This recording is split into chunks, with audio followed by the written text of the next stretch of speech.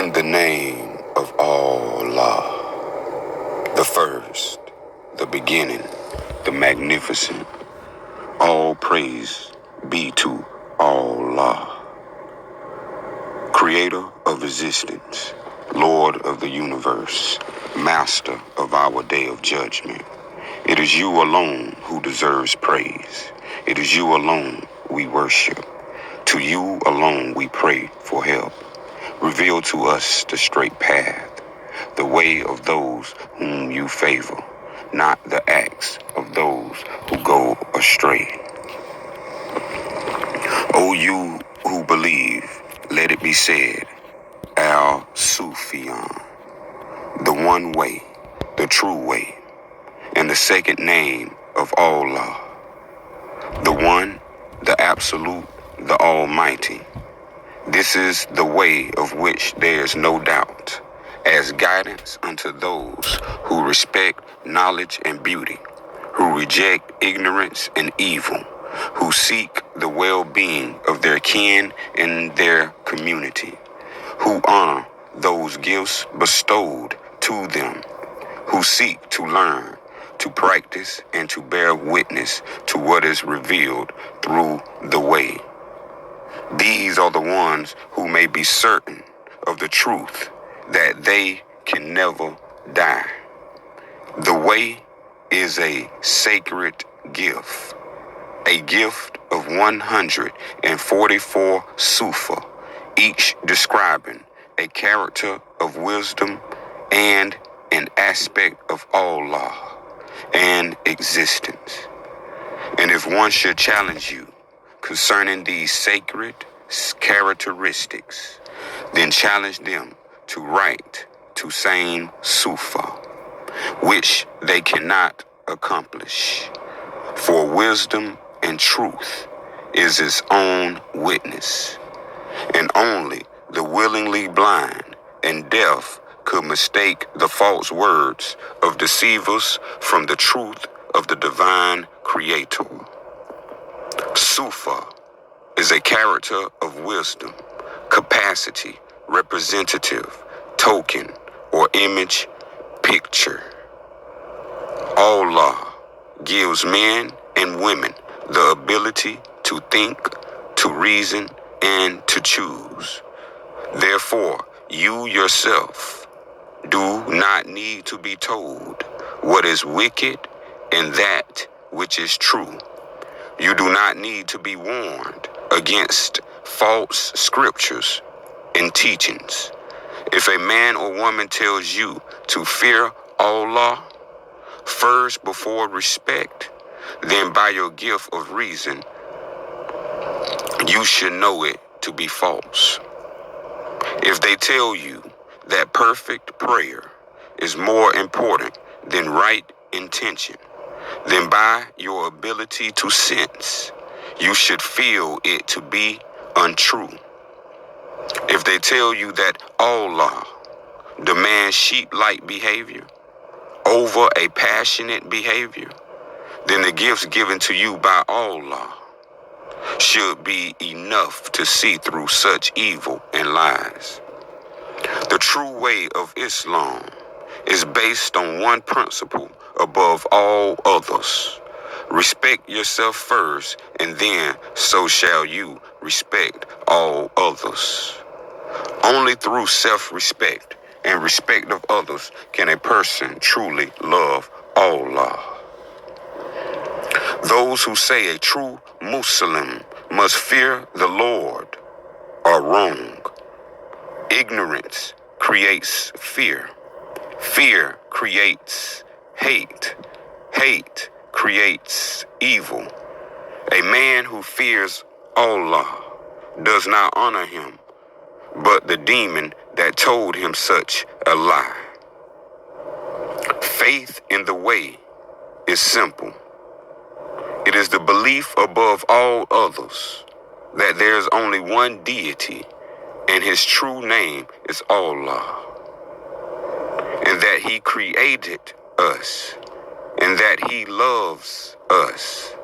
And the greatest respect we can show is to live a good and holy life in his honor. Anyone who claims I did prescribe great rules and complications upon those who wish to live as Muslims is wrong. O you who believe, if a rule cannot be understood as honoring life in respecting family, community, and the Lord, then it is a false rule. If you choose to be ignorant and follow false teachings like a donkey, then Allah will grant your wish and treat you like one. If a person claims I have made a rule that takes 100 words to say that which may be said in a few words, then it must be a false rule. Behold, Allah is every language and the master of all language. Allah is the father of all wisdom and its source. Thus, when one seeks to deceive you and claim complex and confusing words, it cannot be from the creator of the universe, but the wickedness of the hearts of men and lesser spirits. Verily, every child is born with a disposition towards goodness and the natural religion, Islam. It is only society that teaches them to follow a dark path. To follow the true path of Islam is the simplest of all to describe. To live a life of self-respect and virtue. To treat others as you expect yourself to be treated. And to love this world. And to seek to make it a better place. Any person that does this first truly loves Allah and has no need of complications. Any person who does not do these things first does not truly follow Allah's commands and the path of Islam. Any preacher or scholar that tells you Islam is first an oath to Allah and secondly to devote yourself to holy scripture, expel them immediately as an impostor against the truth of Islam. Even a monkey can imitate a pious man. Instead, Islam is first a devotion to self-knowledge and self-restraint, to honor God through your good works and virtuous life. Leave the oaths to liars and market stalls. And the greatest enemies of Allah are those who are entered into Islam, who believe false scripture and who then do evil upon other human beings.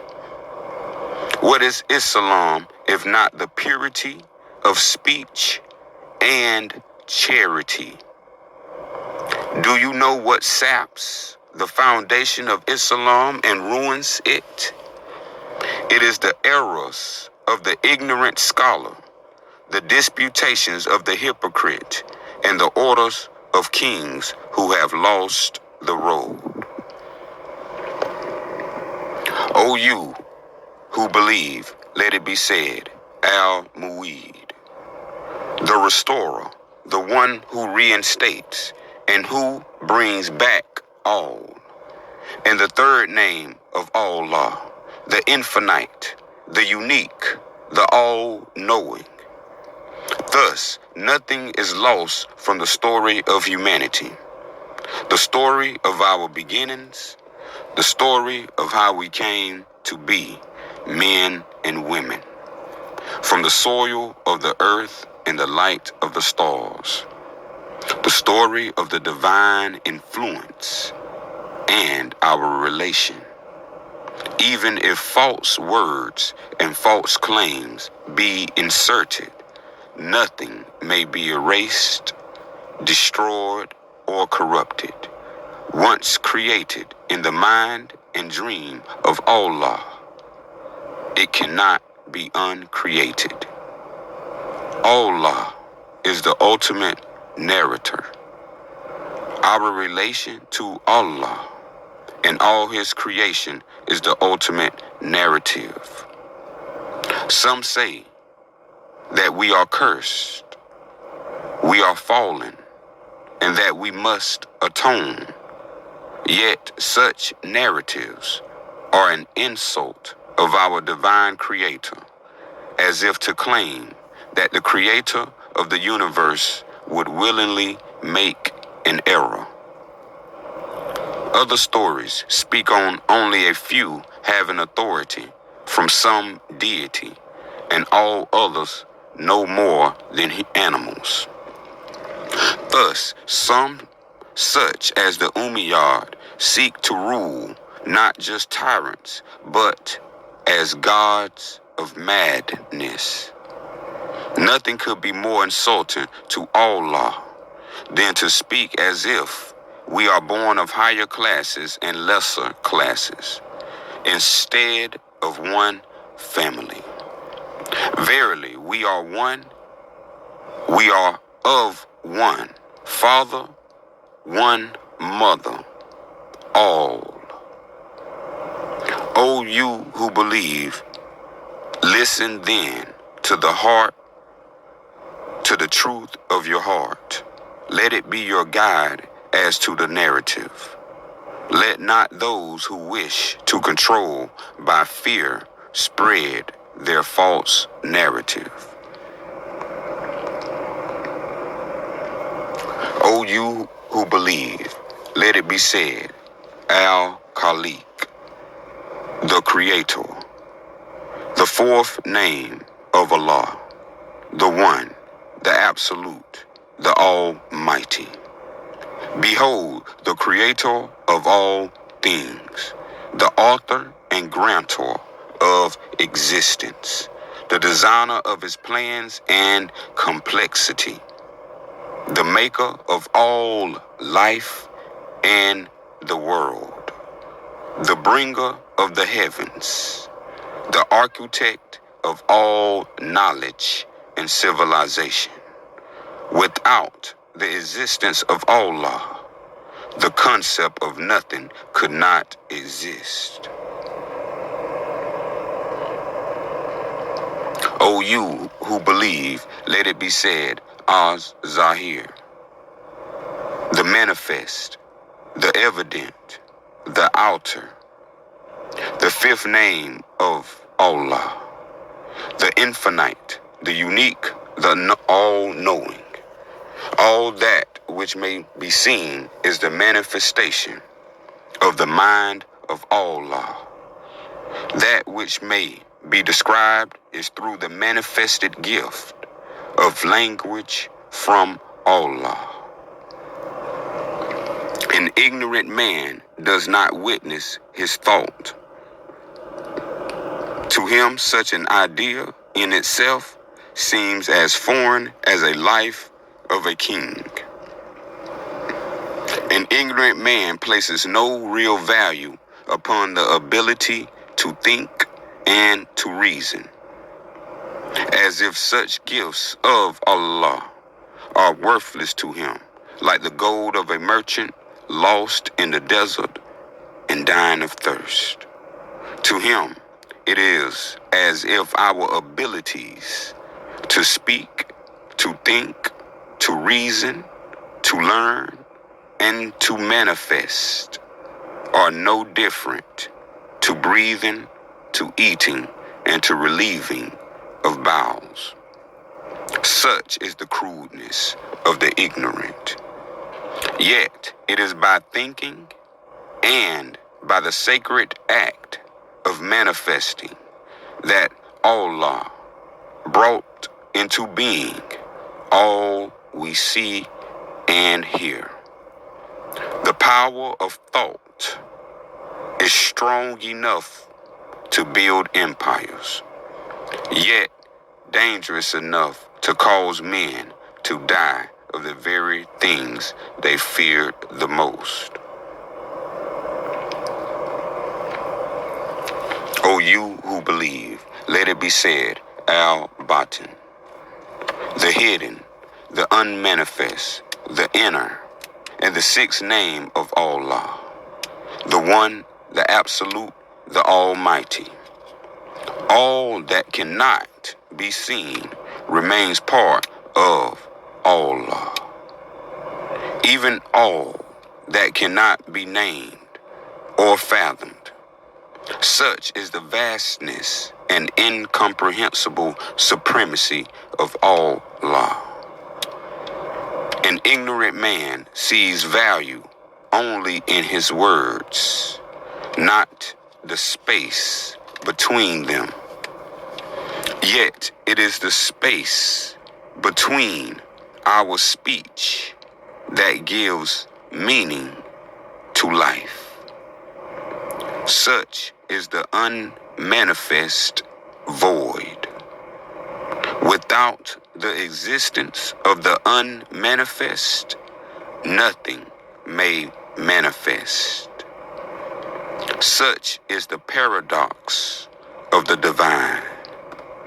Take away its name, and nothing may be described. Such is the mystery of the unmanifest. O you who believe, let it be said, Al-Kabir, the great, and the seventh name of Allah, the infinite, the unique, the all-knowing, to the mountains covered in snow, to the deepest valleys, to the widest rivers and highest cliffs, to the largest of all creatures.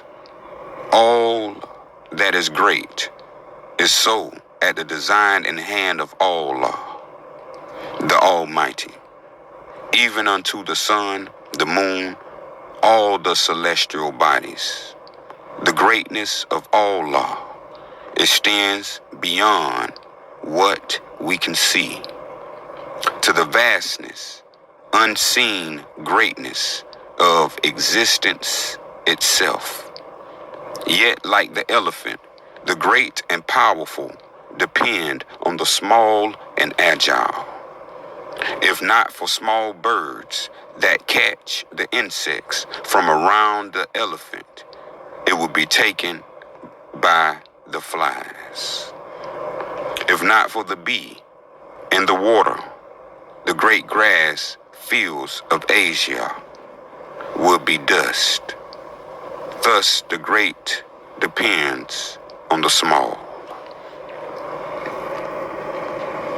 O people, there is no other deity but Allah, the compassionate, the beneficent, the gracious. All praise and worship be to Allah, and no other. In the smallest grains of sand that sparkle in a moving stream, upon the wings of a butterfly in the smallest of the desert flowers after rain. Behold, yes, even in the smallest is to be found the hand and wisdom of Allah. Verily, it is upon small things that all great things are made. The bee in the great plains of flowers of Asia. The small infant born so fragile and yet so beautiful. Thus the small depends on the great. O you who believe, let it be said, Al-Mughni, the song, the voice, the singer, and the eighth name of Allah, the one, the absolute, the almighty. Through the song of the wind, upon the sand and through the leaves, the roar of waves upon the shore, in the songs of the birds at dawn, in the cry of a newborn, even unto the desert after the rains. all are manifest of the song of life and the voice of Allah. O you who believe, let it be said, Al-Shamis, the sun, and the ninth name of Allah, the infinite, the unique, the all-knowing. Upon the first rays of the morning, to the heavenly setting at evening, in the great glow of fire, through dust or flame, or its own hidden nature, or of fire and turmoil revealed upon an eclipse. Nothing can grow or live without the sun, nor can any creature withstand its power even for a full day without shade. The sun is thus the perfect coordination of Allah, in a manner which even the simplest of mind may comprehend. O you who believe, let it be said, Al-Qamar,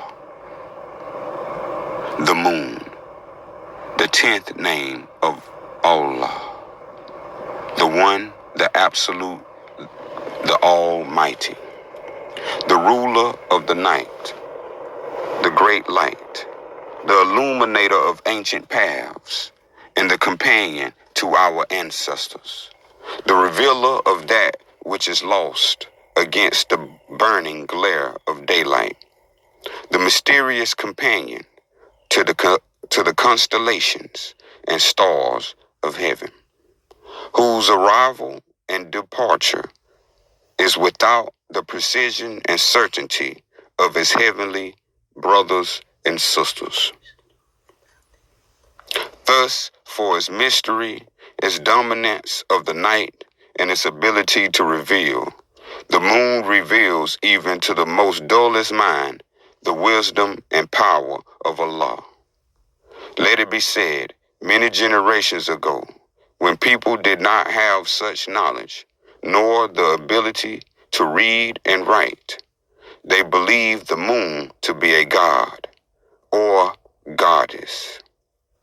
Of such power did the moon be to the hunters by night, when land was ice and forests grew across Arabia, that they gave the most certain claims, that they gave the moon certain names, and be it worship.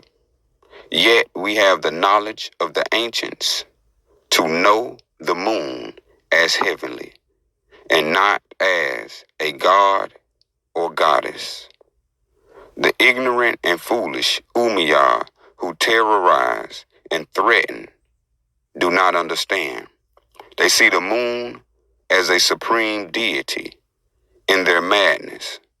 The merchants and moneylenders have purchased these nomadic people and have tricked them by saying they too worship the goddess moon.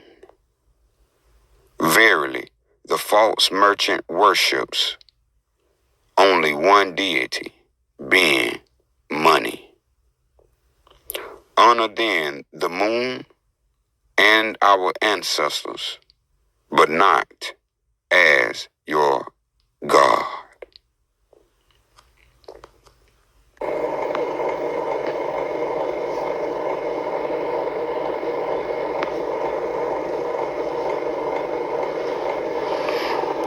O you who believe, let it be said, Al-Dunya, the world, and the 11th name of Allah, the infinite, the unique, the all-knowing, all the mountains and rivers, all the valleys and forests, all the great seas and creatures, all the sand and storms, all the clouds, the winds, and the fire. Allah is the world, and all within the world is part of Allah.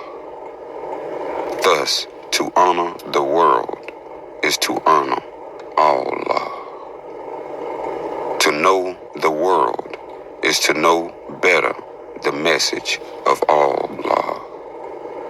Those who seek to turn their backs to the world do turn their back against Allah. The world is not evil, nor are people evil. Therefore, do not turn your back against the world.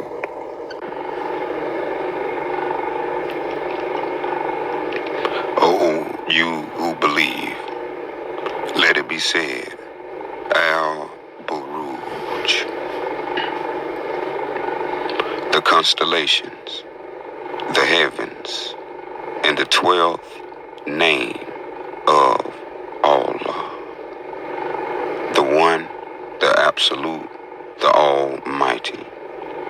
The magnificence and the glory of the night heavens. The clouds and body of the great speckled serpent. The images of great warriors and signs of history.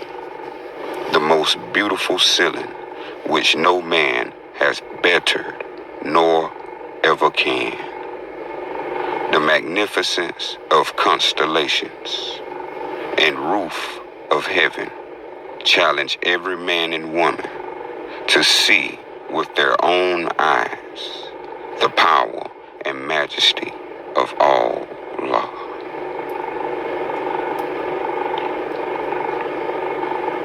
O you who believe, let it be said, Al-Inner. The light, the heavenly light, the divine light in all animals, and the 13th name of Allah, the infinite, the unique, the all-knowing. Whether it be the beast of burden that help us in our lives and chores, or the loyal dogs and companion animals that protect our horses and cattle from predators, or in the wild majesty of lions and tigers and elephants, or the beauty of soaring eagle or falcon. It is by the hand of Allah that each animal is formed, that by the wisdom of Allah, each and every animal has a purpose and reason for life. Verily, Allah placed all people as stewards of the earth. Whoever is kind to his creatures, Allah is kind to him. Therefore, upon your death, you shall be held accountable for each animal you tended and each you killed. Respect all of Allah's living creatures. Respect all of Allah's living creations. When treating animals of burden, ride them when they are fit to be ridden, and get off them when they are tired. Any person who shows cruelty to an animal shows disrespect to Allah. Do not permit animals killed for food to suffer in death. Show even a little compassion to the animals that sustain your life, and Allah will show a little compassion upon your day of judgment. The killing of animals for sport is an abomination in the eyes of Allah, and is a grave transgression. A true Muslim is not permitted to eat meat of any animal cruelly slaughtered. Do not eat swine flesh, as it makes one prone to madness. Nor should one eat shellfish uncooked, nor the flesh of birds unless cooked properly. Thus, for every fish or bird or animal that is rightly slaughtered, pray and give thanks to Allah. Prepare its flesh even after death. Treat it with respect and waste nothing. This is the law. O you who believe, let it be said, Al-Hay. Al-Hay. The life, the living, all creatures, and the 14th name of Allah, the One, the Absolute, the Almighty, upon the existence of all animals and creatures which roam independently, to those forms which remain stationary, such as plants and trees, to other forms of simpler life. All life is the manifestation of Allah. Of you who believe, when one respects their own life, they respect Allah. When one disrespects life, they cannot possibly love the Creator of life. Do not be fooled by those madmen that spit upon the faces of travelers, those filthy and unwashed wretches who cry out against life as a curse, who chastise those that clean themselves and take care in grooming their hair with modesty. Some believe these preachers to be prophets on account of their constant speech and forewarning of great plagues against the people. Yet verily, they are fools who prey upon the ignorant and fearful. Life be no curse, but a blessed gift from Allah. Thus no one may take the life of another unjustly without dishonoring Allah.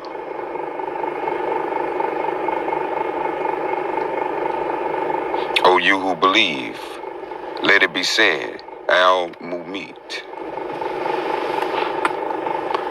The death, the dying, the change, the 15th name of Allah, the infinite, the unique, the all-knowing, and the gentle and honorable death demanded for all animals, killed for their flesh, and the death of beloved and loyal companion animals, and the death of those who nurtured us from birth, or the death of siblings or relatives.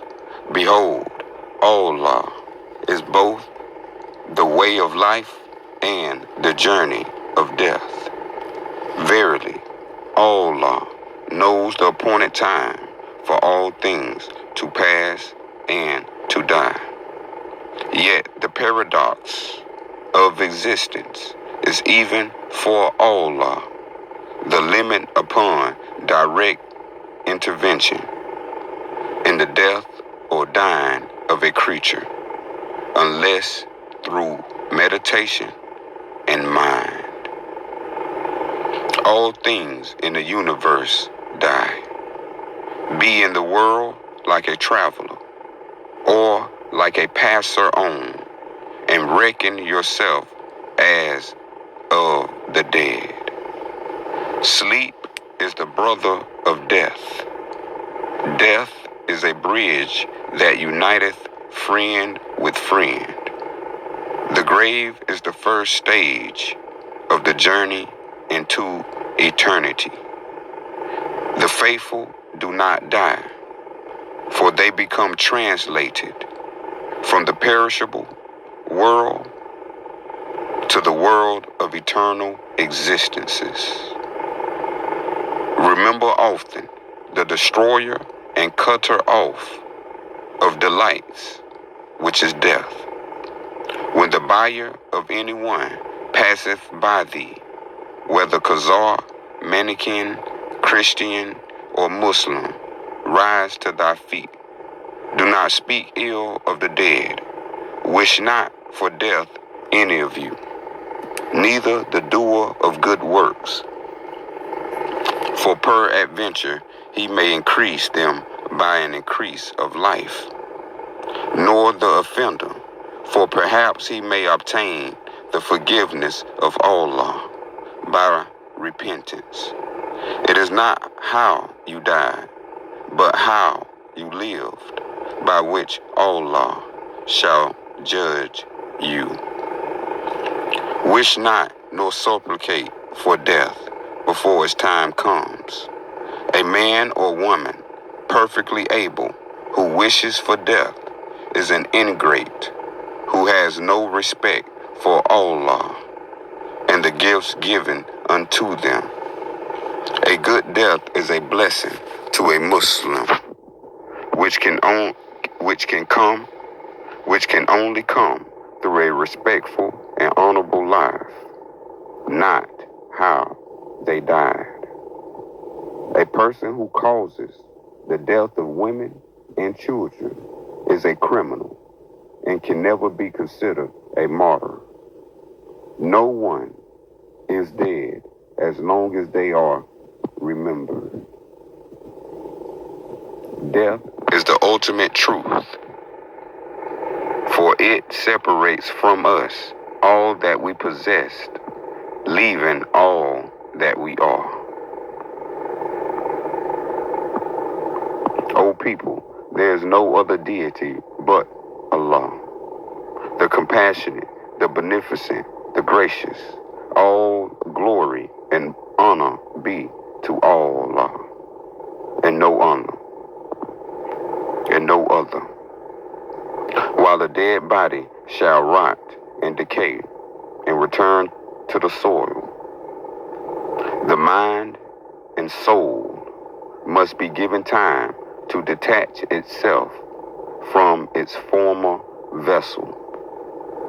Yet the body upon death is an open door to all manner of unhealthy.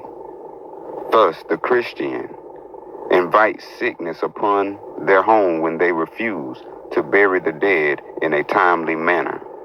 Instead, they mimic all kind of ritual and bemoaning around the corpse of loved ones, as if such grief and wailing aids in their passing. Do not extend such grief of days over the body, for it does no help to those who have gone, but manifests greatly the woe. Instead, let the body rest before the setting sun upon the first opportunity. First, let the body be cleansed one last time, that the spirit of the beloved be reminded of their forgiveness. Then let the body be wrapped in clean white cloth. As for the place of burial, let it be a place sacred to those of the way. But if not, then let it be a place sacred for burial and remembrance. As for ceremony, at the time of burial, let the prayers be forgiveness for the dead, the honors of their memory, and the prosperity of those who still live. Let not the words of funeral speak of revenge or judgment or hate nor curse. As for the body, lay it flat or on its side so that the face is towards Al-Baqar, and in prayer for the redemption of such sacred place. But do not allow the body to be placed upright. Behold, this is the way of honoring the dead, the living, and Allah. And when a much beloved member of Islam dies, do not make it such ceremony that would shame a poor bride. Then to honor the memory of those who lived well by striving to live honorably our own lives. Verily, if one seeks to truly respect the words of Allah, then let him honor the dead of his slain enemy as if it be his own sons, that not one corpse be defiled, that not one raven or bird of prey may feast upon such dead flesh. So if it be the custom of the enemy that their bodies be burned, let them be burned. If it be the custom of the enemy that their bodies be buried, then let them be honored so. Lo, any man who disgraces the dead of his enemy disgraces Allah and is no Muslim. Truly, one of the most gravest of transgressions is to mock the dead.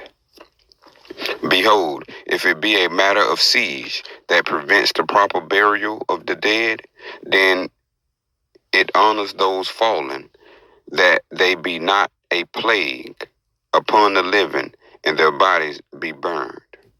For their bones shall remain, and in good time a burial shall come. Woe then any scholar who shall seek to mock the way by showing such ignorance to sense.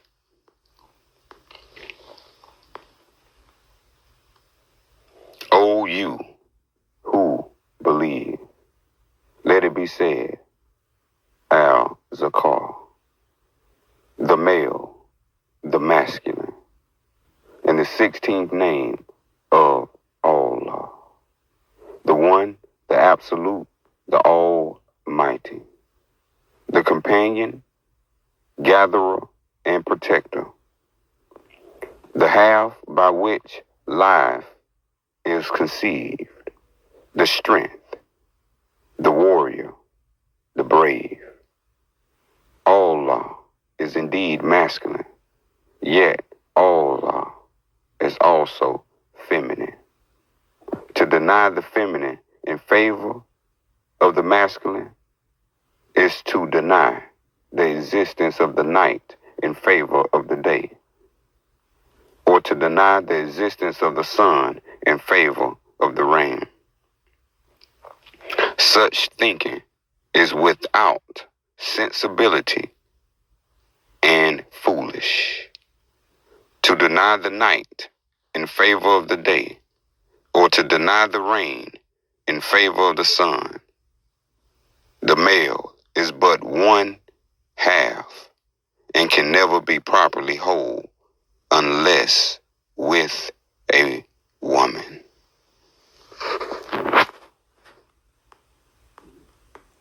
O you who believe, let it be said, Al-Untha, the female, the feminine, and the 17th name of Allah, the infinite, the unique, the all-knowing, the nurturer, the conceiver, and supporter, the half by which all life depends, the wise, the intuitive, the more powerful of the sexes. All is indeed feminine and masculine. To deny such logic is the sign of sickness of the mind. The female is equal in nature and existence. Do not curse Allah through your ignorance.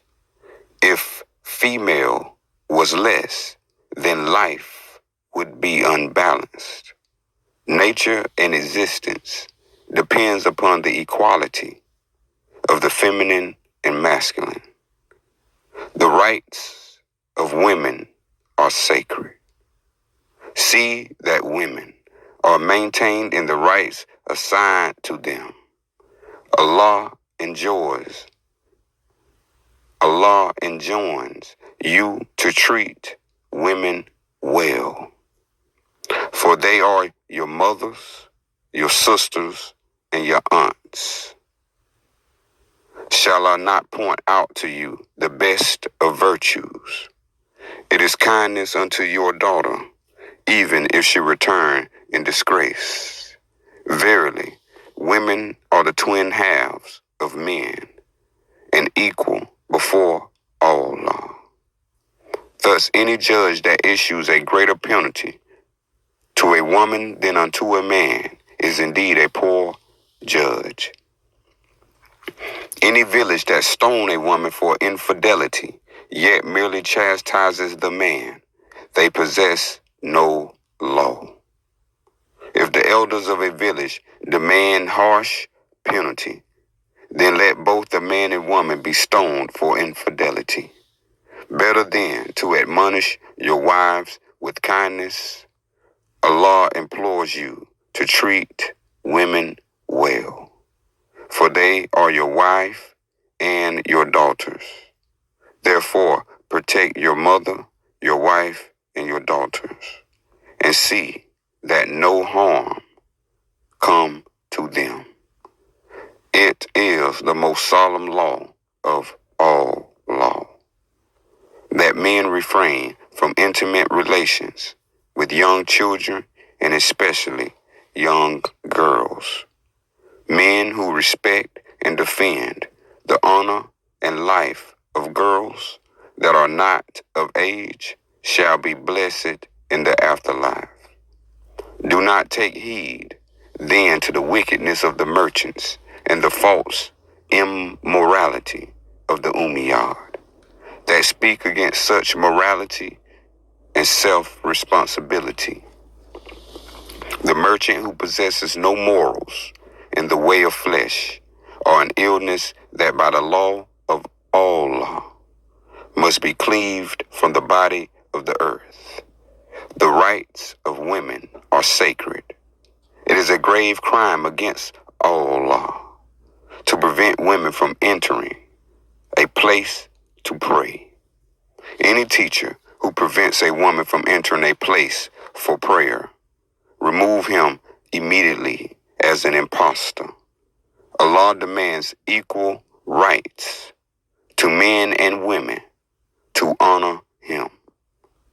Honor your wife with intimate relations and no other.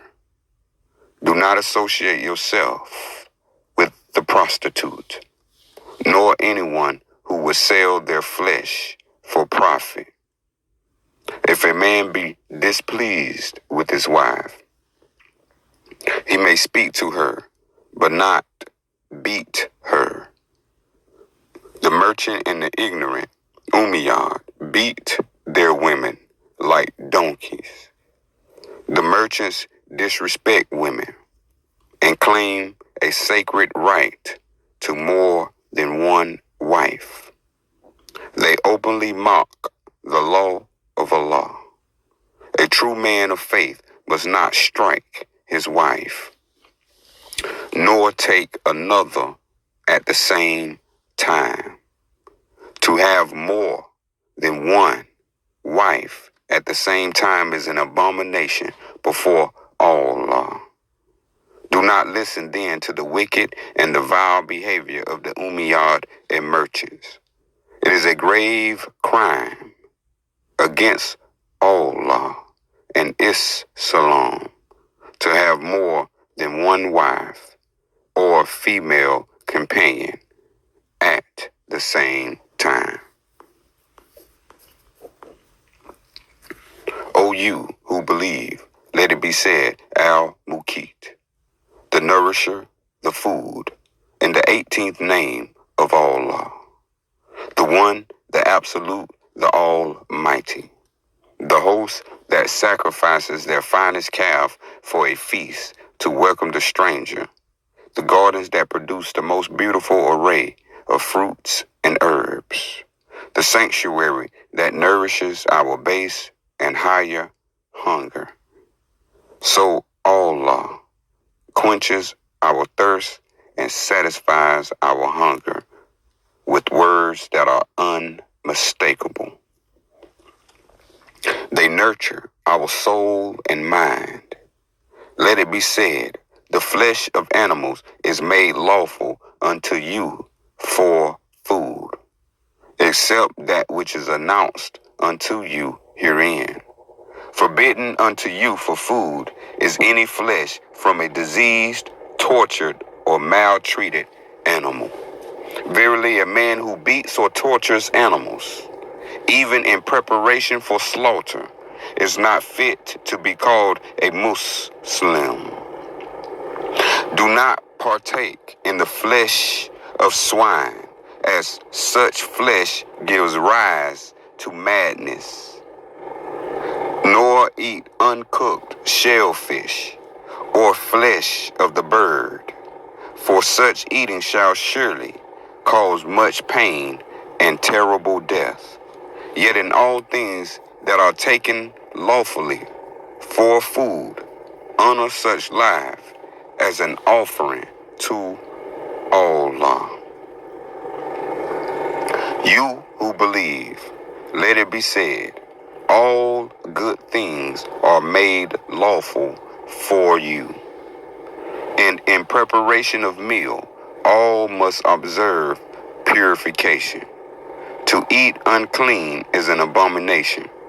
Do not profane what Allah has given to you in such manner, but respect such gifts and food in the manner of its taking, and the purification of its preparation.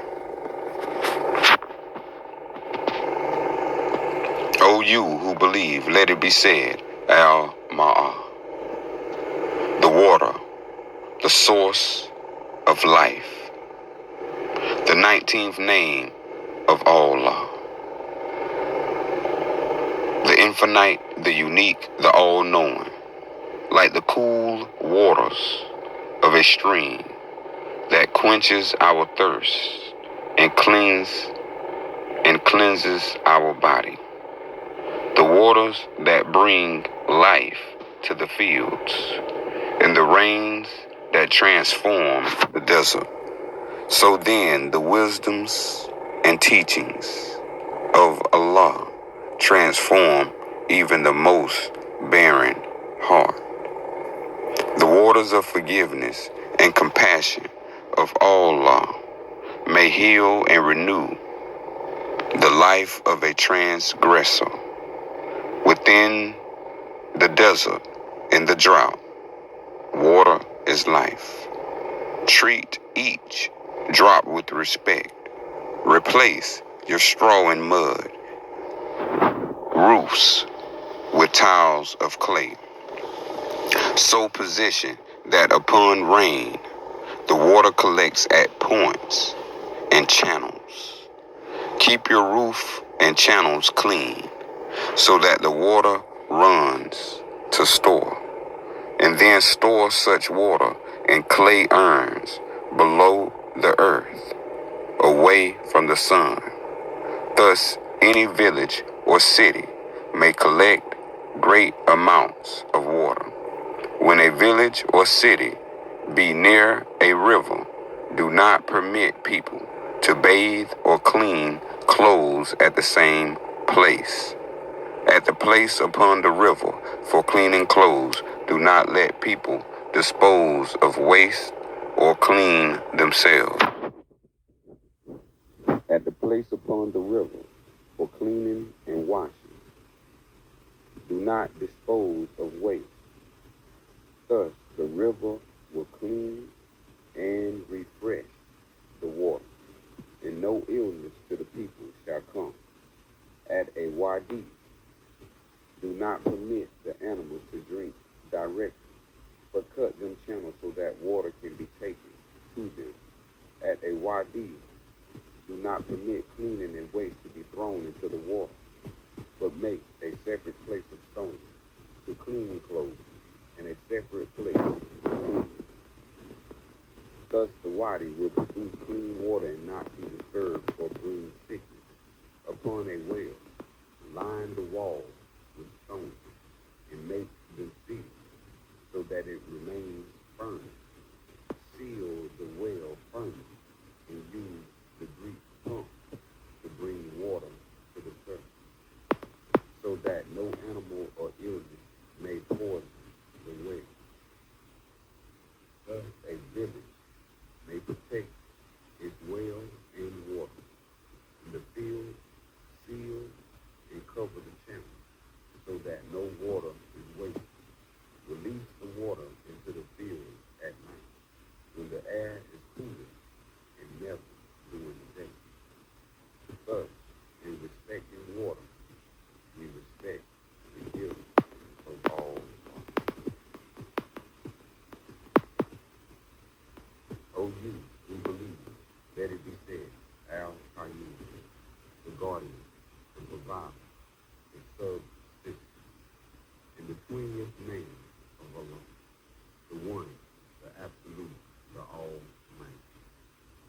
mother that protects and nurtures her children.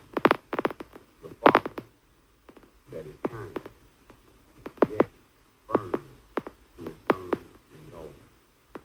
This is the way of all life, as the parent of all people and life. All life is the loving but firm parent. All love is the forgiving parent. All love is the respectful parent. The parent that watches over and protects all, even those who disavow their heritage.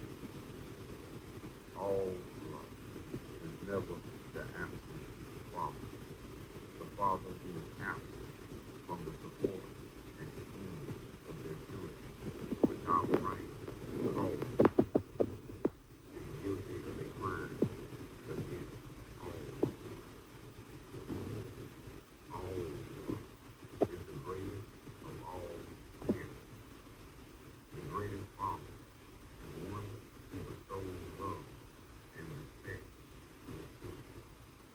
That is equal to him and out from the love of all love to him. All love seeks only the best for his children. A father who does wicked acts risks not only his soul, but those of his children.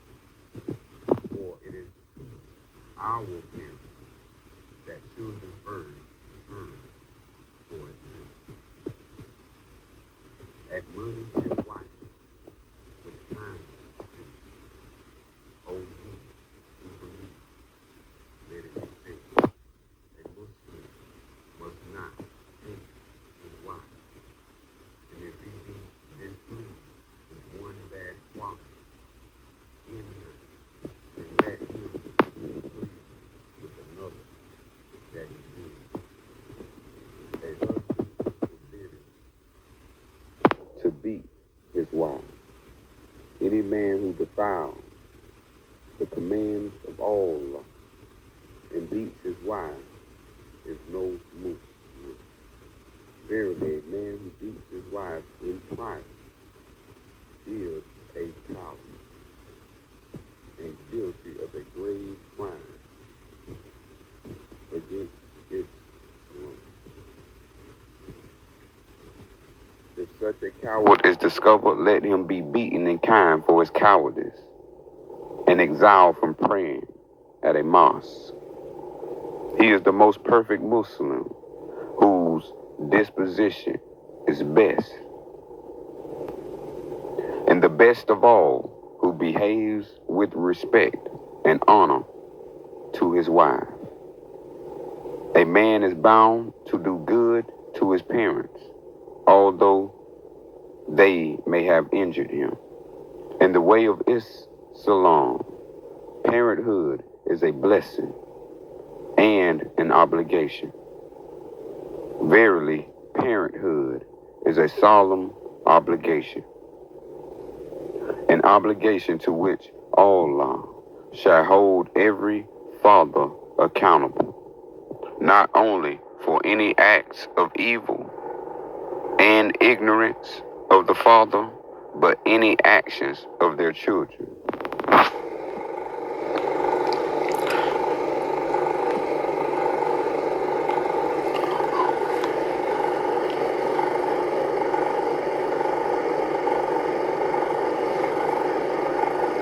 Parents who bring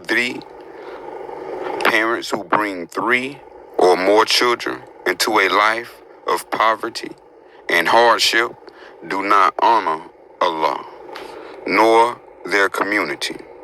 Any teacher or scholar that claims Allah is pleased with large families for those that live in poverty, seize them and rid yourselves of such evil impostors. For leaders who encourage the poor to bring hungry mouths into this world seek to breed ignorance and fear for their own ends.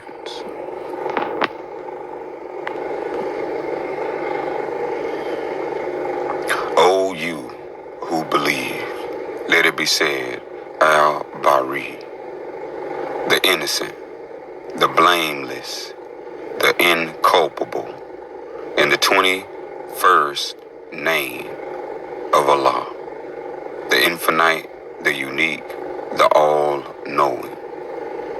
In the innocence, yet authenticity of the question of a child, in the wonderment of life and learning, in the purity and blamelessness of a child.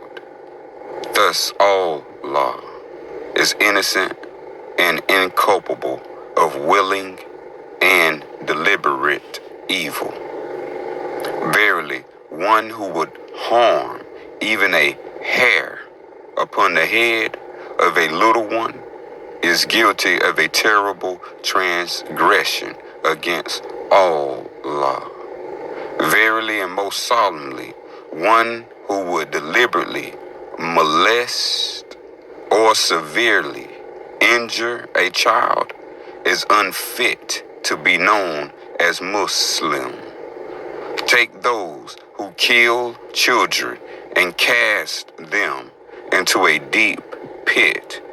Erase their names and let no one remember them. For those that kill children are worse than animals and disgrace the way of Islam. Give thanks then for your children, as Allah gives thanks for all living creatures. When planning for children, a father should honor Allah and praise his wife with their first child. Give thanks and honor to one's tribe upon the birth of any second child, and thereafter seek further children as may benefit the community. O you who believe, let it be said, Al-Mujib, Al-Mugib, the responsive, the answer, the 22nd name of Allah, the one, the absolute, the almighty, the one who watches over the home and guards against danger, a helper and member of the family called community, a friend and ally through mutual respect and tolerance. Thus, Allah is ever present. Verily, the most beloved of Muslims are those that would treat his neighbor as a brother. To judge them not by their beliefs, and to protect their home as if it were their own. Thus, when wicked and deceitful men seek to rob and destroy, they must sow terror and fear into the hearts of a town, so that neighbor fear and ignore neighbor, so that even if one may hear a cry for help, the people shut their doors and hide until sunrise. Behold, evil then can only grow when neighbors do not care nor seek to help their neighbors. The wise man knows this truth. He seeks then amity with all his neighbors, that his community be strong, that his neighbor be safe. Thus the robber and wicked man cannot divide and prosper. The best of persons in Allah's sight is the best amongst his friends, and the best of neighbors near Allah is the best person in his own neighborhood. A Muslim who mixes with people and puts up with their inconveniences is better than one who does not mix with them and bears with patience. Do you love your Creator? Love your fellow beings first. O you who believe, let it be said, Al-Alimma, the all-knowing, the omniscient, the 23rd name of Allah, the infinite, the unique, the all-knowing, all language, all writings, all history, all disciplines, all scripture, all inspiration. So be it that Allah is all knowledge. Verily, even if a man have performed prayers, even if a man has performed fast or charity, and all manner of good works, he will be rewarded not by the weight of his piety, but by the proportion of his comprehension. A man who seeks to imitate the mind of a fish and the actions of a monkey is a useless waste unto Allah. When a man gladly stuffs his ears with sand and pokes out his eyes to merely honor the teachings of a false prophet, then he is lost to Islam. The better the world be that such stupidity never be born, than to disgrace the way of Allah. Yet a man who respects knowledge and culture, who seeks to make himself better, even if he does not follow the way of Islam, then he is a better Muslim than 1,000 pious monkeys who refuse to use the gifts given unto them. With knowledge, man rises to the heights of goodness and to a noble position associated with sovereigns in this world, and attains to the perfection of happiness in the next life. Knowledge enables its possessor to distinguish right from wrong. Knowledge lights the way to heaven. Knowledge is our friend in the desert. Knowledge is our society in solitude. Knowledge is our companion when friendless. Knowledge guides us to happiness.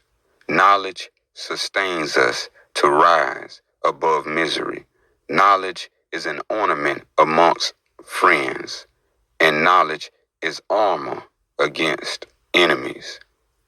The acquisition of knowledge is a duty incumbent on every Muslim, male and female. He who leaves home in search of knowledge walks in the path of the divine and the prophets. Acquire then such knowledge. One learned man is harder on the devil than 1,000 ignorant worshippers. Whoever seeks knowledge will get 2 rewards. One reward is the knowledge of self gained by such a journey. The other reward is attaining the knowledge sought. Therefore, even if one does not attain the original goal, for them is always the greater reward. Seek knowledge from the cradle to the grave. Go in quest of knowledge even unto the farthest lands. The search of knowledge is an obligation laid on every Muslim. O you who believe, knowledge is the friend of true faith in Allah. Ignorance is the friend of true evil that masks itself as divine and entraps the souls of men. When you do a good deed, forget it and make no boast about it. Allah sees everything you think and do. A good deed, reminded or in a boast, is no such thing. The height of intelligence is honesty. No man can be untroubled if he must remember two of everything: the truth and an elaborate lie. In the end, such worry will kill him early.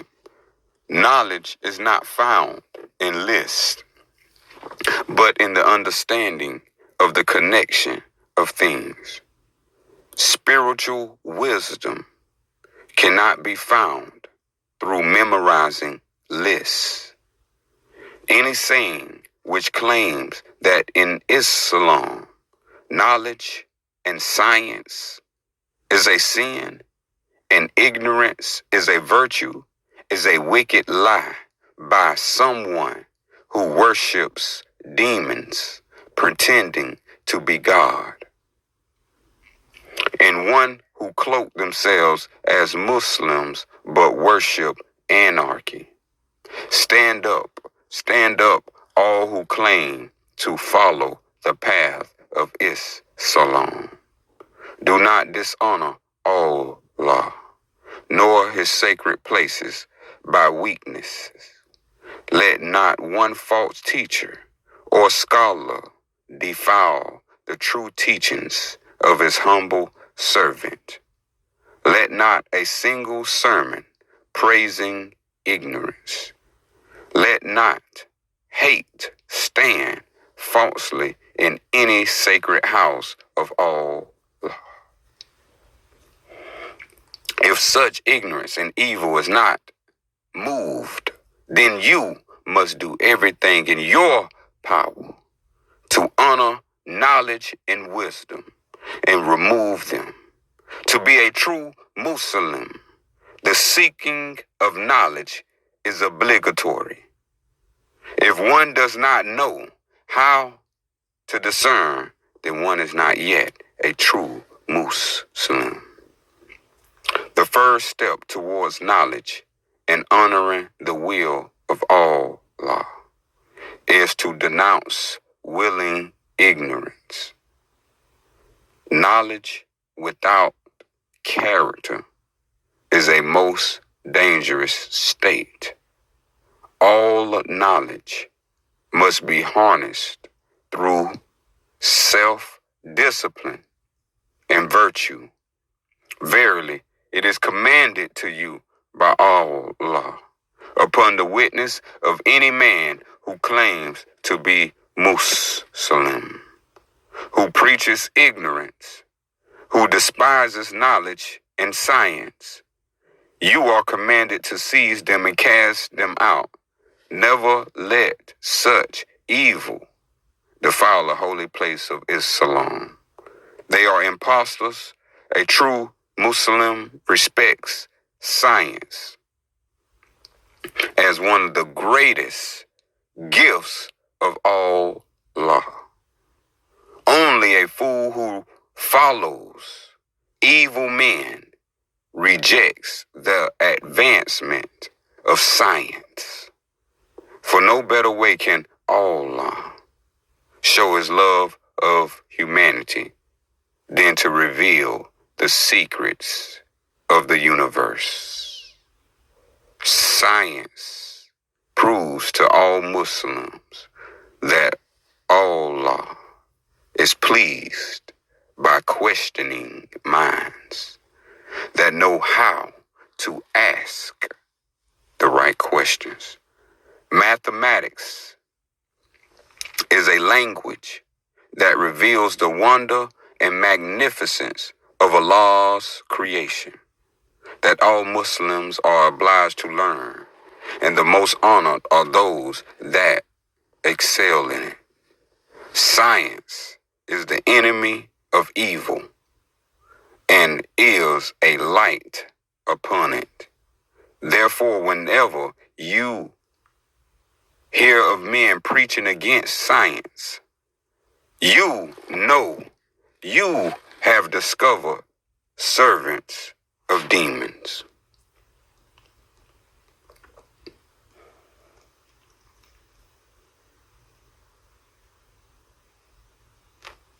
O you who believe, let it be said, Al-Kalima, the word, and the 24th name of Allah, the one, the absolute, the almighty.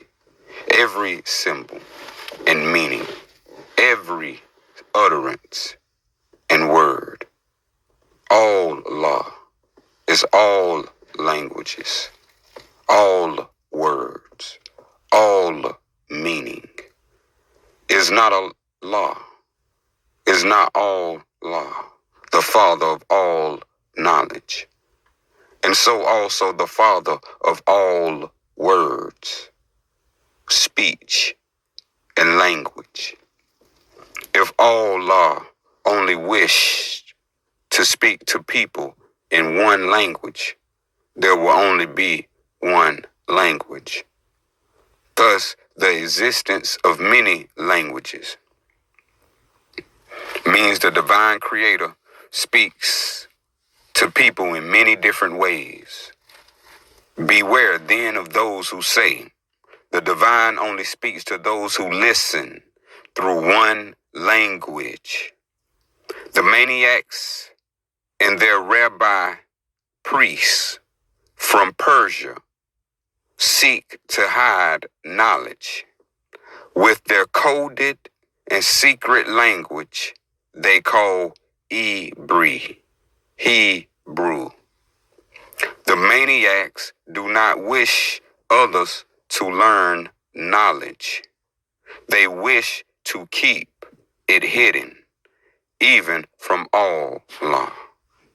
Uthman and the moneylenders of his tribe also seek to corrupt the way by introducing new secret languages to hide knowledge, by spreading false scripture. Thus, such impostors say that only one language is truth and the rest are false.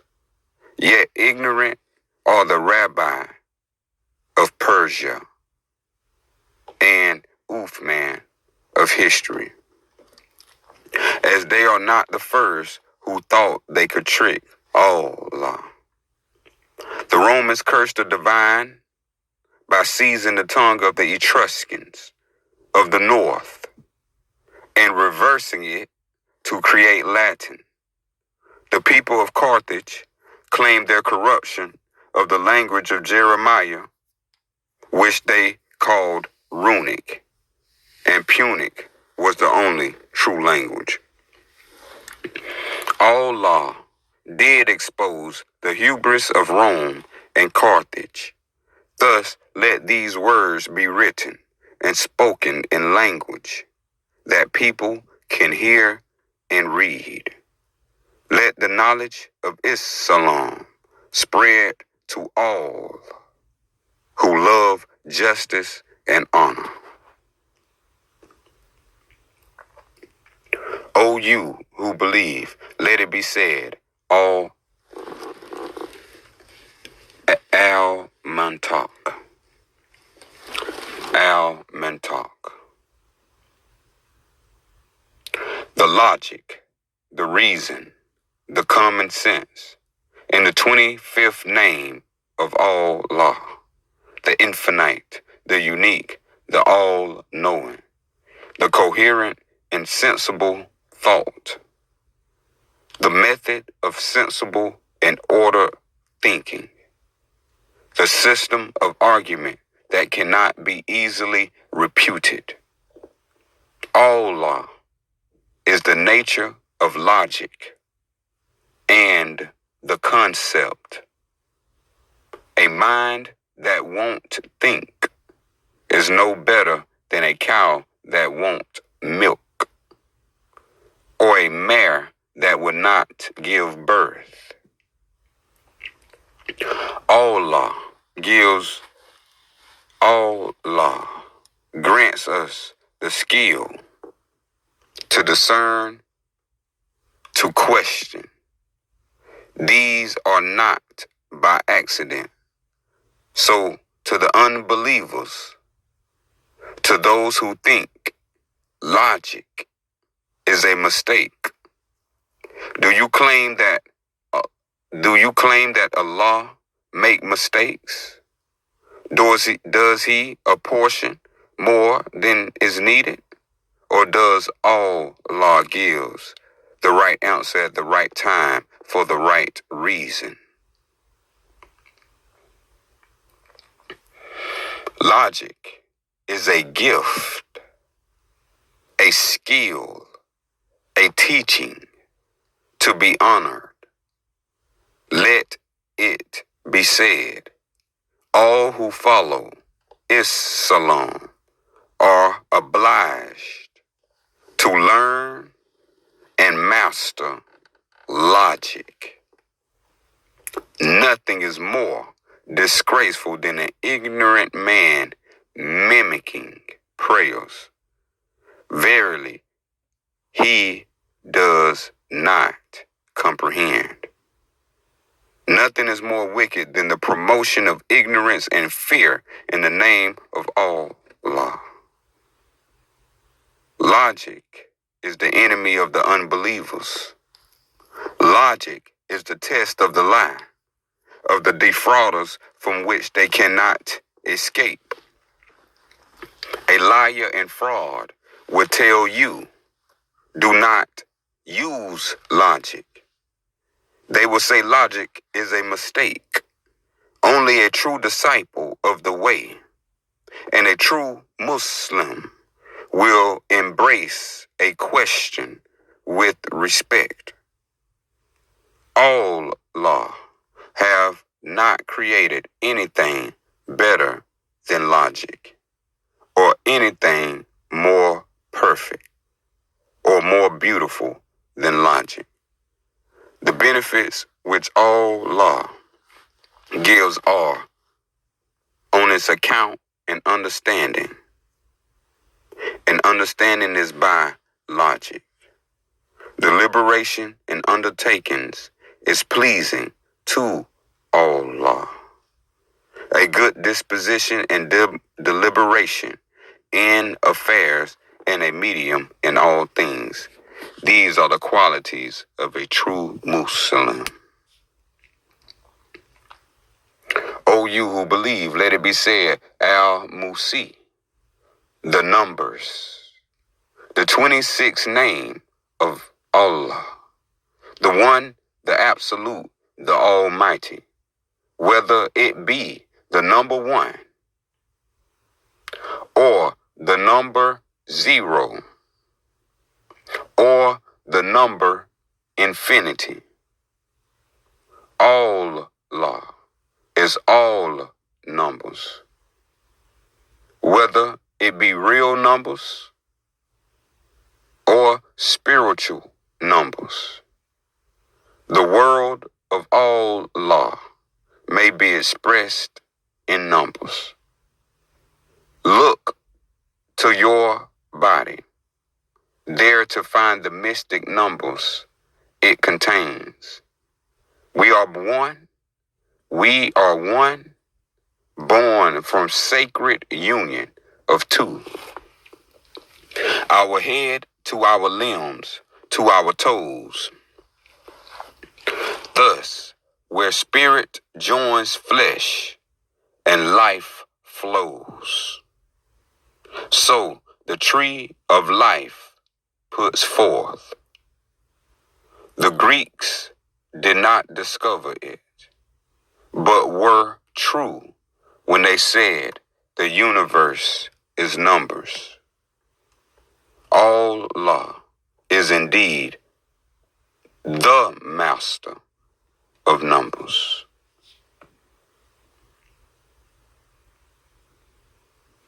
O you who believe, let it be said, Al-Ilaj, the cure, and the 27th name of Allah, the infinite, the unique, the all-knowing, the wisdom and knowledge of the body of living things, the skill of the therapeutic to see the root cause of illness, not just the symptoms, the art of preparing herbs and ointments without magic, to soothe or remove pain and to heal illness. Allah is the ultimate therapeutic of the soul, the cure of the illness that crosses boundaries. The Romans viewed malady and cure through magic. This is the ignorance of the Umayyad who believe illness is because of curse. Do not believe such ignorance. A man who drinks water from a poisoned well will get sick, just as a man who eats uncooked shellfish or bird will surely die in agony. A wound that is not clean will become rotten and kill a man, just as a man who does not clean his clothes or his intimate parts shall attract to himself discomfort and malady. All such words are logic and knowledge without magic. Should a man be ill with pain or fever, let him eat or smoke from the cannabis plant. If he be in great pain and malady, give him the juice of the opium plant. Thus, our ancestors have used wisely such gifts of Allah. Thus, treat knowledge of cure wisely and respectfully, as Allah seeks not that his children are in pain.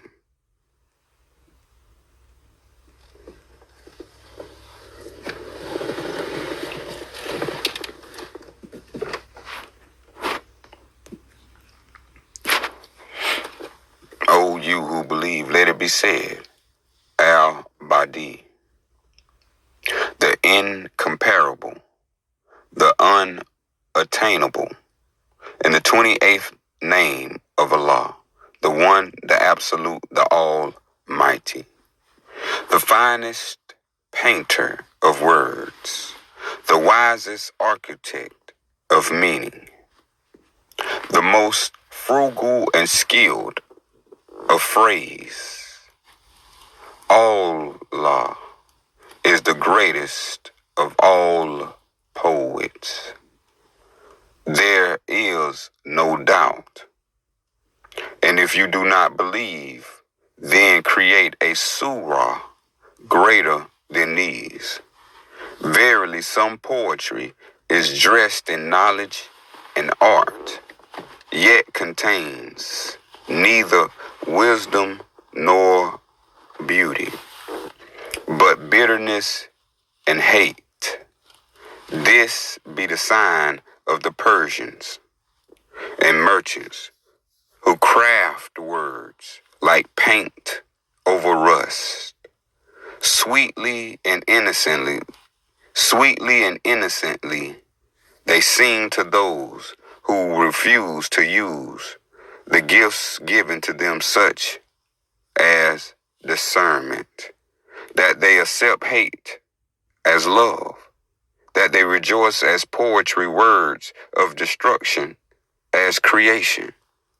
Thus the words choose the ear as much as the master the pen. Verily, some poetry contains much wisdom, yet may appear stiff and unappealing.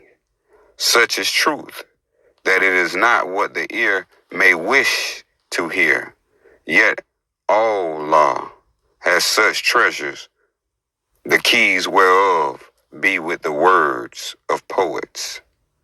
Thus the noblest of arts is the poet faithful to the truth of the divine Creator, who seeks not to embellish nor impress, but to refine his devotion to the wisdom of all Allah. O you who believe, let it be said, Al-Hakam, the rule, the truth, the law, and the 29th name of Allah, the infinite, the unique, the all-knowing, the source, the well of all form, meaning and rule, the beginning point from which all lesser law manifests. Allah is the one true and only divine Creator. The first law is divine law, and so the law of all law. All law is the divine Creator of all things, the collection of all words, ideas, and form. There is nothing greater. Thus, all law must come from the divine and all law. As all the words of law are born from the Creator, a law is a rule given from divine instruction, discovery, or reason of nature. The existence of such laws are self-evident by the existence of the wisdom that frames them. Divine law is the law that defines the spirit, purpose, and instruction of all law through existence. The key of all divine law is the golden rule, that all are equal under the law of all law. That all are equal under the law of all law and subject to it. Natural law is the law that defines the operation of the will of all law through existence in the form of the world. Therefore, a competent man recognizes divine law not simply because he has been told, but that he can see and reason through some of the logic and mind of the divine Creator. Yet a law made by men can never be greater than a natural law or divine law. Nor can laws made by men ever be greater than a dictate or decree that gains legitimacy to the extent that it does not contradict divine law and natural law and possesses the consent of the people. An unjust decree or dictate by men can never be considered law, even if such threat and force is used. All valid law can be reasoned and argued logically, yet unjust and contradictory laws cannot. A faithful man to all law therefore has the moral duty to protect just law and challenge unjust law. An honorable man before all law has the solemn duty to defend against injustice and to stamp out tyrants wherever they may be. O you who believe, let it be said, Al-Mutakabir, the majestic, the supreme, the 30th name of Allah, the one, the absolute, the almighty, the seasons, the signs, the rains, and the forewarning of frost. Allah is all seasons and all signs. Let there be records of the seasons and their refined differences across the land, that the farmers may know the best time to sow and the best time to reap, that the villages may know the worst mornings for frost and the best days for lambs. Let there be records that each day may be blessed, and each day to come may be blessed, that men may not call upon soothsayers and magicians to determine the harvest.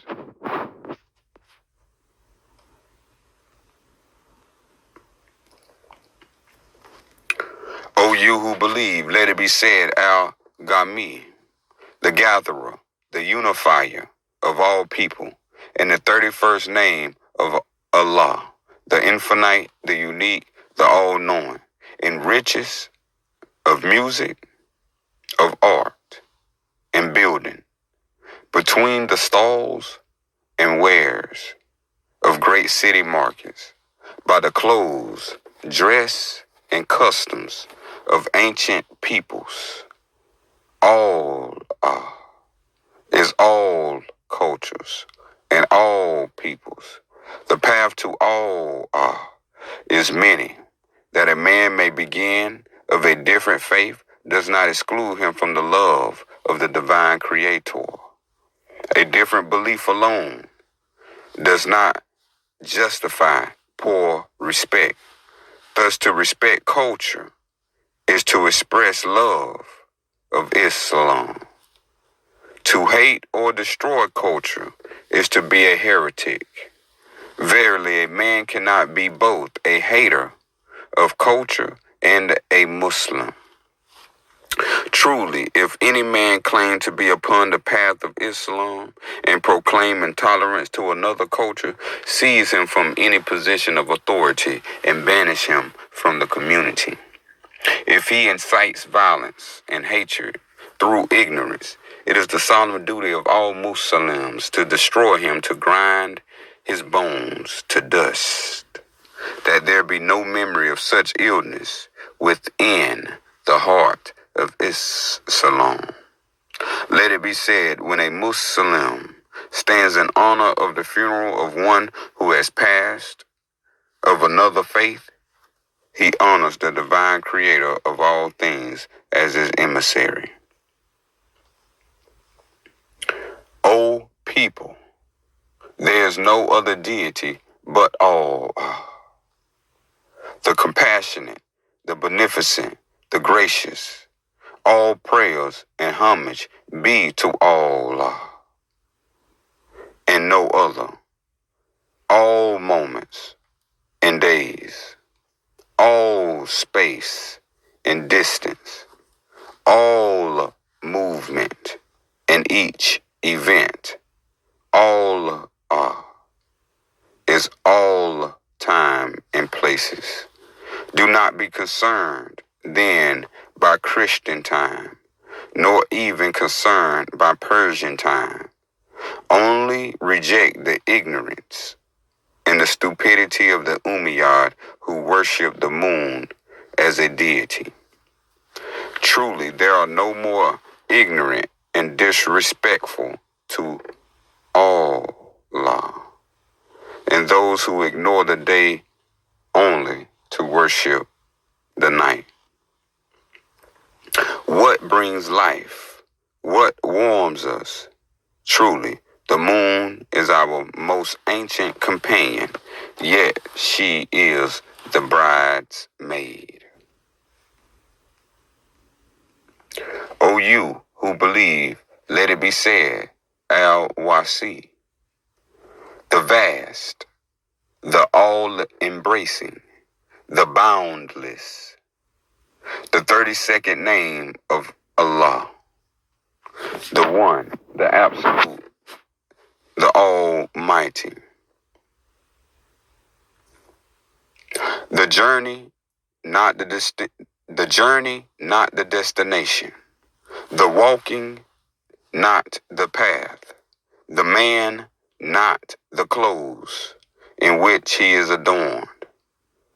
Allah is the study of life as well as life itself. Allah is the learning of love and respect of learning. Everything in the universe is based upon learning as well as experiencing. To deny learning is to deny a purpose of existence and being. A man who refuses to learn profoundly disrespects Allah. To live is to learn. To learn right from wrong, good from bad, truth from falsity. To learn how we might overcome our difficulties. Before we can learn, we need to learn how to learn. And before we can learn how to learn, we need to unlearn. The greatest expression of Islam is love. The greatest goal is education. Education is the enemy of ignorance and evil. He dies not who gives life to learning. Whoso honors the learned honors Allah. It is a most wicked crime against Allah and Islam to deny education to women and children. Do not be distracted by the pettiness of the false skeptic that seeks to argue against the tides and prove nothing is true, so as to learn nothing. This is the quicksand of feeble minds. Go in quest of knowledge even into strange places. Seek knowledge from the cradle to the grave. Do you know what corrupts the foundation of a people, then ruins them? The arrogance of the learned weakens it. The disputations of the hypocrite distracts it. And the orders of ignorant kings finally destroys it. To spend more time in learning is better than spending more time praying. The support of deep faith is through wise contemplation. It is better to teach knowledge 1 hour in the night than to pray all night. One learned man is harder against wickedness than 1,000 ignorant worshippers. The pursuit of knowledge is a divine commandment for every Muslim. Do not waste knowledge on those who are unworthy of it. It is like putting pearls, jewels, and gold on the necks of swine. A man or woman who shall pursue the path of knowledge, Allah will direct them to the path of paradise. Verily, the superiority of a learned man over an ignorant worshipper is like that of the full moon over all the stars. A tyrant and impostor against Islam is one who denies proper education to their people. It is commanded to all Muslims to rebel against such evil. He who knows his own self knows all. He who knows his own self knows all law. Verily, the best of all law's servants are just and learned laborers, and the worst are corrupt and ignorant kings. To listen to the words of the learned and to instill into others the lessons of science is better than religious exercises. He who leaves home in search of knowledge walks in the path of Allah. 1 hour's meditation on the magnificent works of Allah is better than 70 years of prayer.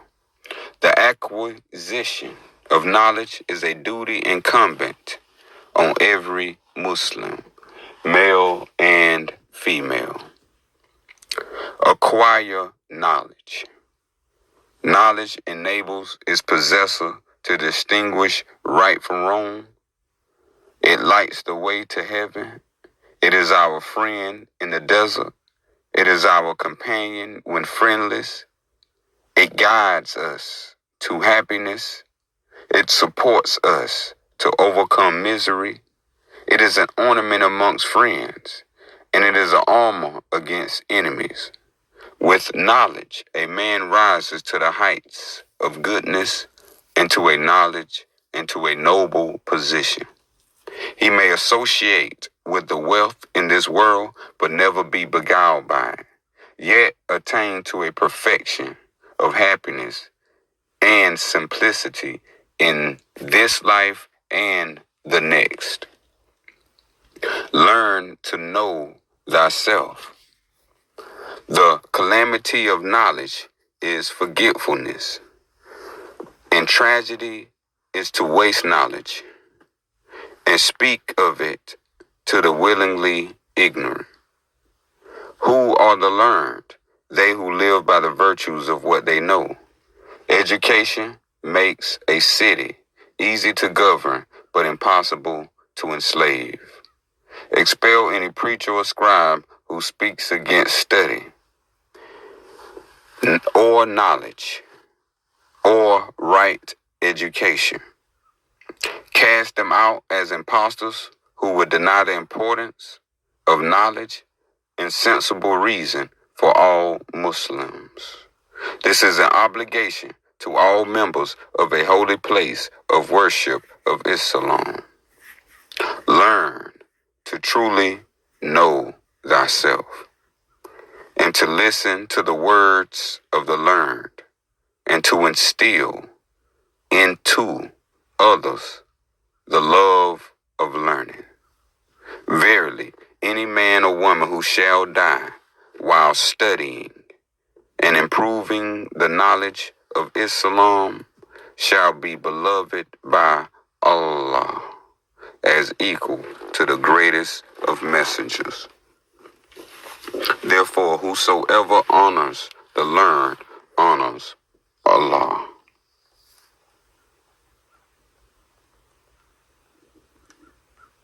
O you who believe, let it be said, Al-Alim, the scholar, the teacher, the master, and the 33rd name of Allah, the infinite, the unique, the all-knowing, the father that does not eat until all his children are fed, the master that travels at the rear of the caravan, not the head, the king that dresses as a humble servant, unless required by law to adorn his vestments.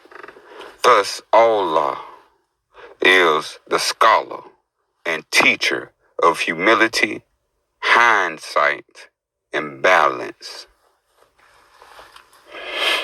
A true Muslim is a scholar. There can be no doubt. A disbeliever is one who hates knowledge. A heretic against Allah is one who hates the words of the divine creator, being all wisdom.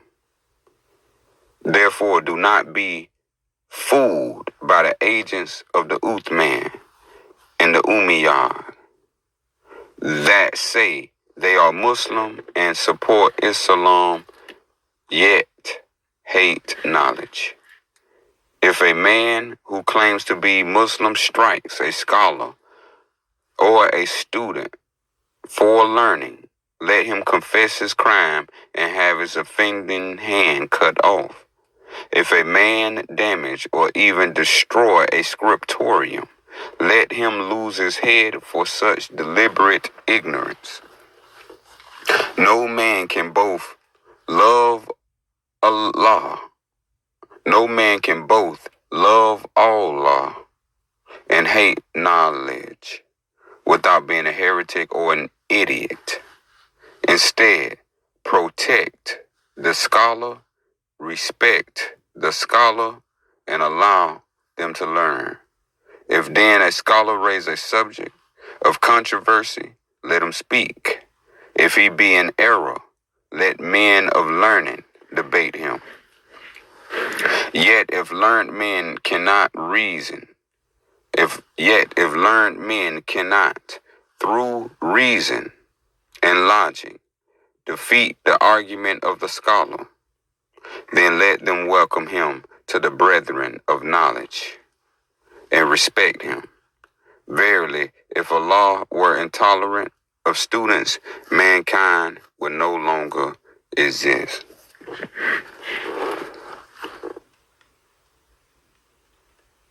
O people, there is no other deity but Allah, the compassionate, the beneficent, the gracious. All praises, all praise and worship be to Allah and no other, the sanctuary into which no sorcery, nor ignorance, nor corruption may pass, a place of learning and debating with respect, a source of even greater wisdom and knowledge of the world through writing in all languages. The presence of Allah is to be found first in such an academy before any temple or other sacred site. Let there be the very best academy throughout the lands, that scholars may come and students may learn, where reason and logic may debate and the knowledge of Islam may increase, upon a community professing its respect for wisdom and prosperity. Let it establish its own academy. Yet let no teacher enter to an academy, nor any student be accepted, if not the way of Islam be explained. Verily, this is the way and the truth. Let each teacher be so versed that every word of the way of Islam be memorized. Let each student be taught that they may know the way by heart and mind. O you who believe, let it be said, Al-Qudus, the sacred, the pure, the perfect, and the 34th name of Allah, the one, the absolute, the almighty, the perfect uniqueness of the great circular constant that the Christians still choose to name after the Greek, the perfection and detail of the smallest living form to the largest, the perfections of the heavens, the perfections of a newborn child. Behold, all are but shades of the perfect greatness of Allah. Let it be said, the perfection is to be found not in the extreme, but in the balance of imperfection, not in a face of perfect symmetry, but perfect asymmetry, not in a building of simplistic shape, but imperfect wholeness, not in the stark array of trees and gardens, but in the journey and celebration of the hand of the divine. Thus, a student of the way of Islam knows the key to perfection is found through imperfection. Verily, we are the living expression of such imperfect perfection that our flesh shall corrupt and decay, yet our spirits are immortal. A true Muslim never forgets the balance. O you who believe, let it be said, all wadu, the love, the loving, the consuming passion, and the 35th name of Allah, the infinite, the unique, the all-knowing, the love of a mother to her first and newborn, the love and respect of a young husband to his beautiful virgin bride, the love of a teacher to his most esteemed student, the love of a warrior who sacrifices his life to defend the safety of his land. No love is greater than the love of Allah to all who believe. No greater respect can a man show to Allah. No greater respect can a man show to Allah that to love his neighbor as if his family. The way of Islam is love. Love is the way of a true Muslim.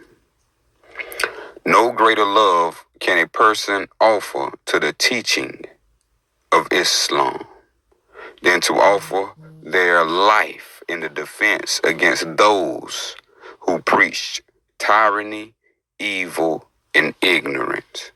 Truly, a community that exists on hate destroys its soul. Like a terrible drought, hate destroys life. Therefore, do not hate your enemy. O you who believe, let it be said, Shajarat al-Hayah.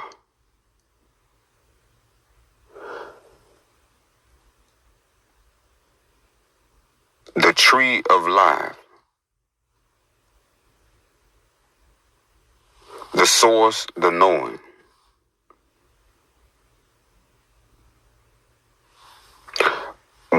O you who believe, let it be said, Shajarat Allah-Yah.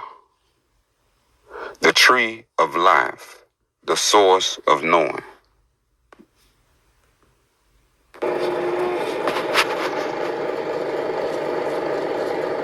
O you who believe, let it be said, Shajarat Allah-Yah. The tree of life, the source, the knowing, and the 36th name of Allah, the one, the absolute, the almighty, the 10 plus 1, being the 101 in a way a mind may comprehend, the most ancient mysteries and paths, the most ancient mysteries and paths of the ancients.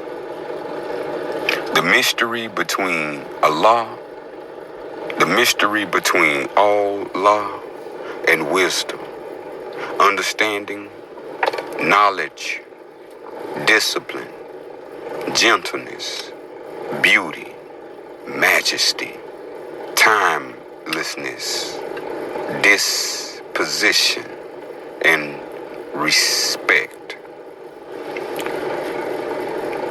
The 3 deaths by 3, and the 3 rebirths, the births to reason and existence of life, the death to the corruption of flesh upon the vow of restraint, the death to addiction of the flesh upon the vow of abstinence, and the death to gluttony and greed of flesh upon the vow of poverty. Thus rises the mystery of freedom and rebirth of purity of the body. The death to the anger, hatred, and negativity of mind upon the vow of forgiveness. The death to addiction of desires of mind upon the vow of obedience of the law.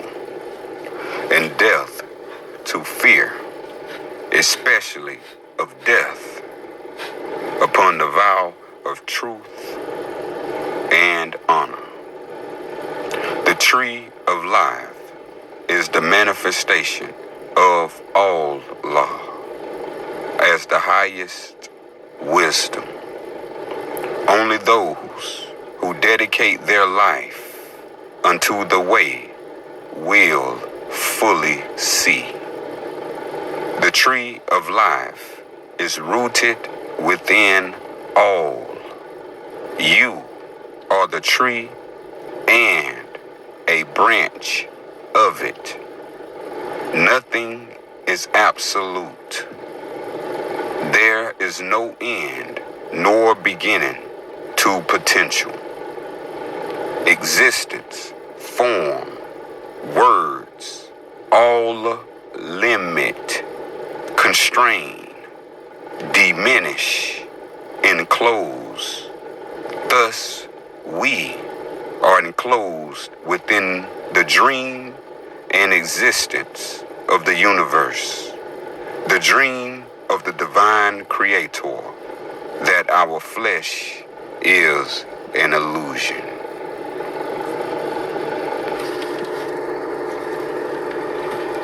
O you who believe, let it be said, All Hakim, the wisdom, and the 37th name of all law, the infinite, the unique, the all-knowing.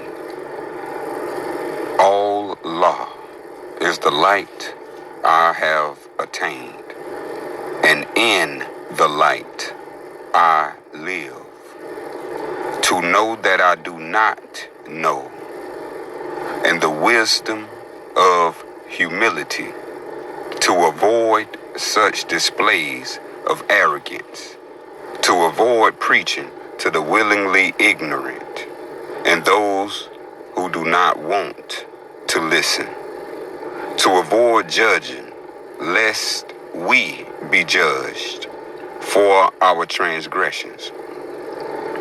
It is not a sixth or a tenth of a man's devotion which is acceptable to all law, but only such proportions thereof as he offers with understanding and true devotional spirit.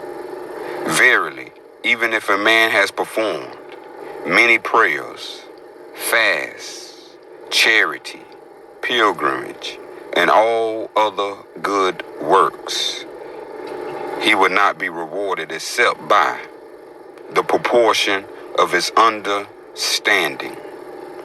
Those that have attained the meaning of the greatest wisdom knows that all law loves life. When one has final understanding of self, a man may know that the most important things in life are values, family, and community. Integrity needs no rules. The heart of a fool is his mouth. The mouth of a wise man is his heart.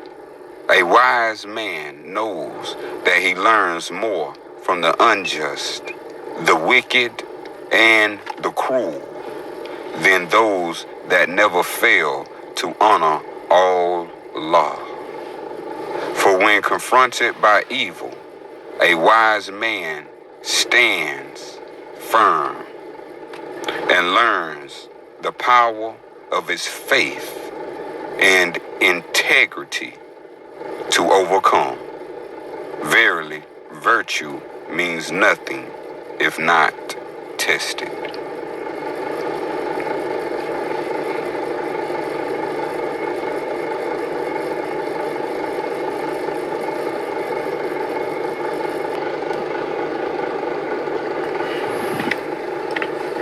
O you who believe, let it be said, all Ruh,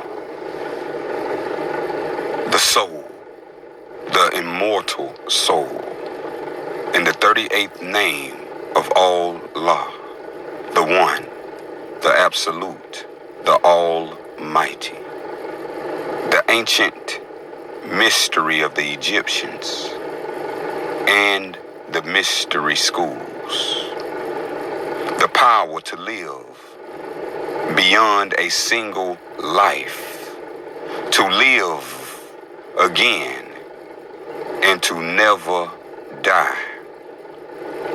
Thus, the soul is Allah, and all souls are Allah. What then of the soul? Of the soul, the maniacs from Persia and the Hindu say only some men and women are born possessing a divine immortal soul they call a human. The rabbi priests of the maniacs say all slaves, the poor and foreigners, do not possess a soul, and so are less than animals, and cannot return to life. The religion of the maniacs, they call Manes and Aryan, say some men possess a second so-called human, and few possess a third soul called Ba-man. Of the soul, the Jain say all living things possess a soul that is separate from its existence and its body. Every plant, every animal, every man and woman, every man and women possess a soul, the Jains say. Of the soul, the Mithraeans and Christians say all men and women possess souls, but no other living thing. The Mithraeans and Christians say our souls travel down from heaven into our body at birth. Upon death we shall be judged, and if we fail, we shall be subject to torment in an underworld to atone for our transgressions. Behold, only Allah and no other holds the key to the riddle of soul. No other. Do not be deceived by those who seek to divide you with fear or beguile you with elaborate fantasy. Can the heart of an animal be separated from its body and the animal survive? Can the mind of a man be separated from himself? Soul is but a word designed to separate and control. Soul is no different to ancient psyche of the Greeks, to ego of the Romans, and self. We are but one yet within one we are split into parts. Thus, you are the living paradox. Verily, you can never die, as all around you is the illusion, the dream of the universe of all law. Therefore, it is your choice. Therefore, it is your choice to live in ignorance or wisdom.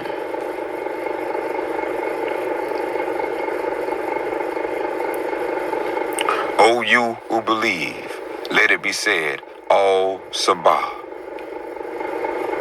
the good, the right, and the 39th name of Allah, the infinite, the unique, the all-knowing.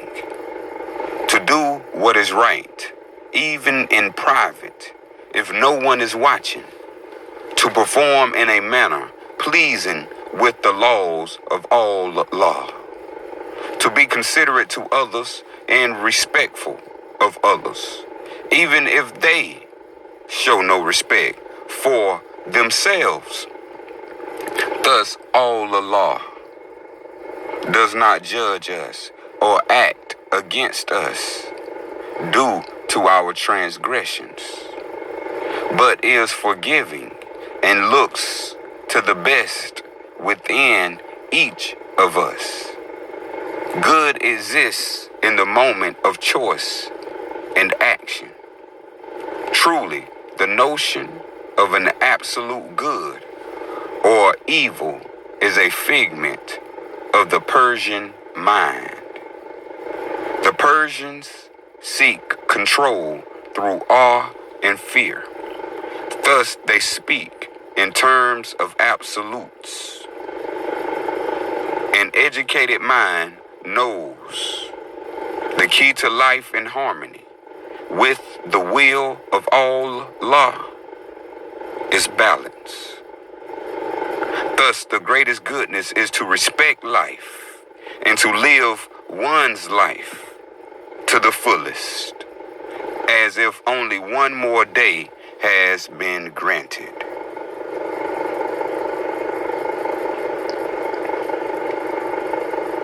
O people, there is no other deity but Allah, the compassionate, the beneficent, the gracious. All glory and honor be to Allah and no other. That no falsity be attributed to Allah. Let no one claim to be Muslim, defile the greatness or wisdom of the one true Creator. There be some with such a hatred towards the divine and creation that the words of Allah and his prophets be deliberately corrupted by them. This is the essence and the root of all evil. When men are so sick in mind, when certain men so hate the divine, that they will curse his name in public, yet claim to be his greatest teachers and servants in public. This is the face of evil. The love of the false word.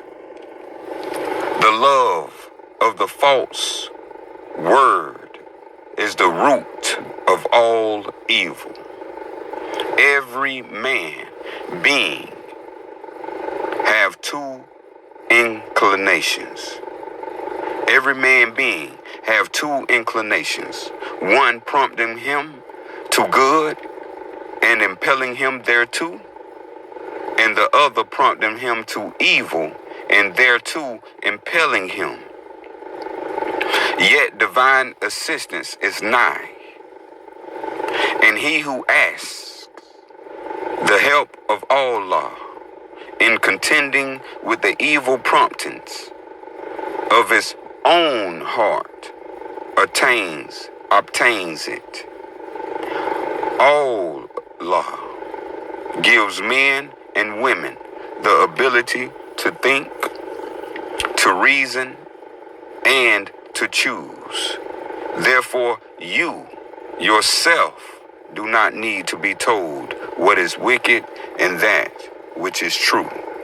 If a man or woman tells you to fear Allah first before respect, if they tell you Allah hates and demands blood atonement, if they tell you that ignorance is a blessing, then the gifts given to you by Allah should be enough to see through such evil and lies. Ignorance is no excuse.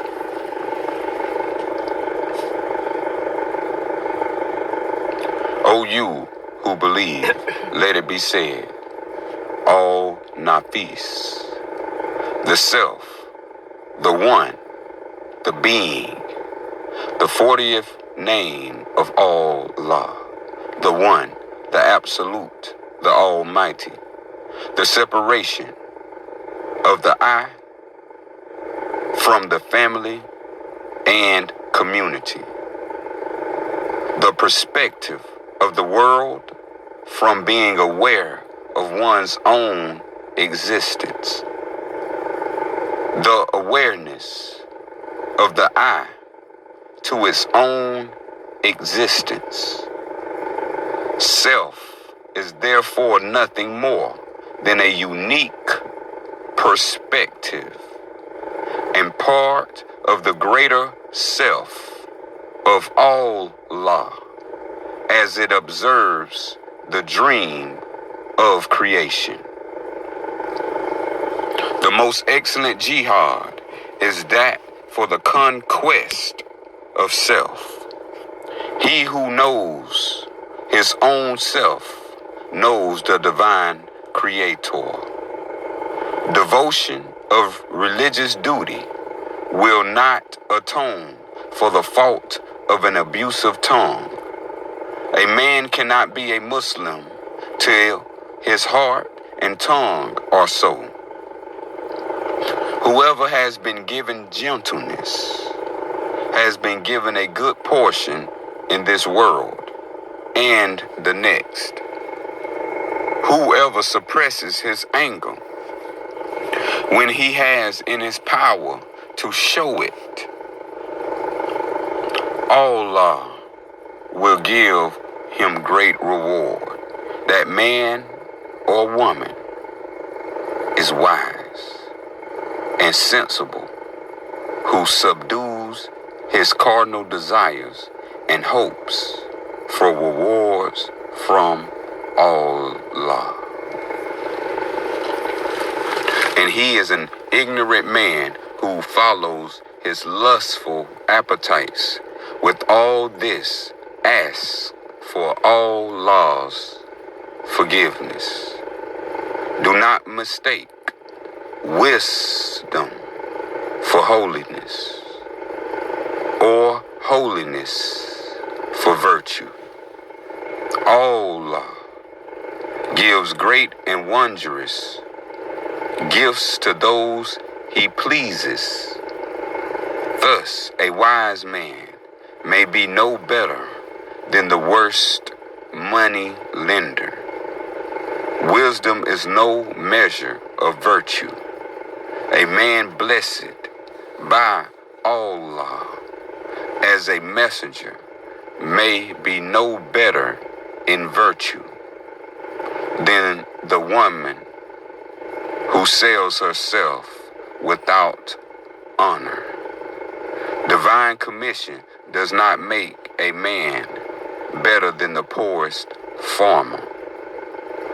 Thus, the greatest respect is unto those who never give up. May Allah fill the heart of that person who expresses his anger with safety and faith. He is not strong and powerful who throws people down, but he is strong who withholds himself from anger. If any scholar or preacher speaks of jihad being an external battle against a non-believer,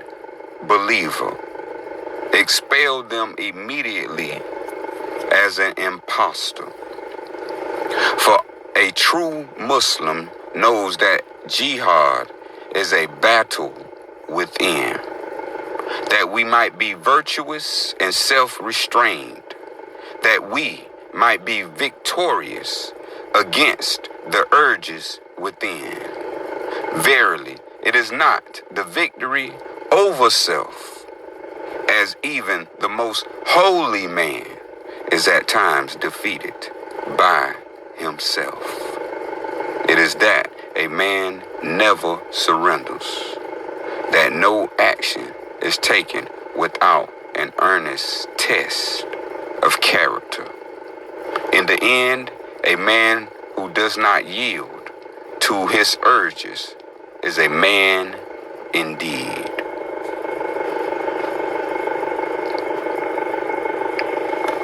O you who believe, let it be said as Sabir.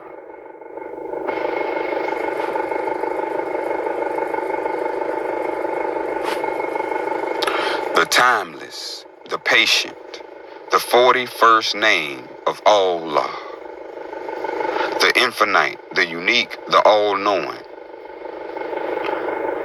the left or the right, the up or the down, the day or the night, to leaving or remaining, the giving or taking, the good or the bad, the honor or dishonor, the discipline or lack of it. All are manifestations of choice. Verily, it is our choice whether to believe or not to believe in Allah. It is our choice to obey or disobey His clear commandments. It is our choice to wake up or remain asleep. It is your own conduct which will lead you to reward or punishment, as if you had been destined. Therefore, be persistent in good actions. Verily, nothing is predetermined within the universe. If it be so, then no will would Allah possess. Thus the tricky Persians seeks to dash hope upon the rocks of absolutes, to deny our ability to determine our destiny. Everything in the universe is based upon learning as well as experiencing. To deny learning is to deny a purpose of existence and being. A man who refuses to learn profoundly disrespects all law. To learn right from wrong, good from bad, truth from falsity. To learn how we might overcome our difficulties. Truly, before we can learn, we need to learn how to learn. And before we can learn how to learn, we need to unlearn.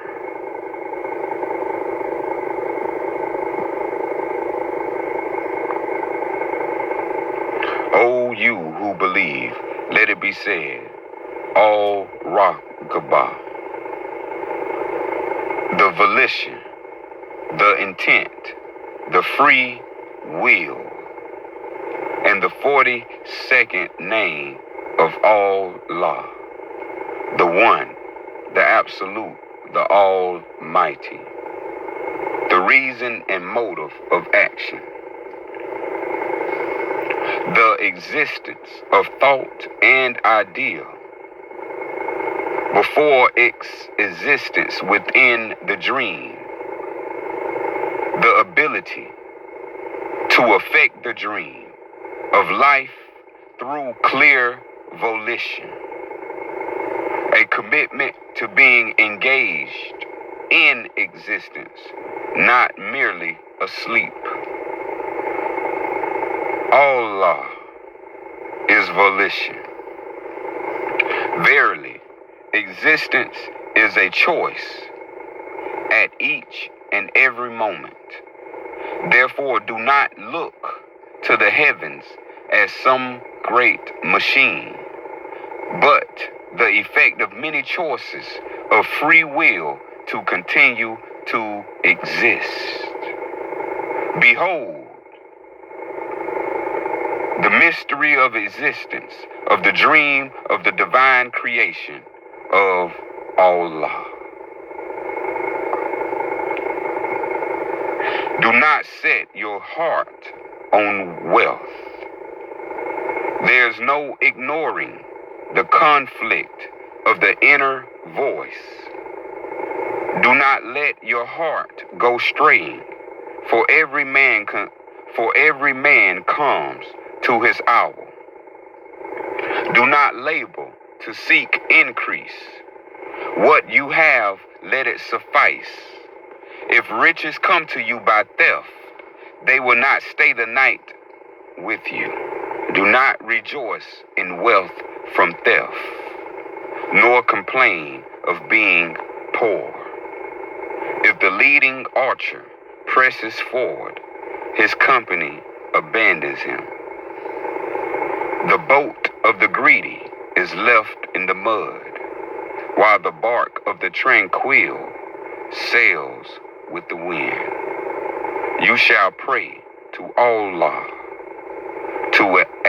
You shall pray to Allah at first light. He will give you your needs for this life, and you will be safe from fear.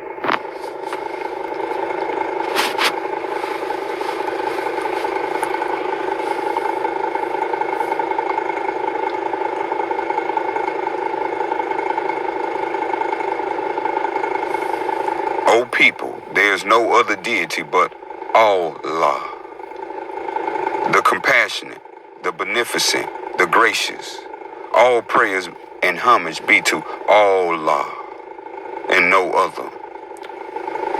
To control those urges and primal desires that make the uneducated and undisciplined no better than the animals and monkeys, that one may stand as a man or a woman and not dishonor Allah.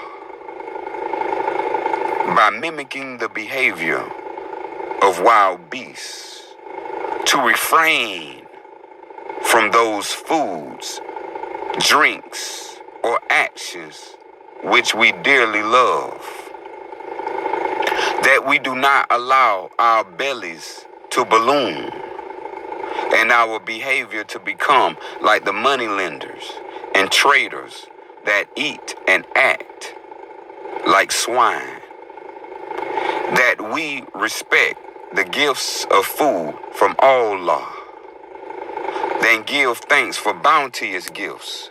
Remember the divine whenever you retreat from society, and make prayer your sleep and hunger your food,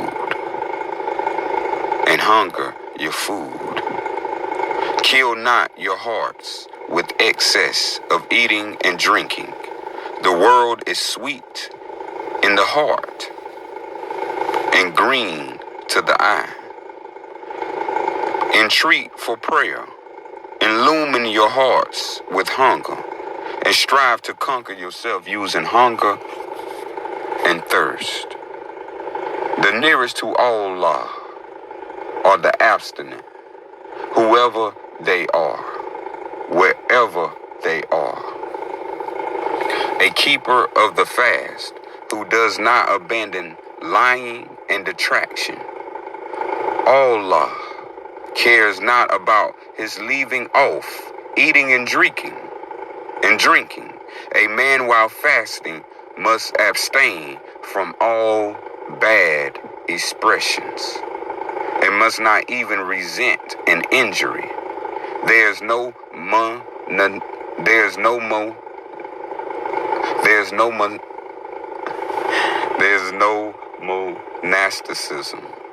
There's no monasticism in Islam.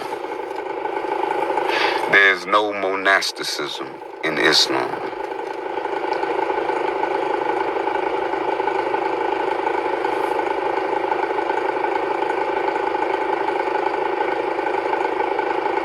There's no monasticism in Islam.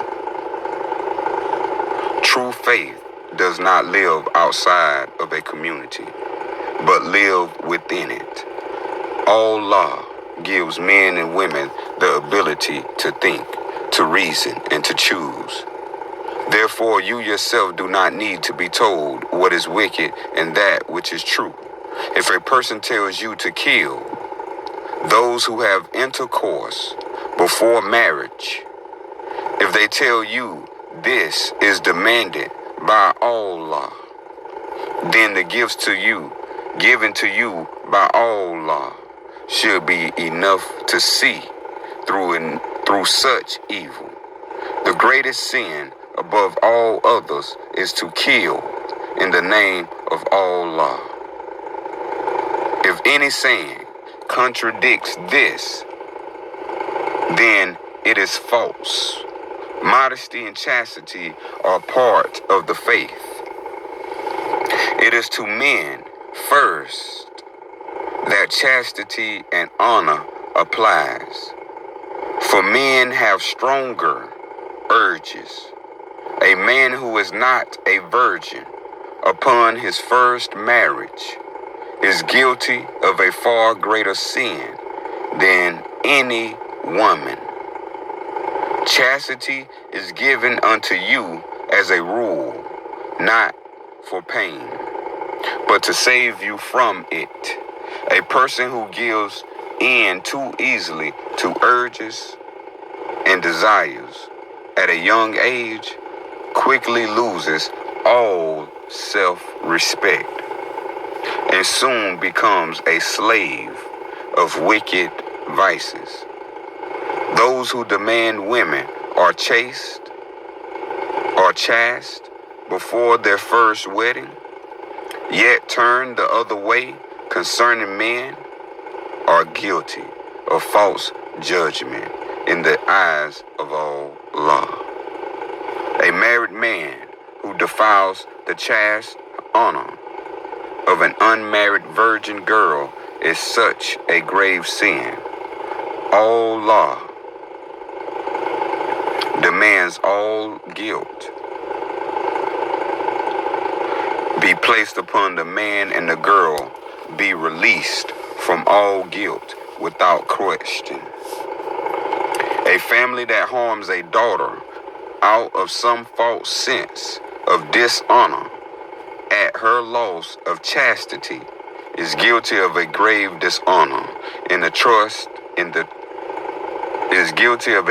dishonor to the trust placed in them by Allah. Allah entrusts each family to protect and nurture their own, not inflict evil upon their children. O you who believe, let it be said, Rakib, the watchful, and the 43rd name of Allah, the infinite, the unique, the all-knowing. Every motion of wind, rain, sea, and air, every movement of the world and the heavens, every action of every living creature, all motion is governed by the laws of the universe, which Allah created in mind. A true test of a man is not what he does in public, but what he does in private. Defeat is not the worst. The worst is cowardice to act against evil. Never judge the actions of a man until you know his reason. It isn't what you have, but what you are that makes a true Muslim. It is easy to destroy a city, but it takes a true Muslim to build a great community. Beware, beware. Neither a curse nor a strike in anger can be withdrawn. When preparing for battle, think with patience and act with haste. The smallest good deed is better than the grandest intention. All actions may be judged by the motive prompting them. A man without conscience is lost. To know what is right and to fail to act is as grave as a false action. When a man is at peace with his conscience, he has no real enemy. A person who relieves a person from distress in this world, Allah will in like manner relieve him in the next. He who shall do good to those in need, Allah will do good to him in this world and the next. Be persistent in good actions.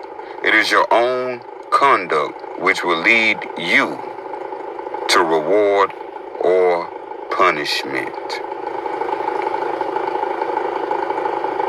O people, there is no other deity but Allah, the compassionate, the beneficent, the gracious. All praises and worship be to Allah and no other. The failure, the lapse, the weakness, the impulse, the choice, the breach, the forfeit, the injury, the deception, the objection, and manipulation. Thus, in the face of transgression, the penitent is remorseful for assistance and for forgiveness. Can anyone walk through water without wetting his feet? Thus, no man may claim to be free from transgression. Given unto us is the ability to learn, to reason, and to choose by free will. Any man who denies the right of such gifts is culpable of the gravest injury against Allah, and is not worthy to be known as a Muslim.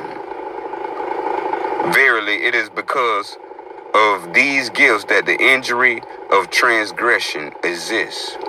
The Umayyad are but the monkeys of vile merchants, and the Persians. Thus it is the merchants and the Persians that shall be held account first, before any of those who did behave like animals.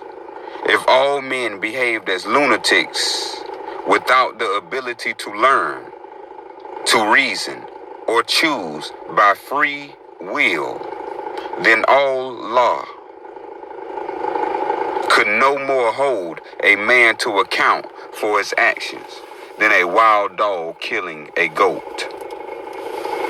It is because we can think, it is because we can learn and reason that all law demands we stand to account for our actions. Therefore, if a man please himself as a mindless animal for his actions, then must be treated as one treats wild dogs that attack your flock. This is the way in treating the Umayyah and those that follow their line. But a man accepts he is responsible for his own actions. Then let him speak and give account for himself according to the law. When a man commits infidelity, the spirit of faith leaves him. But when he leaves such evil ways, the spirit of faith will return. The infidelity of the eye is to look with desire on the wife of another. The infidelity of the tongue is to utter what is forbidden.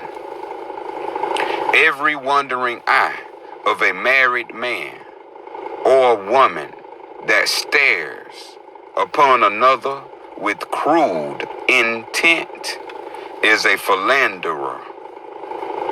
If an unmarried woman dresses immodestly, perfumes herself, and goes to assembly where married may be, she is guilty only of poor self-respect.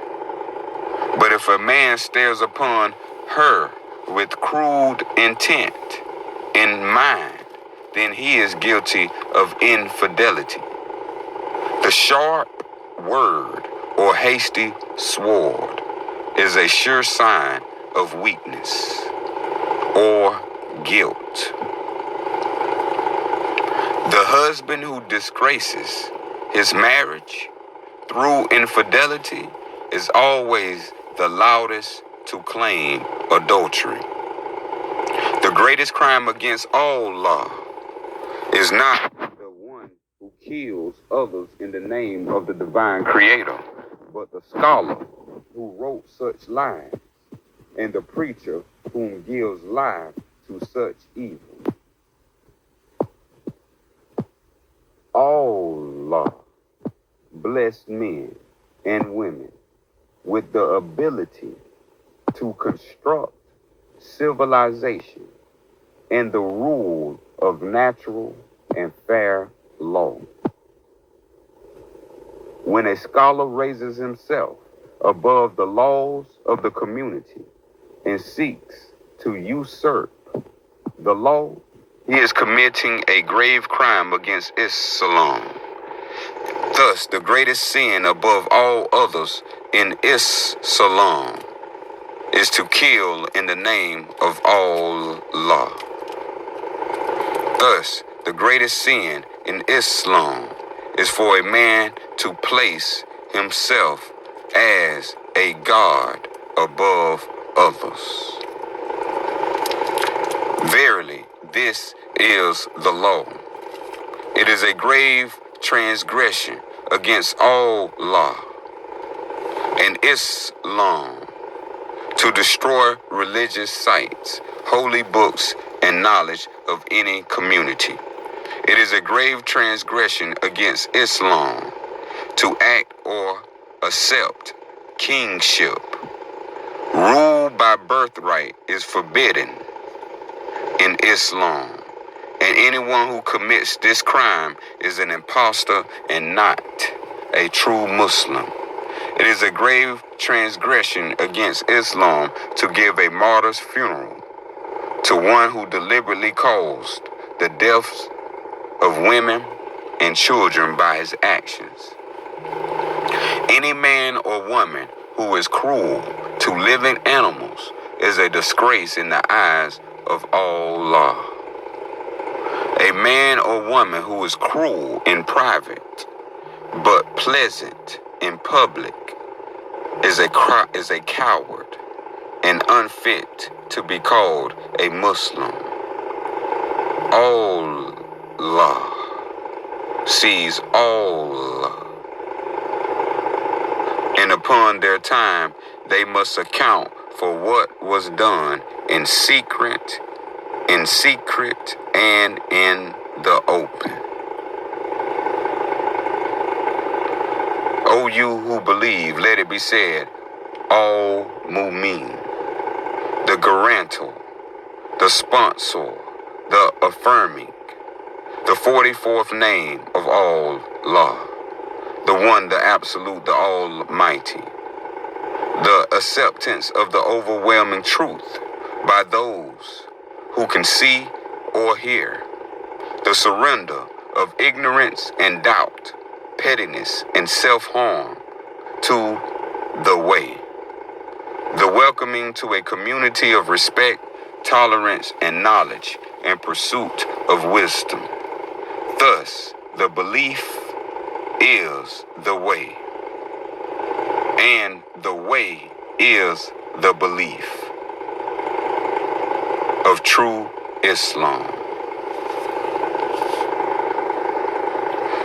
O people, there is no other deity but Allah, the compassionate, the beneficent, the gracious. All glory and honor be to Allah and no other, the willing, ignorant, the ones who stuff their ears with wool and shield their eyes, lest they hear the words of truth or the true wonders of a loving and divine Creator.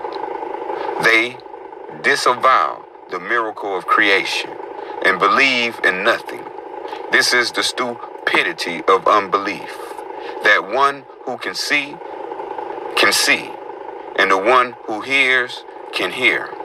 But a mind so full of mischief and ill intentions must pluck out its eyes toward itself against wisdom and the power of Allah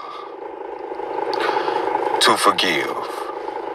Thus the deceiver preaches the weak not to see or to hear, but to chant, to pray like birds snapping at insects, without thinking, without feeling.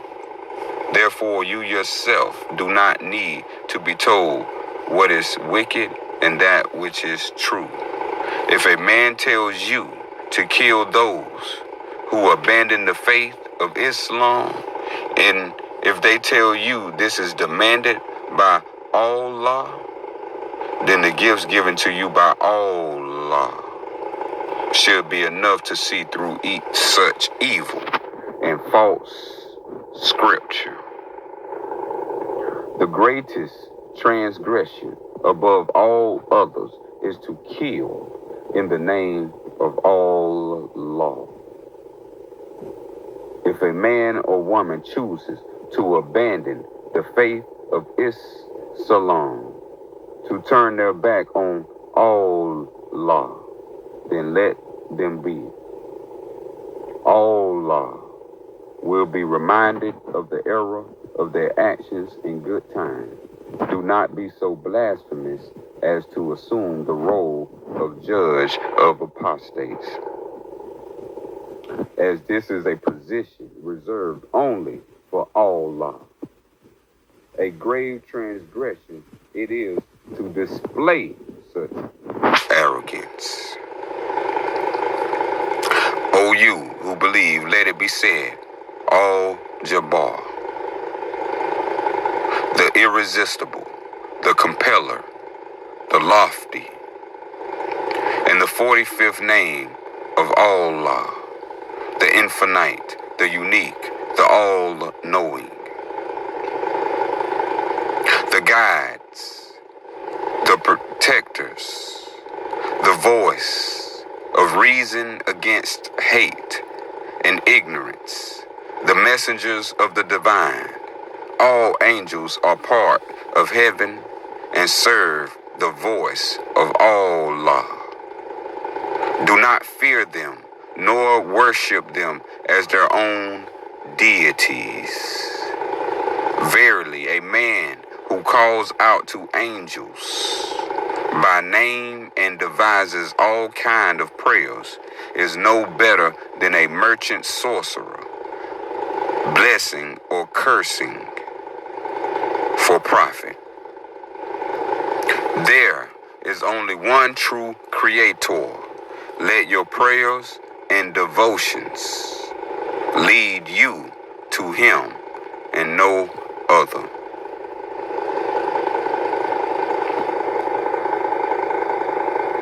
O you who believe, let it be said, all jinn, the spirit, the collective spirits, the collective spirits, the 46th name of Allah, the one, the absolute, the almighty, the voice of self-doubt, unreason, and self-hate, the voice of violence and intolerance, the one who keeps us in a state of depression, the shadows and chills of ancient ruins, the unresolved regrets and unwanted visitations, the unknowing hand and purpose of Allah.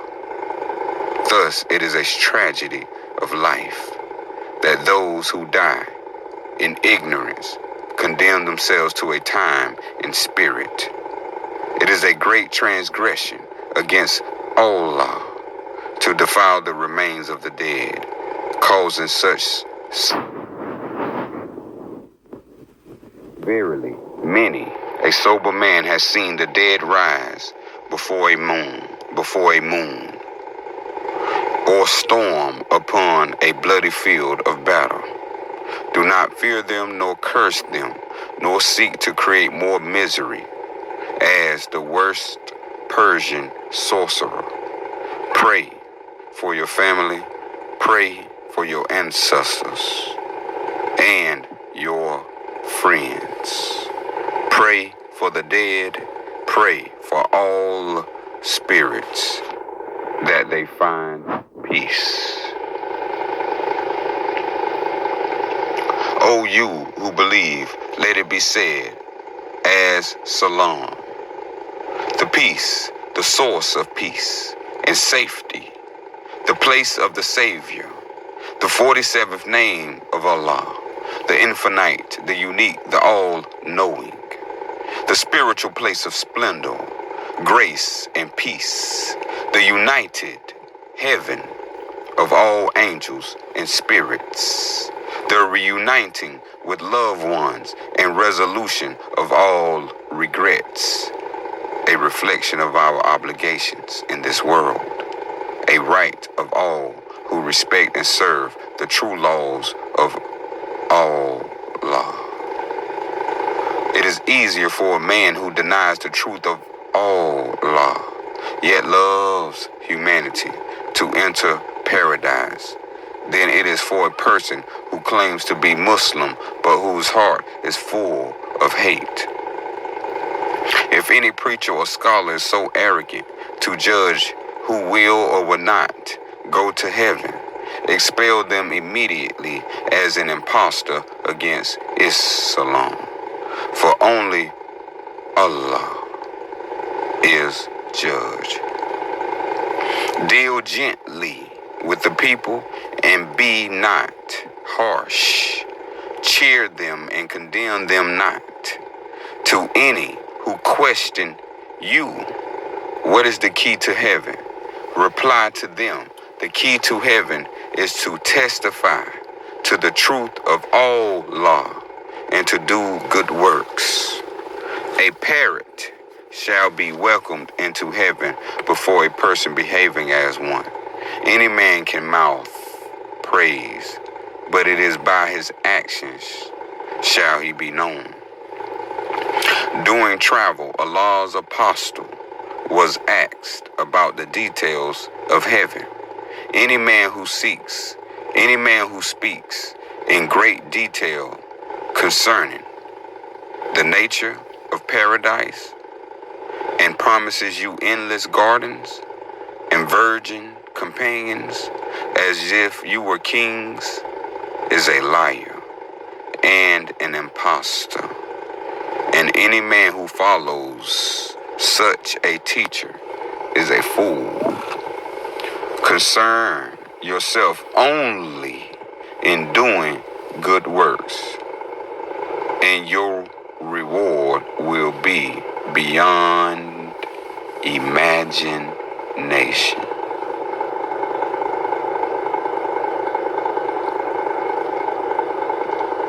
O you who believe, let it be said, all Awwal, the first, the beginningless, the fourth, the 48th name of Allah, the one, the absolute, the almighty,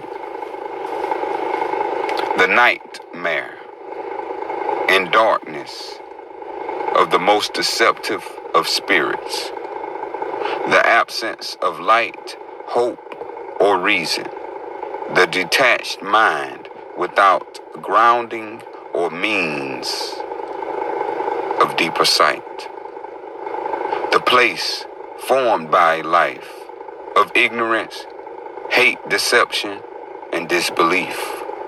Thus, the abyss is part of existence, and where the wardens are ourselves. Our Creator loves all His creations. He is master of the universe and all creation.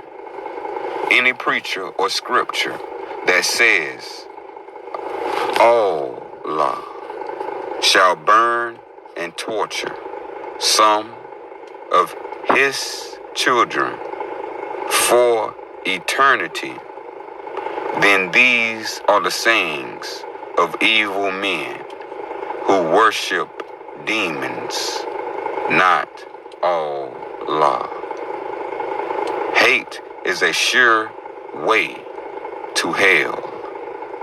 Not even Allah can save a man who fills his heart with hate.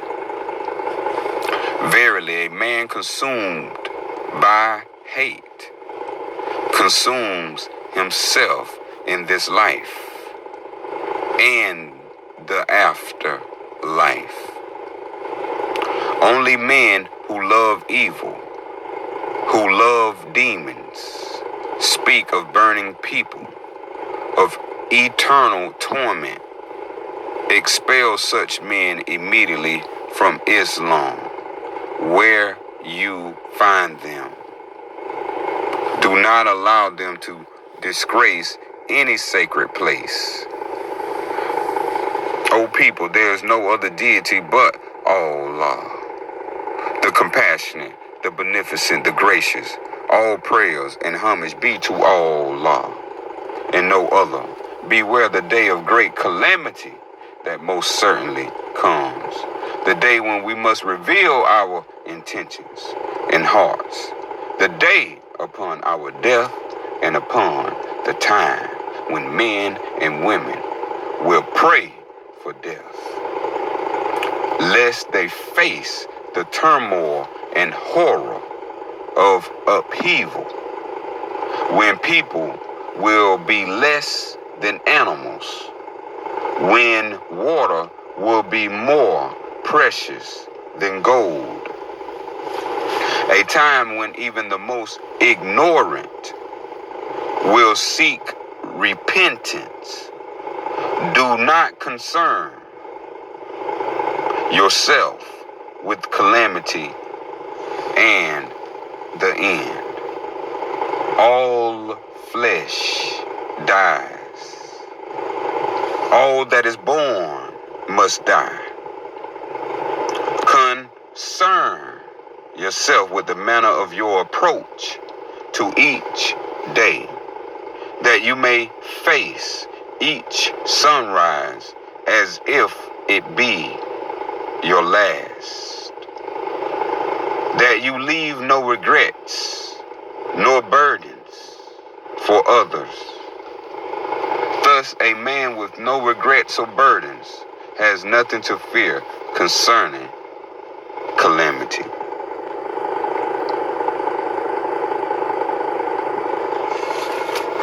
O people, there is no other deity but Allah, the compassionate, the beneficent, the gracious. All praises and worship be to Allah and no other, that give praise to Allah when in prosperity. Yet we should give our greatest thanks to the divine when facing adversity. For this is when we truly learn how to be better Muslims. It is only in adversity can a man become fully acquainted with himself. Only then are we free of all distractions and support to enable true character to be revealed. The blessings of life are sweeter on the account of the trials of adversity we must all face.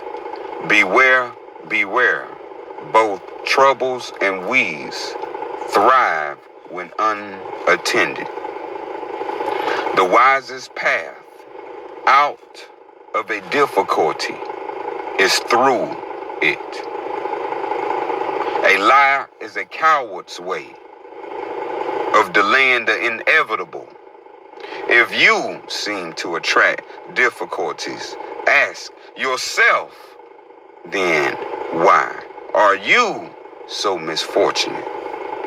Verily, why does Allah, in His wisdom, keep reminding you of what you need to change?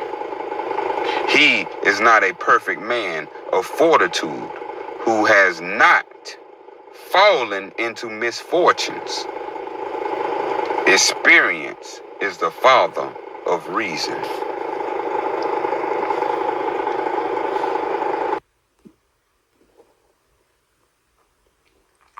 O people, there is no other deity but Allah, the compassionate, the beneficent, the gracious.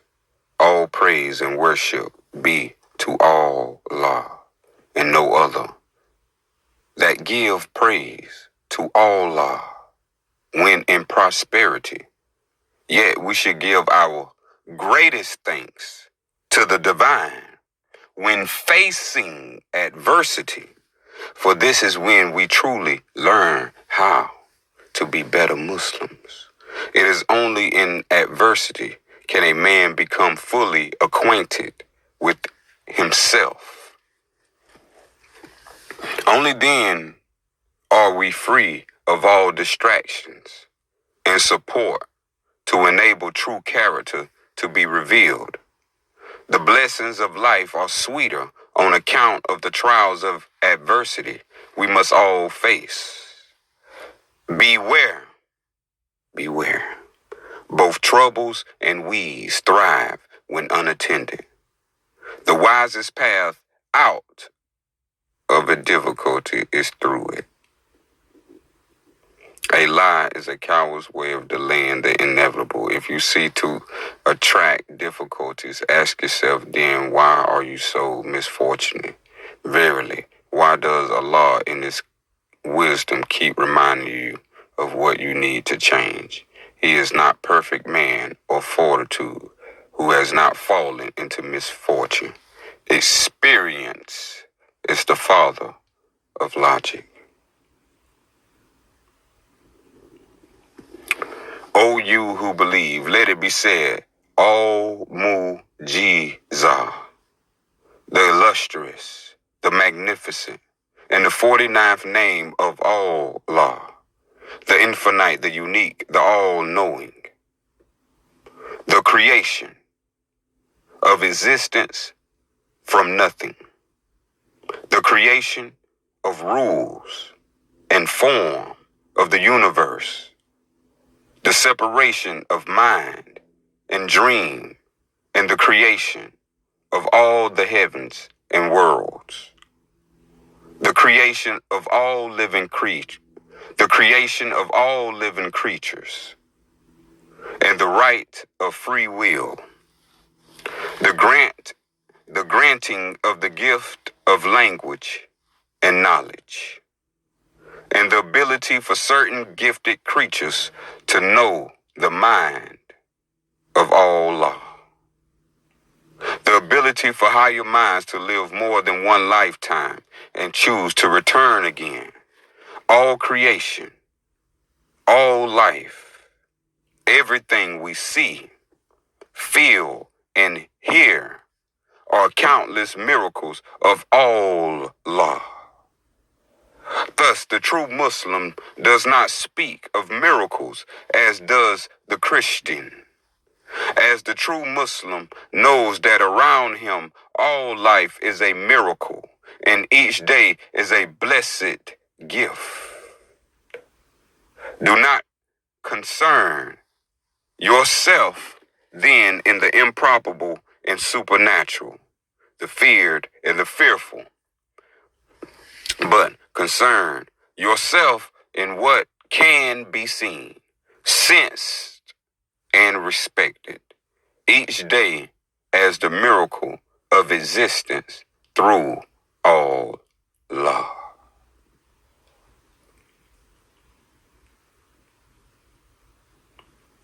O you who believe, let it be said, let it be said, Al-Muqaddim, the expediter, the one who brings forward, the messenger, and the 50th name of Allah, the one, the absolute, the almighty, those chosen by Allah to receive and transmit messages to the people, those to whom the angels come and call upon to do their duty, those born of such qualities of the holy that they are worthy to receive the wisdom of the divine.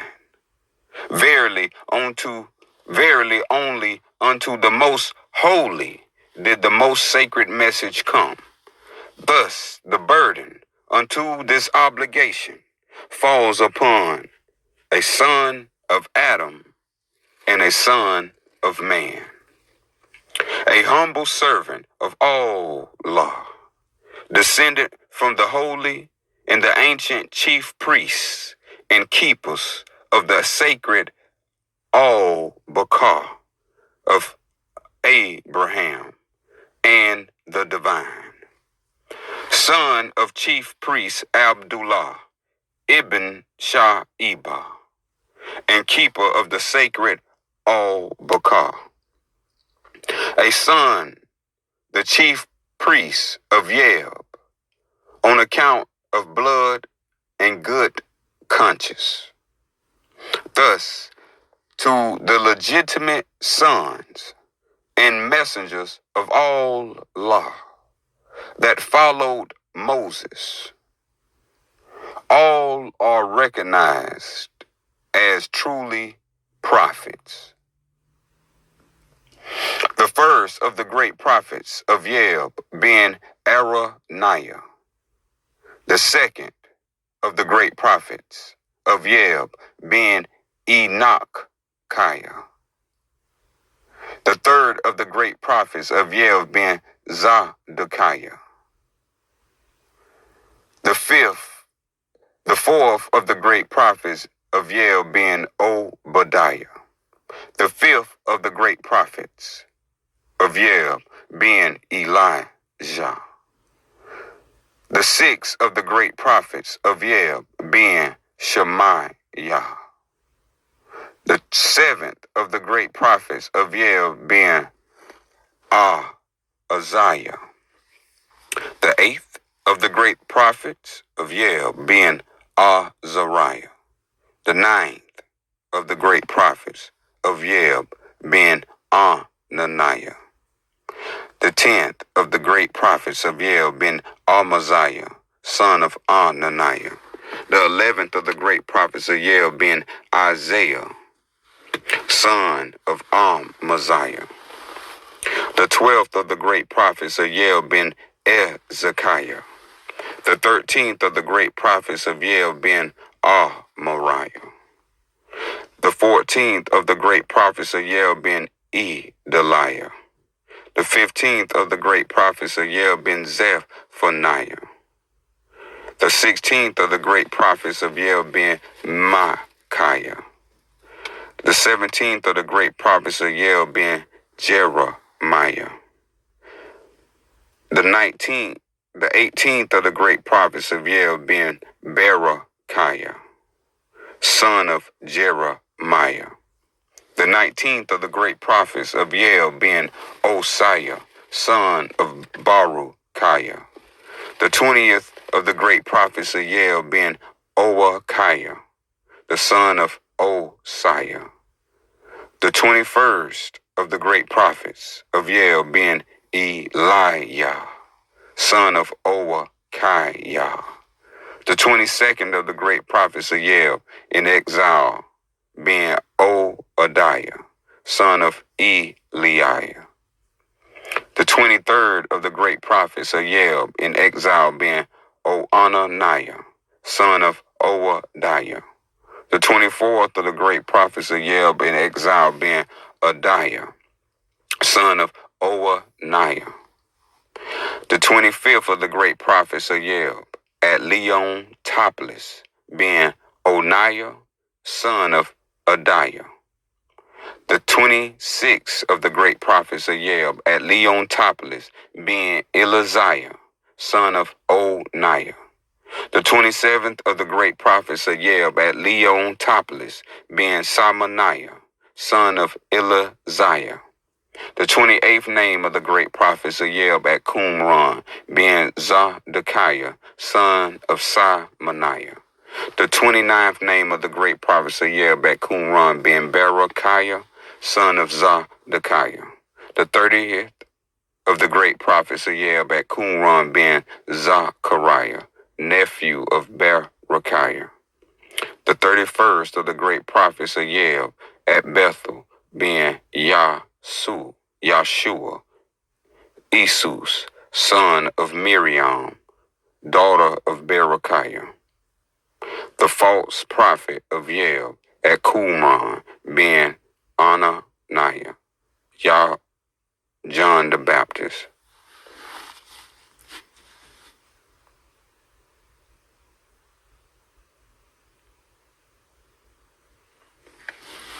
O you who believe, let it be said, as Sami, the all-hearing, the 51st name of Allah, the infinite, the unique, the all-knowing, the right intention, the right preparation, and the right oblation, the presentation of an act, a promise without the harm of any other living creature, the abolition of all forms of animal and blood sacrifice, an action of clear and knowing mind, pleasing to Allah and respecting wisdom. Let no other offering be known as acceptable to the Creator of all things. When men were ignorant and fearful, they believed the ground would rise up and swallow them if they did not appease the gods of the angry mountains. Now only a foolish man builds his home upon the slopes of an unstable mountain. When they were ignorant and fearful, they believed the water would swallow them up if they did not appease the gods of the river. Now, only foolish and ignorant men build homes without stilts in the mud of a river that floods during the wet periods. A sacrifice in ignorance is none at all. A man must be knowing of his offering and within his ability, without the taking of what is not his. Allah does not give you permission to kill a cow or a goat or even a bird as sacrifice.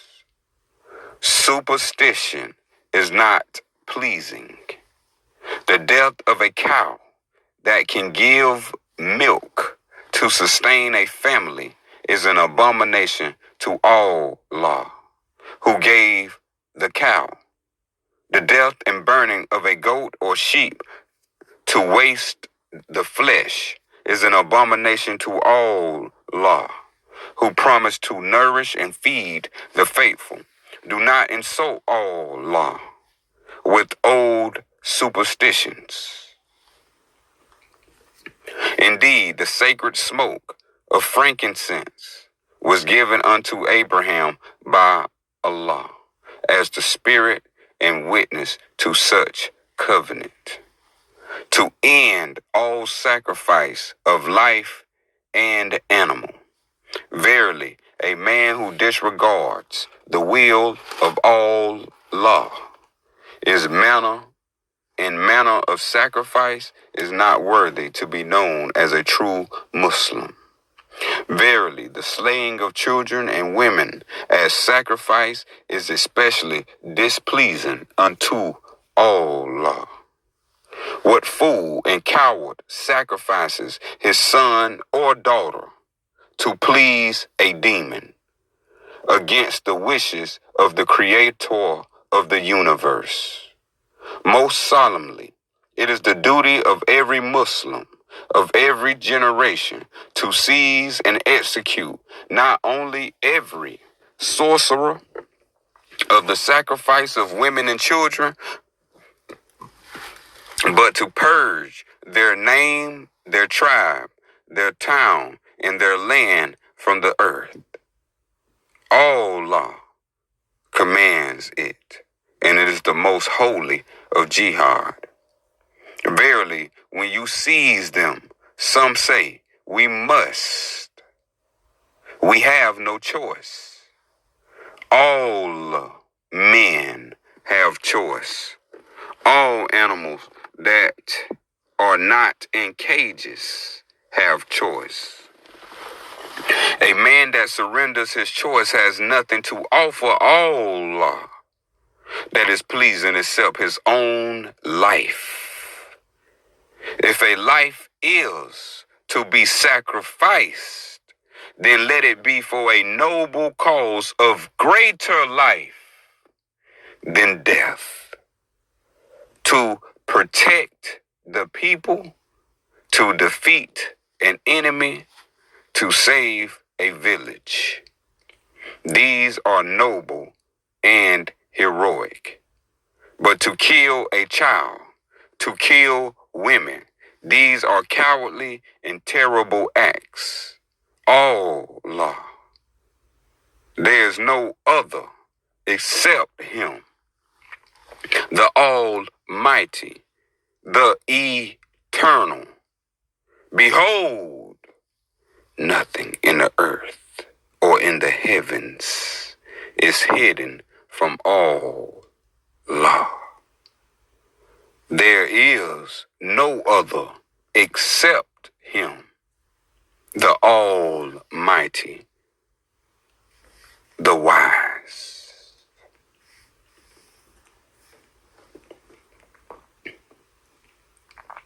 O people, there is no other deity but Allah, the compassionate, the beneficent, the gracious. All glory and honor be to Allah and no other. Pray not then for the coming of the day of judgment, and at a time and place of which you know not. Do not be like the Christians and the maniacs who now cry out for doom, who call out for the day of judgment, yet know not what it is or what it means. Verily, a prayer to the Almighty out of ignorance or fear is like a broken vessel that has lost its value. It is the false cry of the animals at dusk. It does not honor one who seeks to live the way of Islam.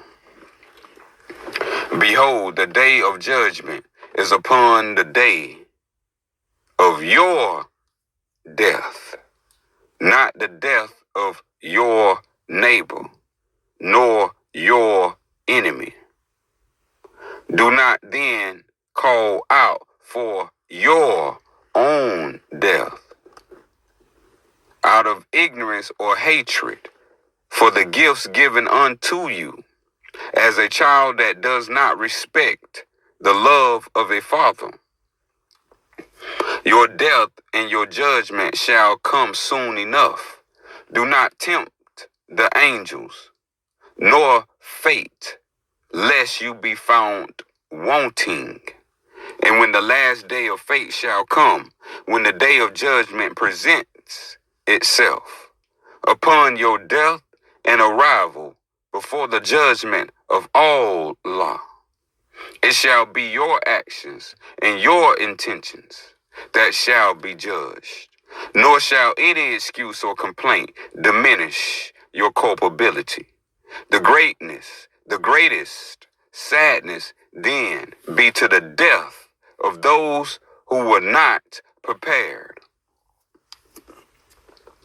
who celebrated their ignorance, who stomped and called out like roosters, but without true knowledge of all law or their own purpose. Woe to those who face the day of judgment with illness of the mind, lest such a choice of curse cause them to roam as ghosts roam for generations. For generations. Therefore, any who say the path of Islam is to call for the hastening and the coming day of judgment is false. Allah gives men and women the ability to think, to reason, and to choose. Therefore, you yourself do not need to be told what is wicked and that which is true. If a person tells you to fear Allah before respect, if they tell you Allah hates and demands blood atonement, if they tell you that ignorance is a blessing, then the gifts given to you by Allah should be enough to see through such evil and lies. Allah loves all his family. Reward for a deed is in the deed itself. In honorable deeds, a person may bring ill upon themselves. You shall be judged soon enough as to what truly is in your heart. Did you respect knowledge, or did you worship ignorance? Did you live in honor of your family and your community, or did you live life like the moneylenders and traders who consume all and contribute none? Verily, even the wealthiest man is powerless to prevent his day of judgment. Do not confuse the meaning of the day of judgment and the judging of disbelievers and those that harm you.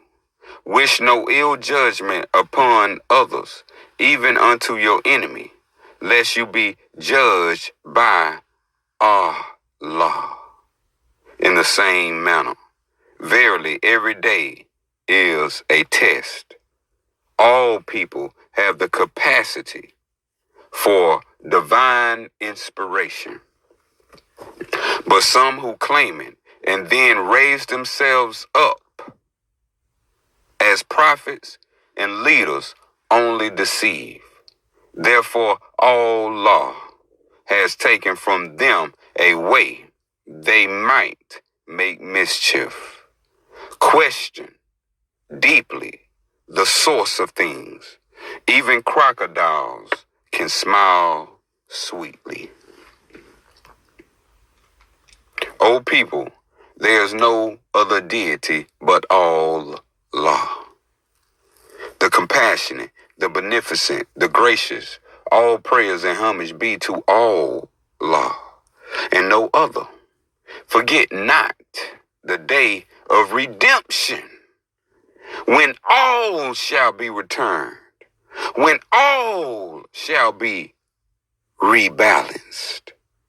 Welcome then the time when we are promised such a gift.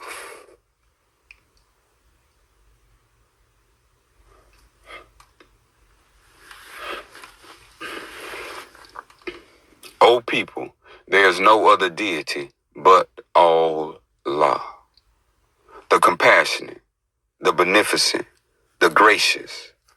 All petition and thanks be to Allah and no other. Verily, even Allah is powerless to stop it, lest all creation end. All life has its seasons, and upon a time and a place, even our children's children shall seize, either by our own hand or by forces many times greater than ourselves. A time when all life, as we see and know, shall end. A great day of calamity. Verily, it is neither by choice nor design of Allah that such a day awaits. It is the collective choice of man that shall determine our fate.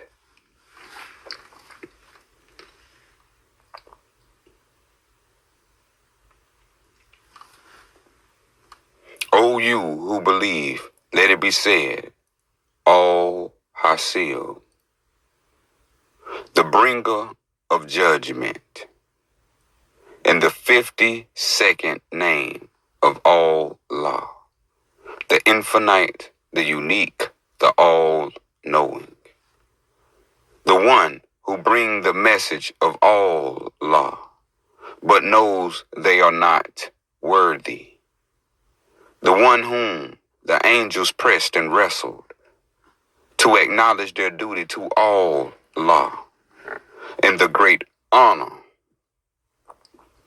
the one chosen not by best character or blood right or sanctity or obedience, but by the grace and choice of Allah, the one who merely transmits the message without corruption, but cannot ever be claimed to be the source of such wisdom or knowledge.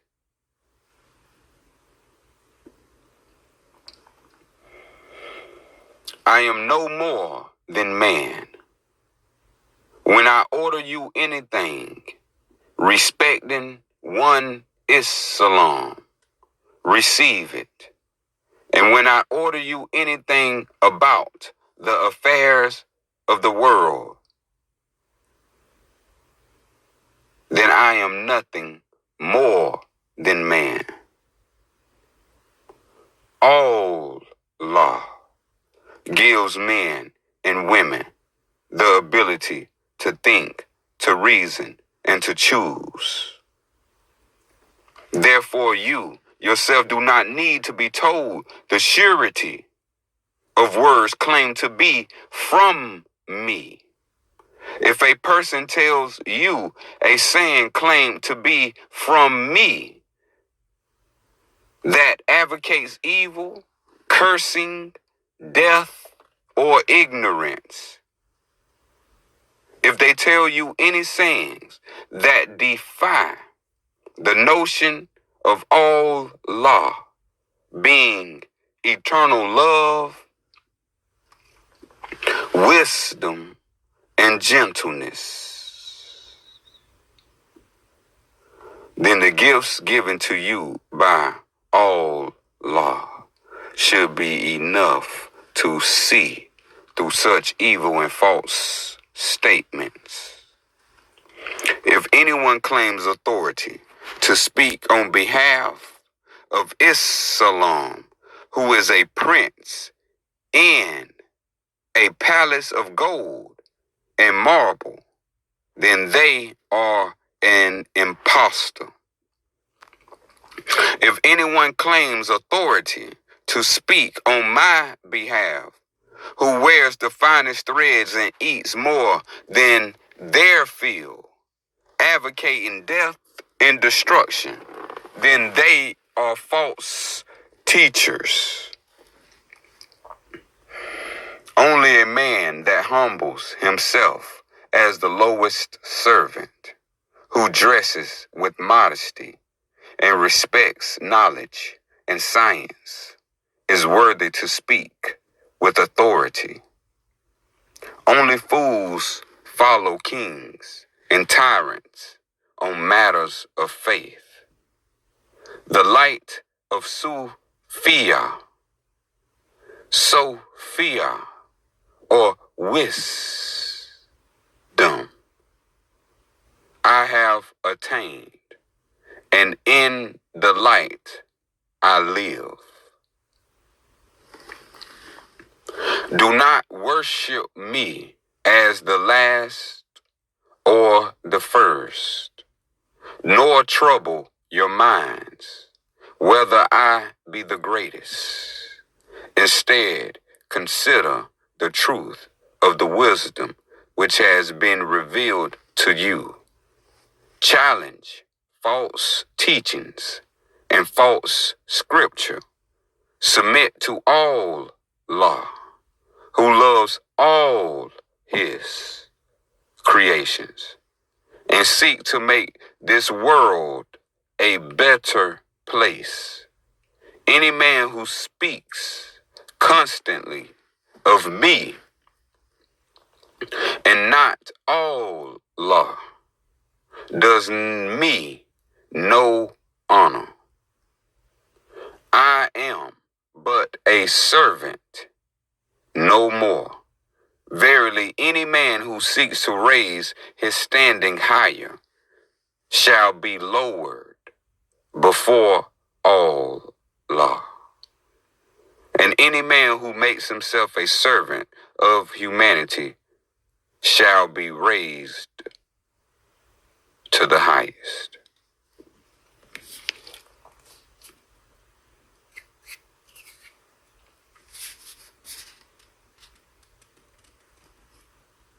O you who believe,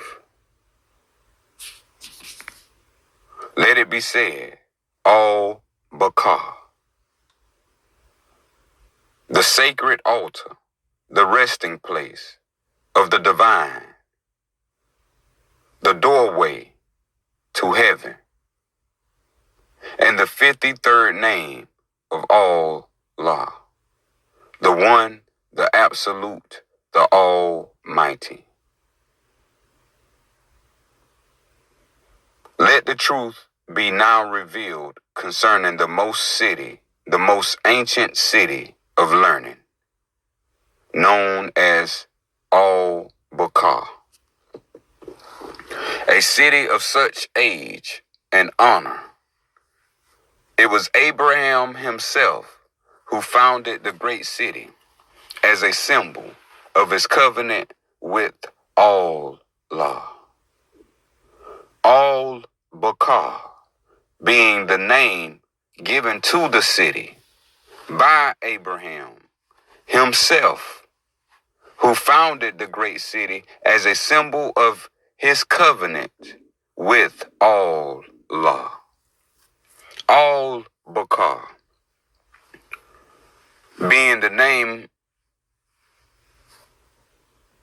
given to the city by Abraham on account of its first purpose and shape of the temple, a circular temple and place of reckoning and respect of the cycle of the heavens, the constellations and the movement of the sun, the moon, and all celestial bodies.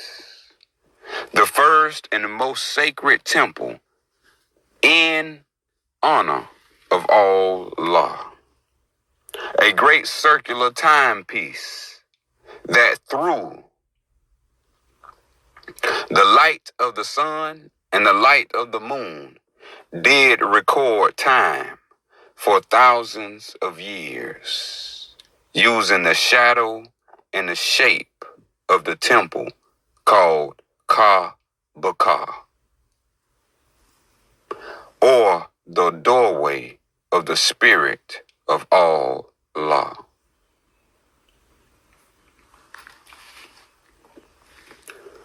While Al-Bakar was a place of ancient and great learning, of numbers, of time, and astronomy, of language and culture, of history and learning, a place where even the great priests of Yeb, Elephantine Island, did sometimes come for their studies.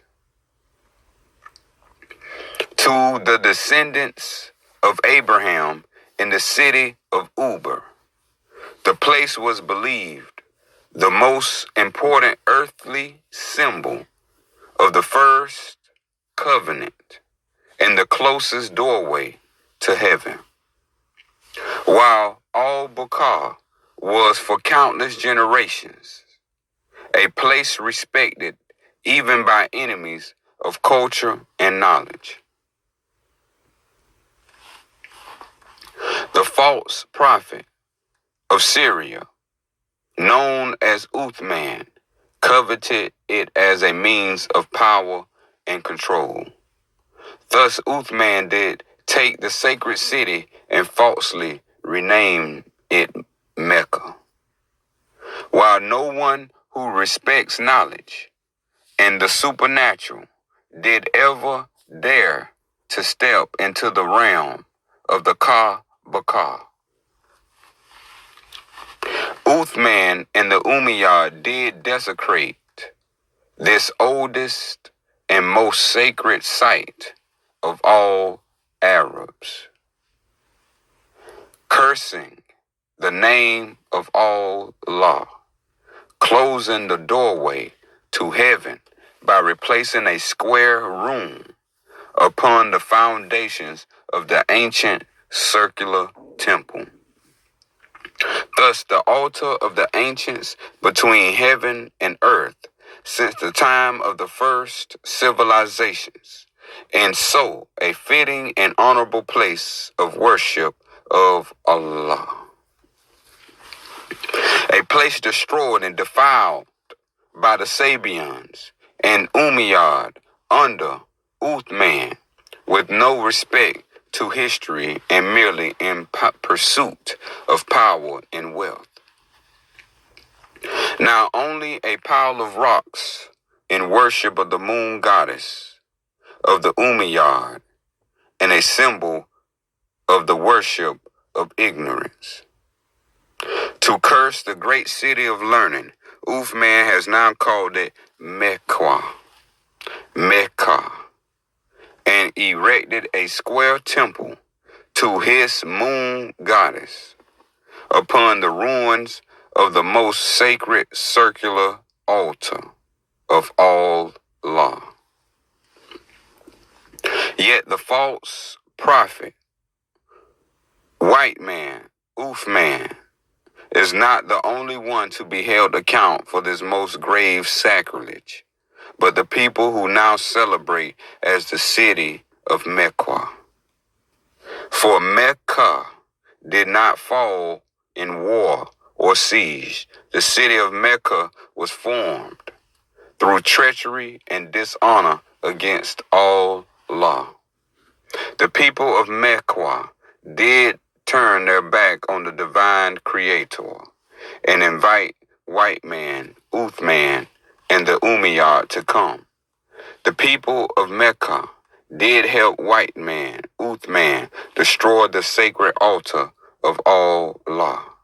The people of Mecca still serve darkness by willingly support Uthman, white man, and his ignorance. Yet Allah is more than a stone and a city. The Christians build great temples to their belief, hoping this will instill favor with the divine creator. The maniacs build elaborate temples in hope that it will be pleasing the dark forces in their hatred of Allah. Yet, what is the most sacred to Allah? Allah is every stone, every piece of marble, every piece of earth, as well as every living thing. The earth is already the greatest temple to Allah. It is in this space of things that we find, it is in the space of things that we find the most pure form of mind of Allah. In the air and breath, the greatest roof are the stars. The greatest light is the sun and the moon. The greatest temple, therefore, is one that respects the space, that sees the stars, that allows the moon and the sun. Thus, the people of Yathrib would rather die than dishonor Allah. The people of Yathrib refused to yield to the forces of the Umayyad and the Uthman, white man. Thus, Allah bestows upon them the honor as being Medina and the new city of light. Here shall be the place of the new covenant with Allah.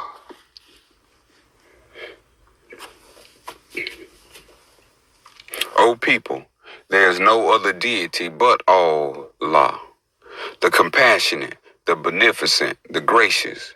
All praise and worship be to Allah and no other. Let the truth be now revealed concerning the first city known as Uber, the birthplace of Abraham, the founding of the people now known as Arabs. Let not the ignorance scribe speak of ancient time they know not, nor the king nor the emperor speak of generations they cannot name in succession. Verily, if a man is unable to speak with confidence the generations of his ancestors, let him not speak of such things. Before the age of Sargon and Uruk, before the age of the four great rivers, and the Christians, called the Pison, the Tigris, the Euphrates, and the John, the lands of the south of Arabia were lush, green, and full of life.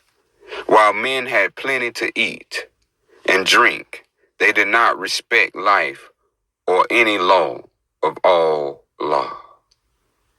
Instead, like animals, they preyed upon one another until one day the great man known as Abraham was born. Allah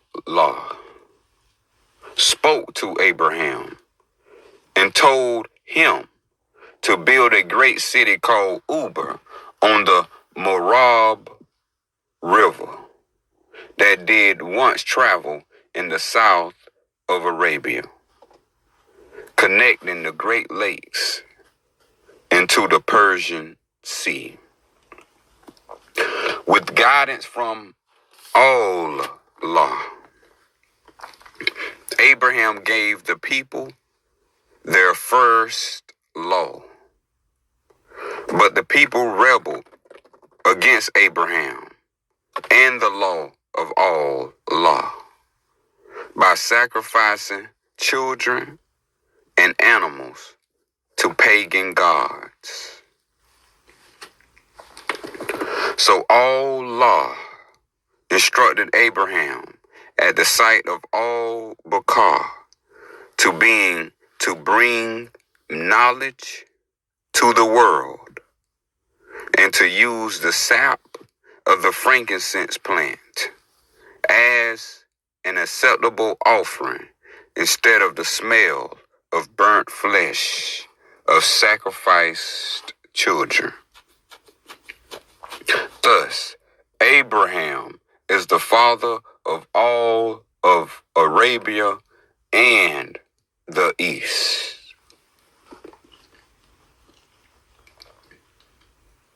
O people, there is no other deity but Allah, the compassionate, the beneficent, the gracious.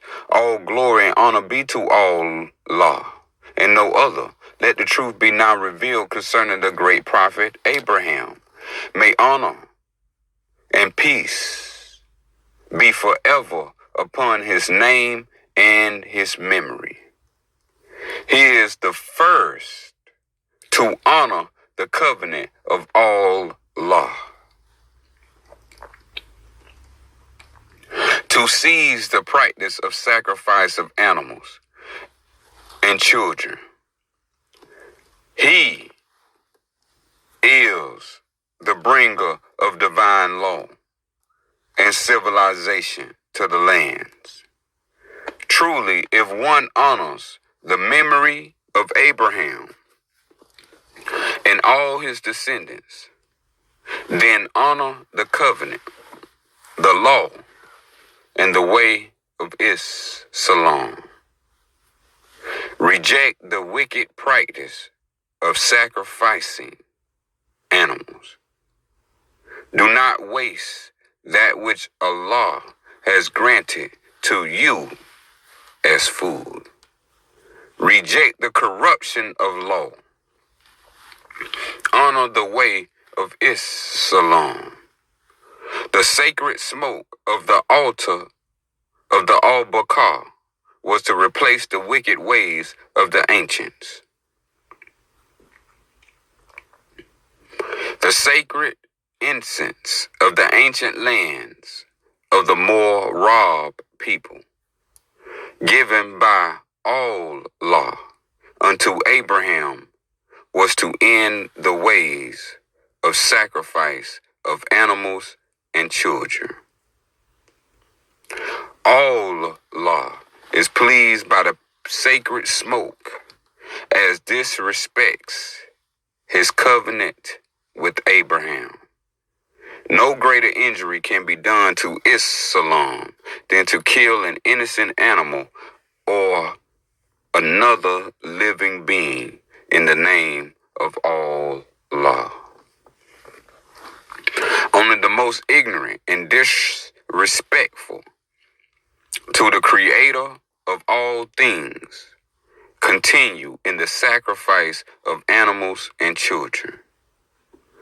Thus, the Persians, who hate all law and who hate all of creation, do still practice the sacrifice of animals and young children. They do for power and control, knowing not the true origin of such practice, nor the true name or nature of the demons to which they worship. Do not therefore be tricked by the Persian upon the sacrifice of animals, and honor the name of Abraham in respecting the sacred smoke.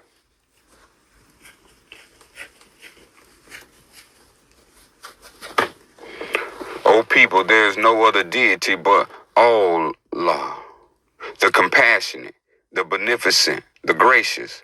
All prayers and homage be to Allah and no other. Let the truth be now revealed concerning the most ancient city of Babel. Upon the great peril and conflict against the Moab people, it was Sargon who led an army out of the wilderness of Arabia to defeat the first forces of separate cities of the Sumerians. The great city of Eridu was captured, and the land of Mesopotamia and Tigris were conquered. The court of Eridu settled upon a new city they called Mari. Upon the death of Sargon, they attacked the south. Babel was formed as their first new capital. Babel was formed as their new capital. Yet these men of Babel, with all their wisdom, refused to honor the one Creator. Instead, they regarded themselves as above all men, as the priest of all priests. In their hubris and arrogance, they became the architects of religion. They formed the stories and texts which found their way to all quarters of the world of history. When the lands were in ruin, the priests of Babel seized control and formed the religion of Mithra. Then again, under the terrible reign of the Aryan princes, Babylon formed the religion of Manes. Thus, the poison of the world begins from Babel.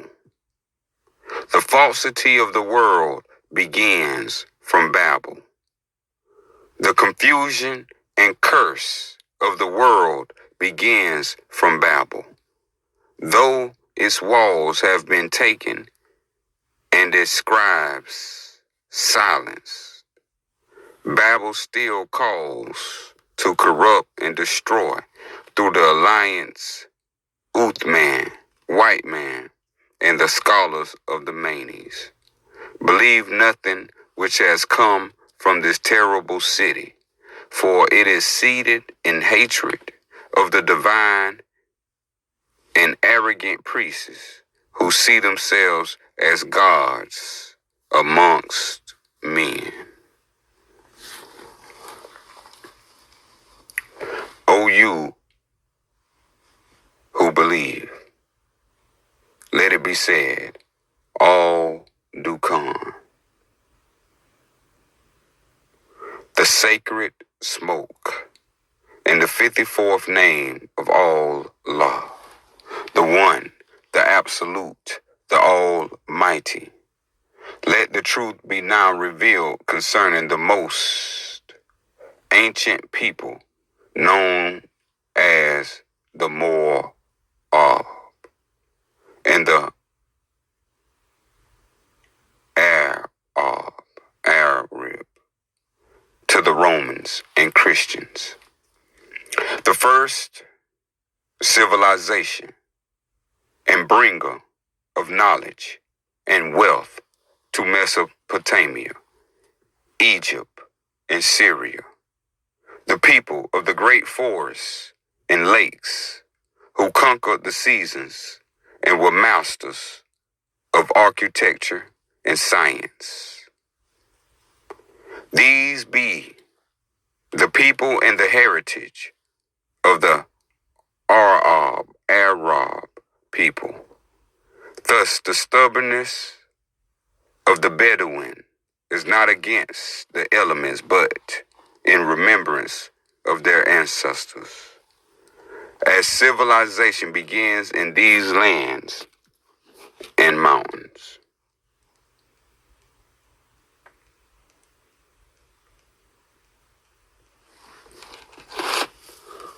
O people, there is no other deity but Allah, the compassionate, the beneficent, the gracious. All petition and thanks be to Allah and no other. Let the truth be now revealed concerning the great prophet Moses. May honor and peace be forever upon his name and his memory. As the Pharaoh of Egypt, known as Akhenaten, who saved the people of Egypt from the plagues, the most powerful and wealthiest man in the world of his time, who jeopardized his own dynasty to follow the commands of Allah by a different name. The Pharaoh of Egypt, who was cursed by the superstitious Egyptians for daring to recognize Allah by a different name. The exiled Pharaoh, who was betrayed by his own people, who chose the manis of the swamp to make king and worship animal and human sacrifice under the symbol of the ram. The exiled Pharaoh, who with survivors built a city of knowledge upon the Syrian coast and disavowed his name to be called Moses as the rock of Allah.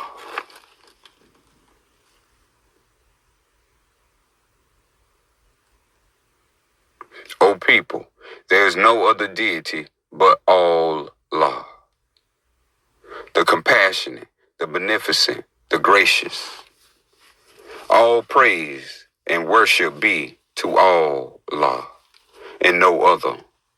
Let the truth be now revealed concerning the Yahuda, the followers of Allah, by the different name known as Yahuwah. The name given to Allah by those that remained loyal to Moses upon the founding of their home at the city of of Syria, upon the coast. The former tribes of court of Moses, when he was once Pharaoh, being the tribes of scribes, priests, astrologers, doctors, builders, and architects, inspectors, and tax collectors. The followers of Allah as Yah, who became feared throughout the ancient world for having survived the plagues and so believed to possess supernatural powers. The prisoners captured by the false Egyptian kings after the death of Moses and returned to Egypt as slaves, believed to possess magical powers. The slaves forced to rob the tombs of their ancestors for the Manes as the false pharaoh of the Rams, while their children were sacrificed for their blood.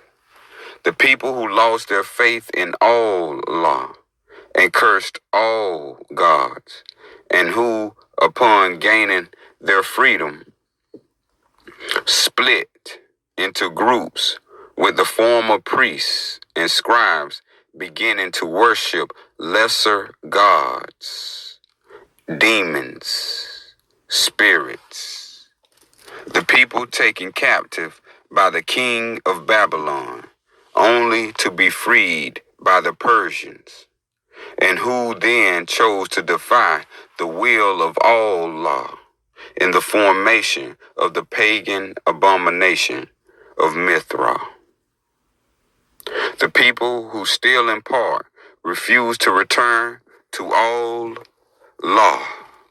at the destruction of the temple by the Nazarene followers of Jesus, who then formed the horrible heresy of mania and following Manes and the claimed duality of the universe.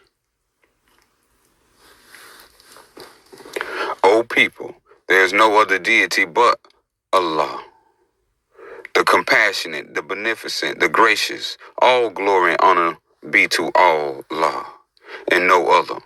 Let the truth be now revealed concerning the great prophet Jeremiah. May honor and peace be forever upon his name and his memory. The high priest of Yeb, Elephantine Island, the friend of righteousness and truth, the messenger commanded by Allah to warn the Yahudah of their doom, the custodian of the symbols of the Messiah kings, who returned them to the holy priest of the sacred island, the messenger who brought forth the Torah as the law of Allah, also known as the Torah.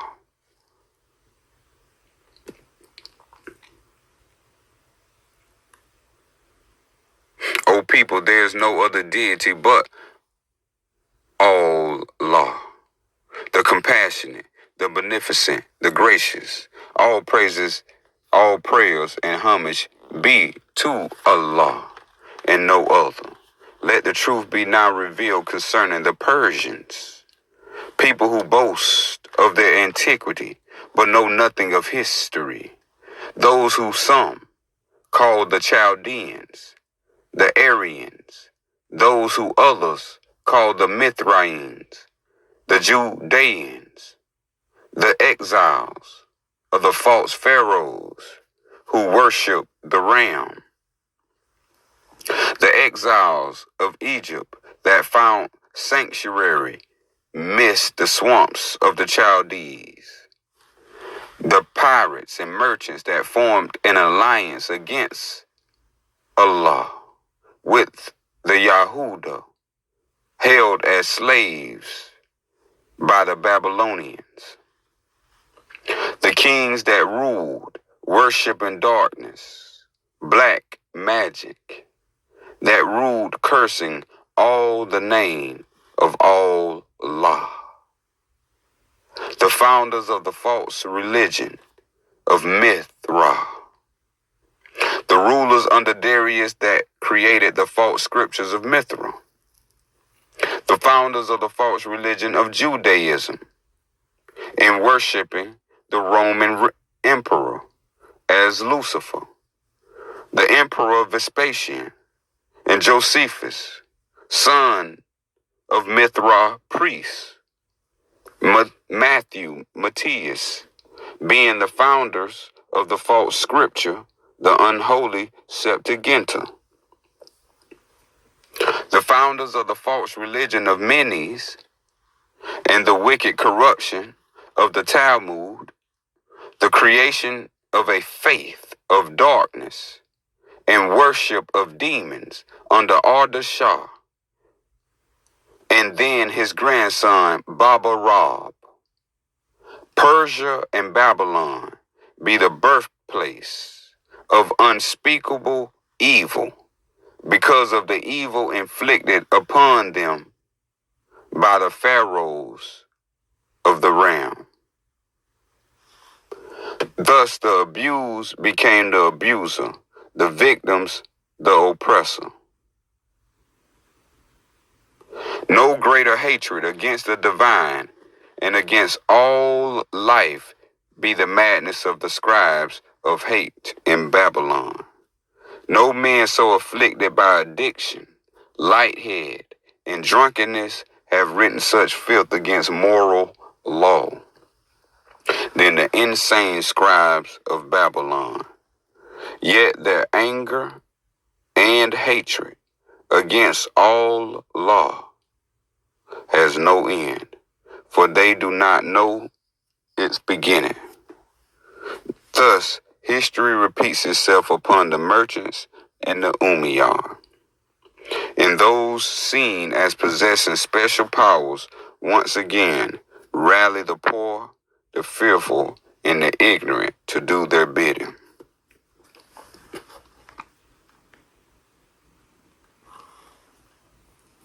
There is no other deity but Allah, the compassionate, the beneficent, the gracious. All petition and thanks be to Allah and no other. Let the truth be now revealed concerning Jerusalem, that most sacred city to the Yahuda, and the most sacred city to the Mithraeans of Persia, and Rome. Now a sacred city for the second false religion of Persia and the Romans, who the Christians call the maniacs, on account of their madness and ignorance.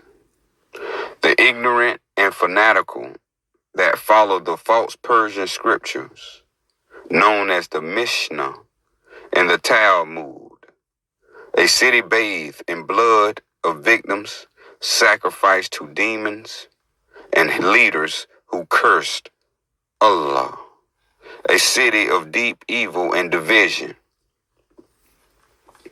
The second Babel, the beloved of the Aryans. Thus Christians revered the city for the prophet Jesus. His was a mission to end the madness of this city of blood. It was this city that Constantine cleansed of its history in making it most sacred to Christians.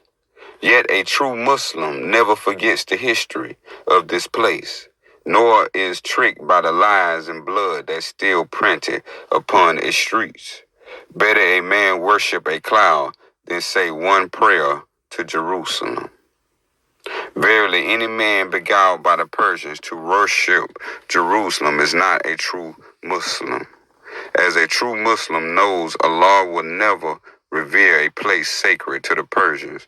Only a man ignorant of the will of Allah would accept such a lie.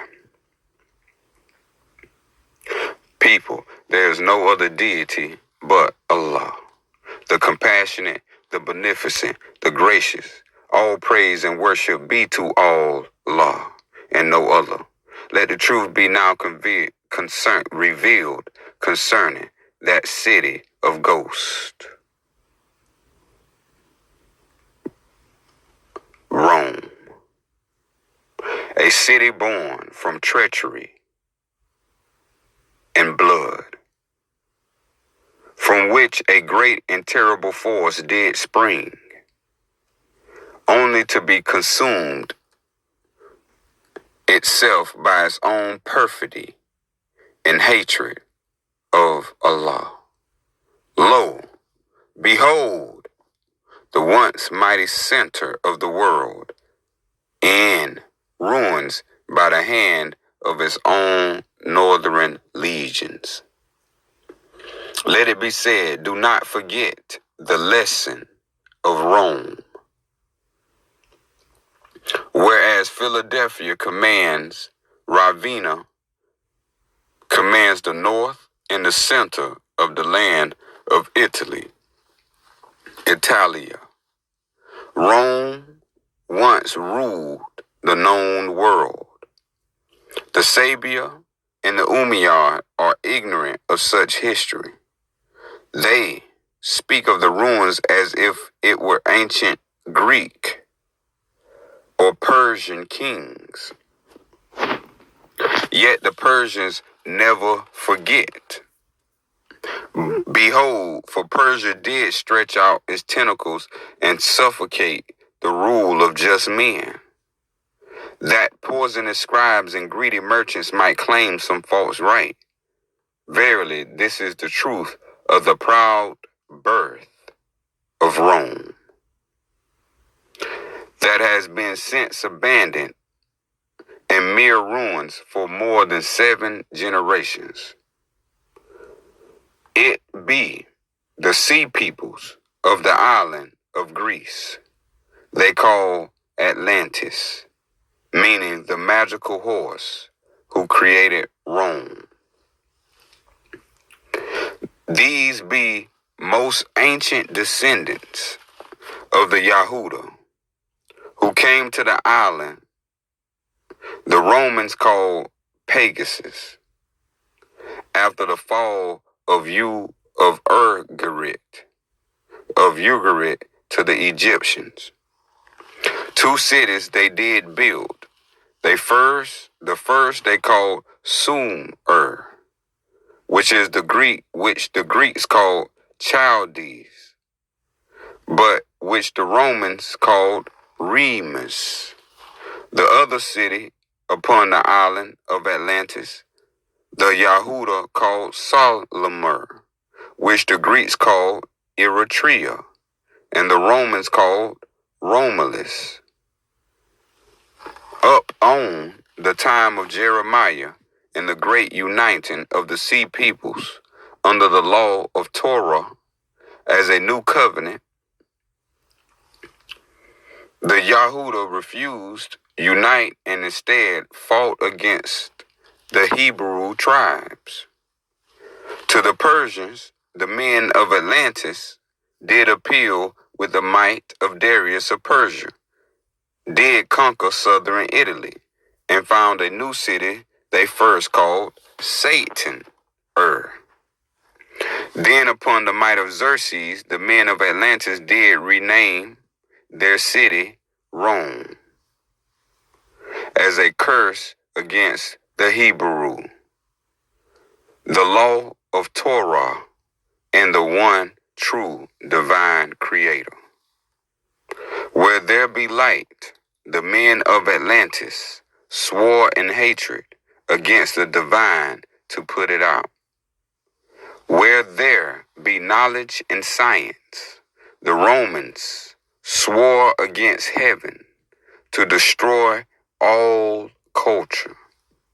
Where there be harmony, the men of the city of Satan brought bloodshed and war.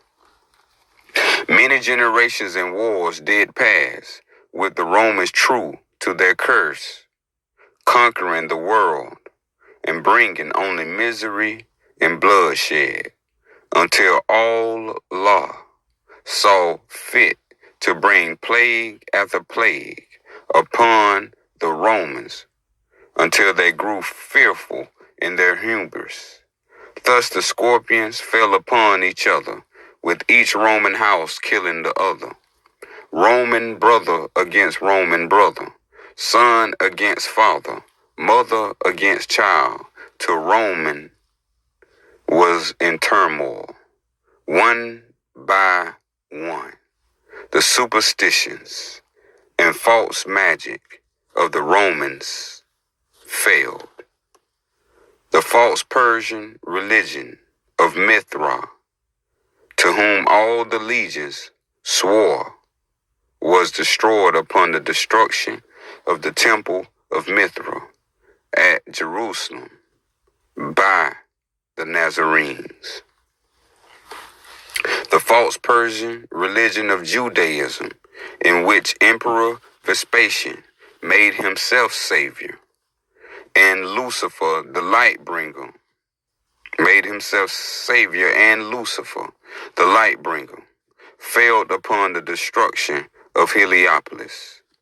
Even upon the arrival of Constantine, the Roman families could not control themselves, killing their own in the hope of appeasing the great holy emperor. Thus, Rome destroyed itself. It devoured itself until, in the end, the legions of Christian Rome from Antioch swept down and destroyed the den of serpents forever. To their old home of Tunis in North Africa, upon the ruins of Carthage, and the Roman families did escape, to hide and plot their revenge. Now these have become the merchants and cheats that seek to corrupt the wisdom of the people of Arabia. These once noble families have become petty robbers to try and gain the frankincense trade. This is the story of Rome.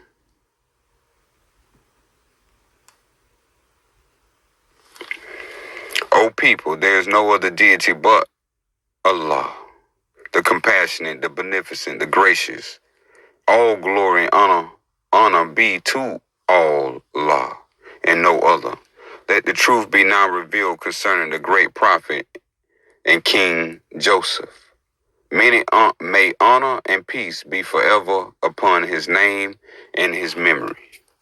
The holy king who sought to end the evil of the Persians. The sacred king who refused the might of Mithra. A beloved of all law and all true men. O people, there is no other deity but Allah, the compassionate, the beneficent, the gracious. All prayers and homage be to Allah and no other. Let the truth be now revealed concerning the great prophet Jesus. May honor and peace be forever upon his name and his memory. The Christians called this great teacher Jesus, while the Hebrew honored the hero Jesus. The Nazarenes called their leader Yeshua. The great prophet is all of these names. Verily, Yeshua was a son of man of the line of prophets. Yet, he is not a deity. Thus, the Christians who worship Jesus Christ as a God are in error. This is against the teachings of Allah. No man may be raised up as a God amongst men. No man, even a prophet, may be considered greater or lesser. Thus, a true Muslim respects all religions and all wisdom, but does not respect such prophets as gods.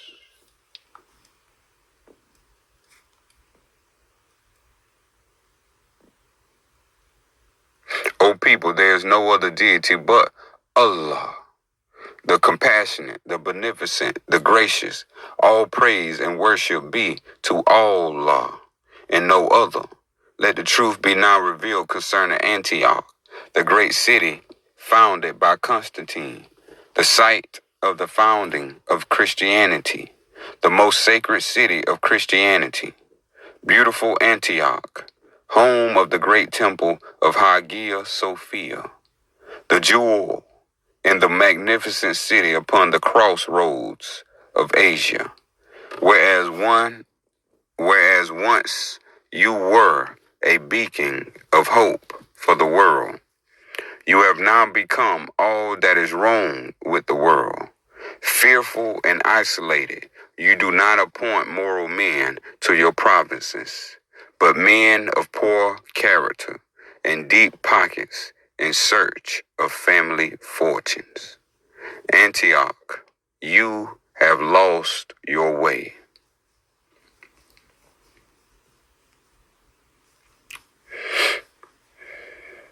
O people, there is no other deity but Allah, the compassionate, the beneficent, the gracious. All petition and thanks be to Allah and no other. Behold, let the truth be now revealed concerning Christians and what they have become.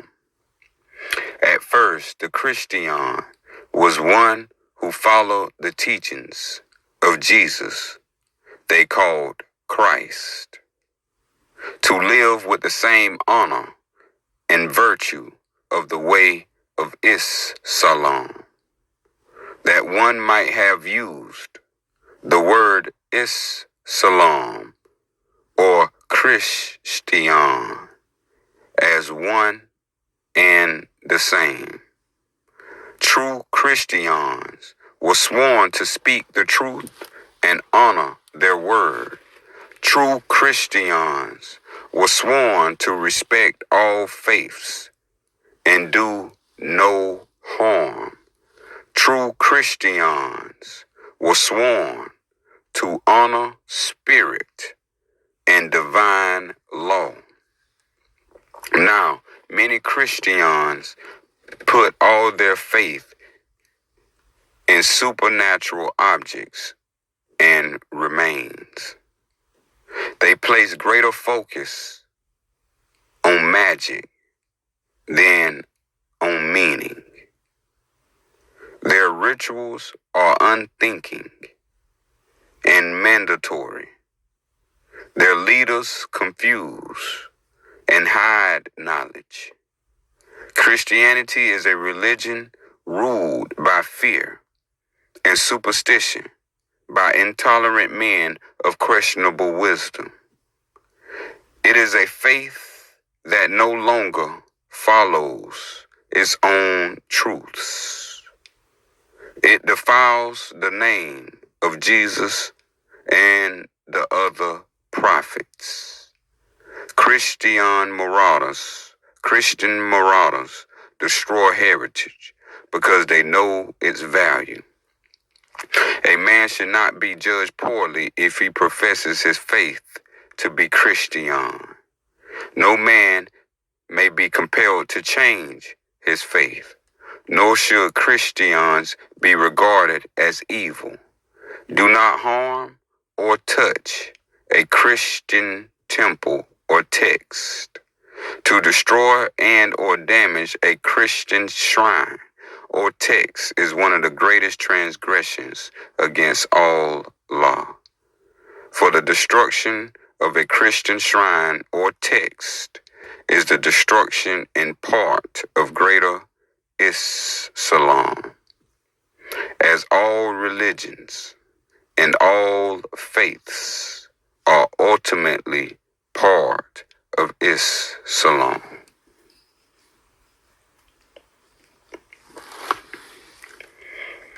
O people, there is no other deity but Allah, the compassionate, the beneficent, the gracious. All praise and worship be to Allah and no other. Let the truth be now revealed concerning the false prophet Romans, Manes, the false religion of the Arians, the wicked poison burst forth of Babel, a false god and false prophet who never existed, false texts and false scripture that defile and dishonor the wisdom of Allah. Nothing of their wicked and evil texts is true. They confuse the mind to control it. They speak of one thing, but mean another. They prey upon weak and confused minds that they may control obedience through ignorance.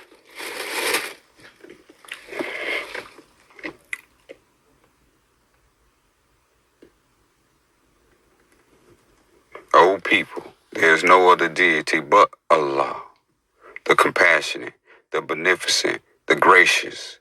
All glory and honor be to Allah and no other. Let the truth be now revealed concerning the Sabians, the ones who believe in nothing but themselves, but claim to be devout and pious followers of all faiths. They be not the first inhabitants of the land, but pirates and robbers, who wrap themselves in their gains, who pretend in all manner of ways to be custodians of a desert of which they know nothing. Do not be deceived by the Sabians. They cannot speak truth, nor do they know it. They will sell even their son as a slave, if it meant avoiding the hardship of work. Verily, before the family of Islam is truly united, the lands must be rid of Sabians who plague it.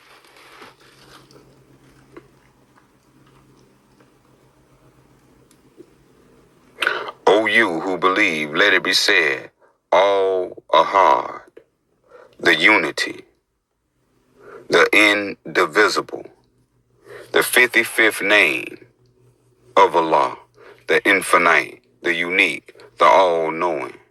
Let the truth and honor be now revealed concerning the city of light.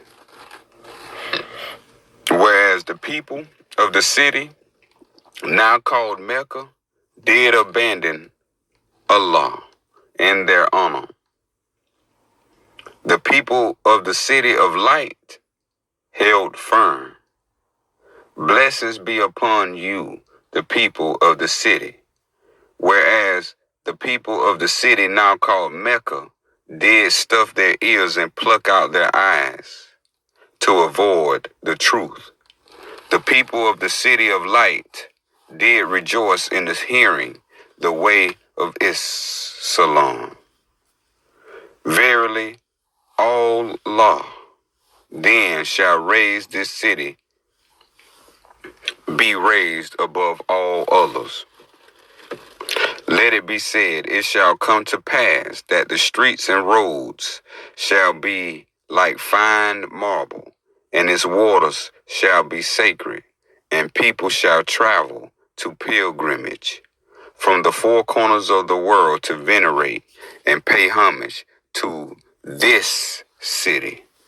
Hear all who hear or read or believes these words to be true. It is your duty to pay homage to the city as the cradle that saved the way.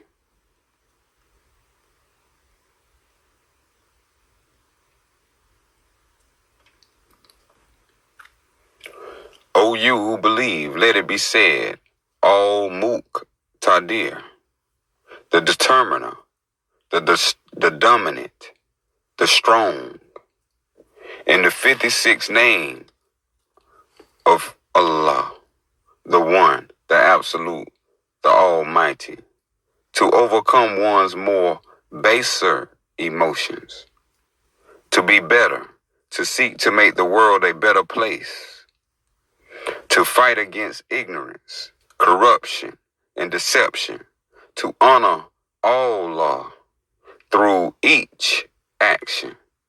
The duty of a junior to a senior brother is as that of a child to his father. He is not a perfect performer of the duties of relationship who does good to his relatives as they do good to him. He is perfect who does good to his relatives when they do not do good to him. He is the most perfect of Muslims whose disposition is most liked by his own family. A man is bound to do good to his parents, although they may have injured him. The best of men in the sight of the divine Creator is the best amongst his friends.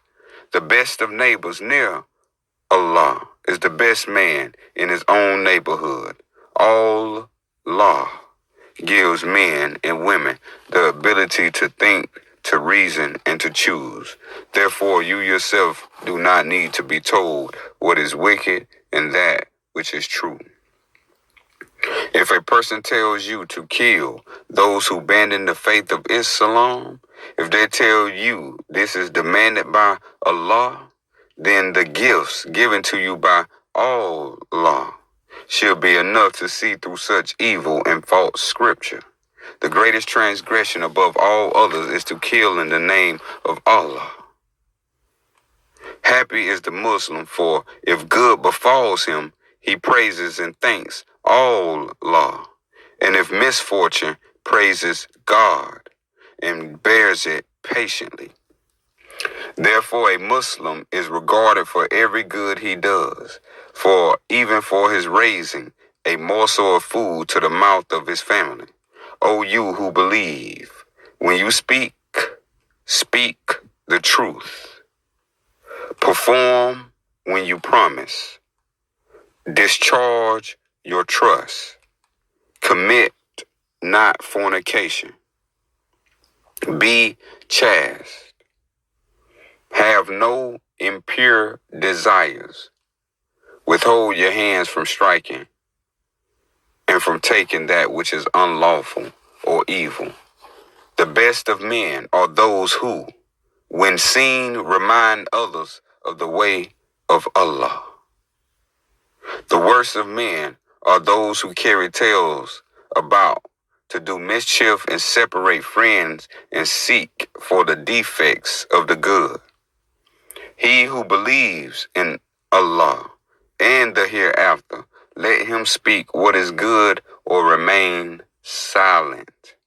He who believes in Allah and the life beyond, let him not injure his neighbors. That which is lawful is clear, that which is unlawful likewise. But there are certain doubtful things between the two, from which it is well to abstain. The faithful are those who perform their trust and fail not in their word and keep their pledge. No man is a true believer unless he desires for his brother that which he desires for himself. It is unworthy of a Muslim to injure people's reputation. It is unworthy to curse anyone. It is unworthy to abuse anyone. It is unworthy of a Muslim to talk vainly. It is better to sit alone than in a company with the bad. And it is better to sit with the good than alone. It is better to speak words to a speaker of knowledge than to remain silent. And silence is better than bad words. You will not enter paradise until you have faith, and you will not complete your faith until you love one another. That person is not a perfect Muslim who eats his fill, yet leaves his neighbors hungry. Ye verily, if a man cannot fill his heart at the sight of goodness or tragedy, then he is lost to Allah.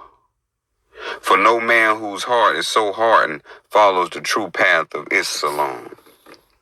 If your future depends upon the next words you utter, let it be your heart, not your head, that guides you.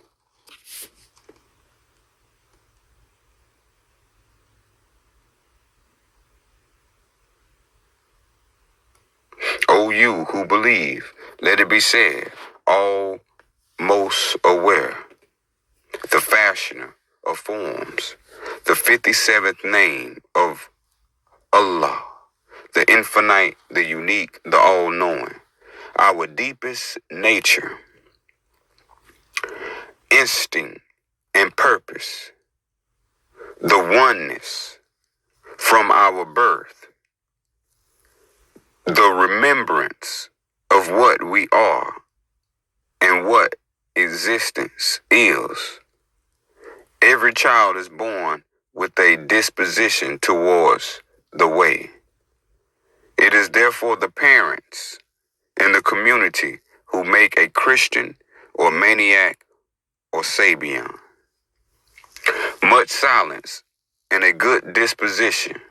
There are no two works better than those. It is better to sit alone than in a company with the bad. It is better to sit with the good than alone. It is better to speak words to a speaker of knowledge than to remain silent, and silence is better than bad words. Whoever have been given gentleness have been given a good portion in this world and the next. A man cannot be a Muslim till his heart and tongue are so. The exercise of religious duty will not atone for the fault of an abusive tongue. Look to those inferior to yourselves, so that you may not hold the benefits from Allah in contempt. When you see a man who has been given more than you in money and beauty, then look to those who have been given less. Honor in Allah and give thanks to the smallest benefits, and you can be trusted with the great benefits. Treat everyone with courtesy, even those who are impolite, not because they are respectful, but because you are. It is not by one's estate, but by character that a man is either wealthy or in poverty.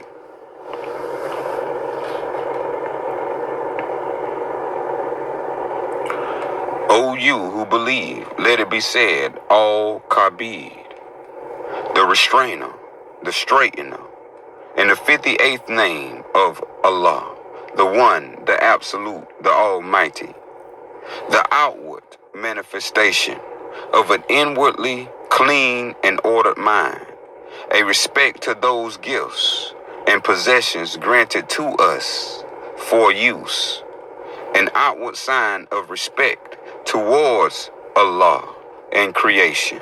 The most important cleanliness in Islam is the heart and the mind. The cleaning of the body is firstly hygiene and secondly self-discipline.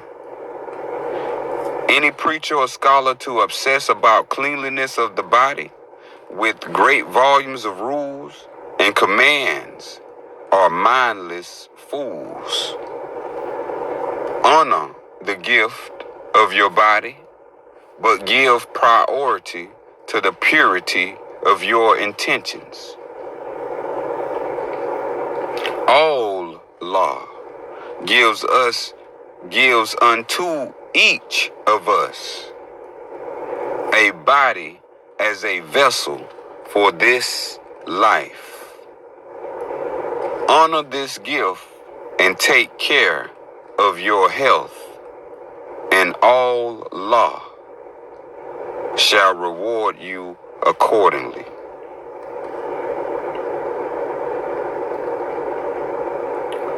O you who believe, let it be said, Al-Baqi, the immutable, the infinite, the everlasting, in the 59th name of Allah, the infinite, the unique, the all-knowing. Is it not true that we are much made of water? Is it not true that when we bathe in clean water, we clean properly, that the water may clean our skin and our clothes? Does not a mother of any newborn seek to clean it after birth? Is it not an ancient truth that one must clean the hands as host? Why then would one follow the madness of some Christians and maniacs of Persia? Those false prophets who proclaim the only way to the divine is filth. What madness and illness is it when men and women curse purity? Verily, a mind so ill that it believes filth is the path to the divine needs itself to be cleansed of such ill thinking. Truly, a man who lives and acts as a filthy animal does insult the gifts given unto him by Allah. A sacred act done in a state of filth shows an absence of respect towards the divine creator and the law. Therefore, do all acts with a clean heart, a clean mind, and a clean body. This is the law. First, let the source of water be correct, else purification is false. Water from a sealed well or spring or cistern or fresh pond or wadi from which animals are prevented from dwelling are all correct sources. Water from a creek or river untouched by cleaning or waste or even water from the seas are all correct sources. Water that has changed its color, taste, smell, and becomes thick from use is prohibited.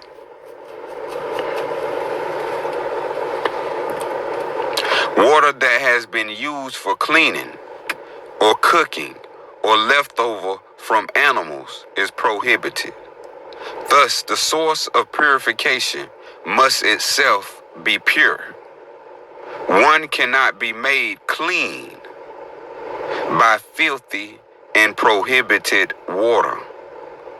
If a clean source of water cannot be found, and one must prepare before eating or prayer, then take for yourselves clean sand or earth and rub therewith your faces and hands. Therefore, no Muslim may say, I could not prepare myself before food or prayer or ritual. There be two forms of ablution that all faithful must follow, being part and full. All must perform full ablution at least once before the next sunrise.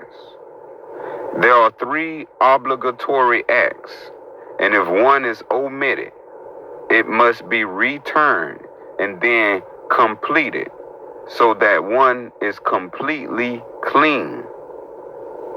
The first is to rinse and cleanse and clean the inner mouth.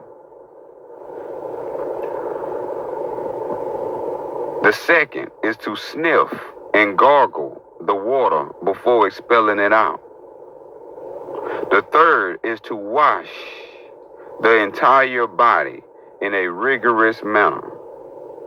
As the third act, both hands up to the wrists must be cleaned. Wash the sensitive parts under the arms and between the legs to remove all dirt and filth from the body.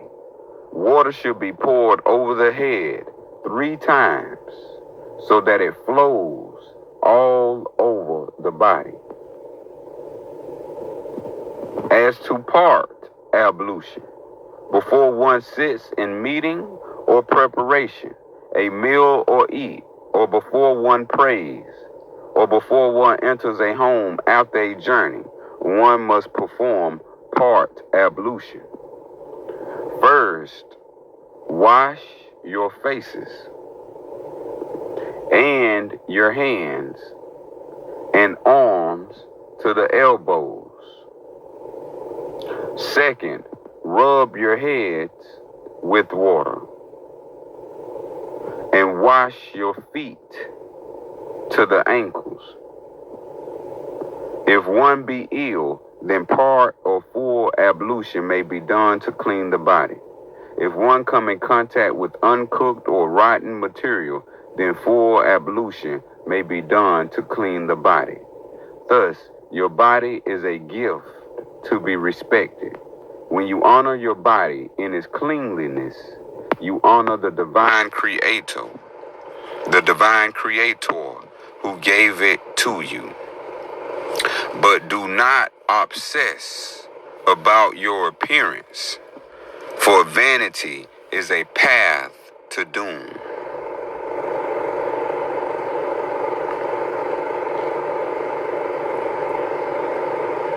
O you who believe, let it be said, all Khalil, the heart, the empathy, the enthusiasm for life. In the 60th name of Allah, the One, the Absolute, the Almighty, let it be said, our love of life and our family is like water to the soul. Tenderness nurtures our being and calms the mind. Like the bloom of the desert after winter rains, our heart bursts forth with such green light. A beacon 1,000 times more powerful than any watchtower. A guard against the false light. Guard against the false light of jealousy and self-infatuation. Beware the hardening of the heart through anger and hatred. Your heart is a gift from Allah that enables one to discern the truth from the false teachings.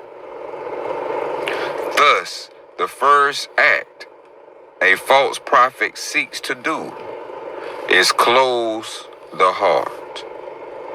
This is the way of the white man, Uthman, the Persian merchants, and the Umayyad.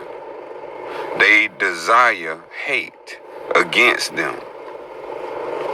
They desire hate against them that we may close ourselves to the divine. They want to be victims, that we may lose our discernment to truth. The more then we hate, the more we become like them. Guard then the closing of your heart, that you remain open to the love of Allah.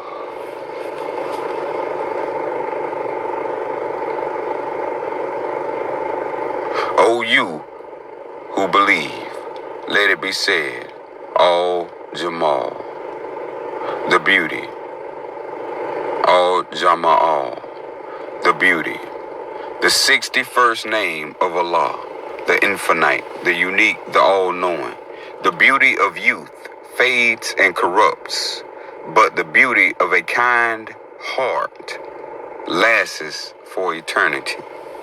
A person who chooses to wear nothing but fine threads, never to feel rough weave against their skin, is not fit to be called a Muslim. Verily, a man who is fond of having good clothes and good shoes make no place in his heart but for himself. Yet a man who chooses to wear nothing but rough weave when he has means to modesty exhibits false piety. Be careful against extreme. Instead, embrace the modesty of appearance. Upon betrothal, and matrimony is a cause of celebration and much color. So be the nativity of a newborn infant. Foreign cloth deprives the village farmer and garment maker of a living. Support then your craft, and do not be beguiled by the merchants and their fine silks, nor be seduced by those who say that too much color is a transgression.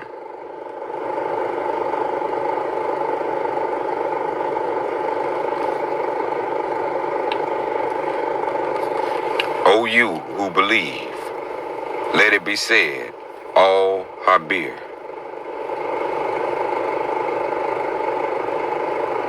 The all-aware, the deeply thoughtful, and the 62nd name of Allah, the one, the absolute, the almighty. It is through proper meditation that we come to learn and know the magnificence of Allah. To dwell upon a thought and see its progression. To conceive of an idea and consider its association and perfection in the universal dream of the divine mind. Thus, right thought, right meditation is the way of a true Muslim, and a tranquility and healing of the mind, a peace and perspective of the mind. 1 hour's right meditation on the work of the Creator is better than 70 years of prayer.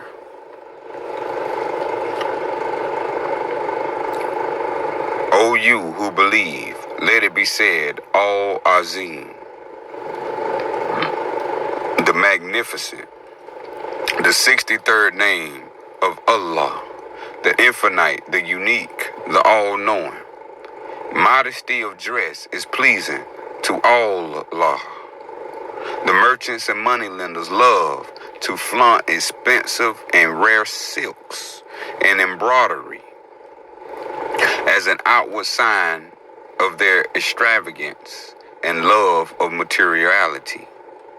These same merchants and moneylenders then force their women slaves to be dressed as prostitutes.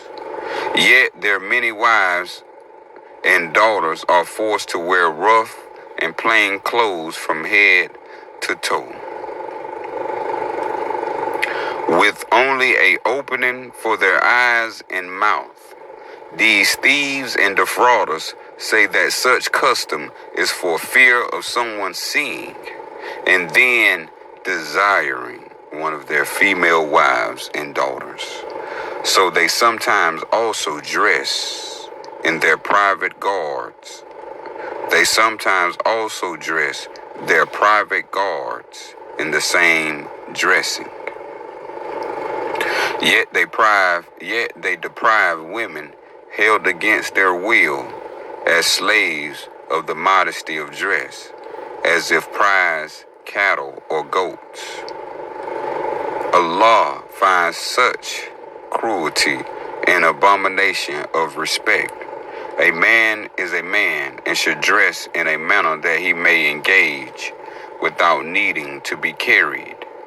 A woman is to be respected and in manner of modesty has right to show her face and hair and to wear dresses and comfortable cloth.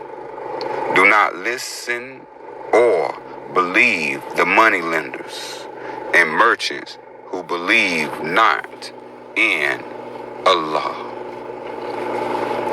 but their own present pleasures in matters of dress.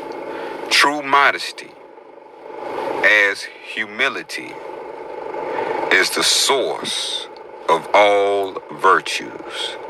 Modesty and chastity are parts of the faith.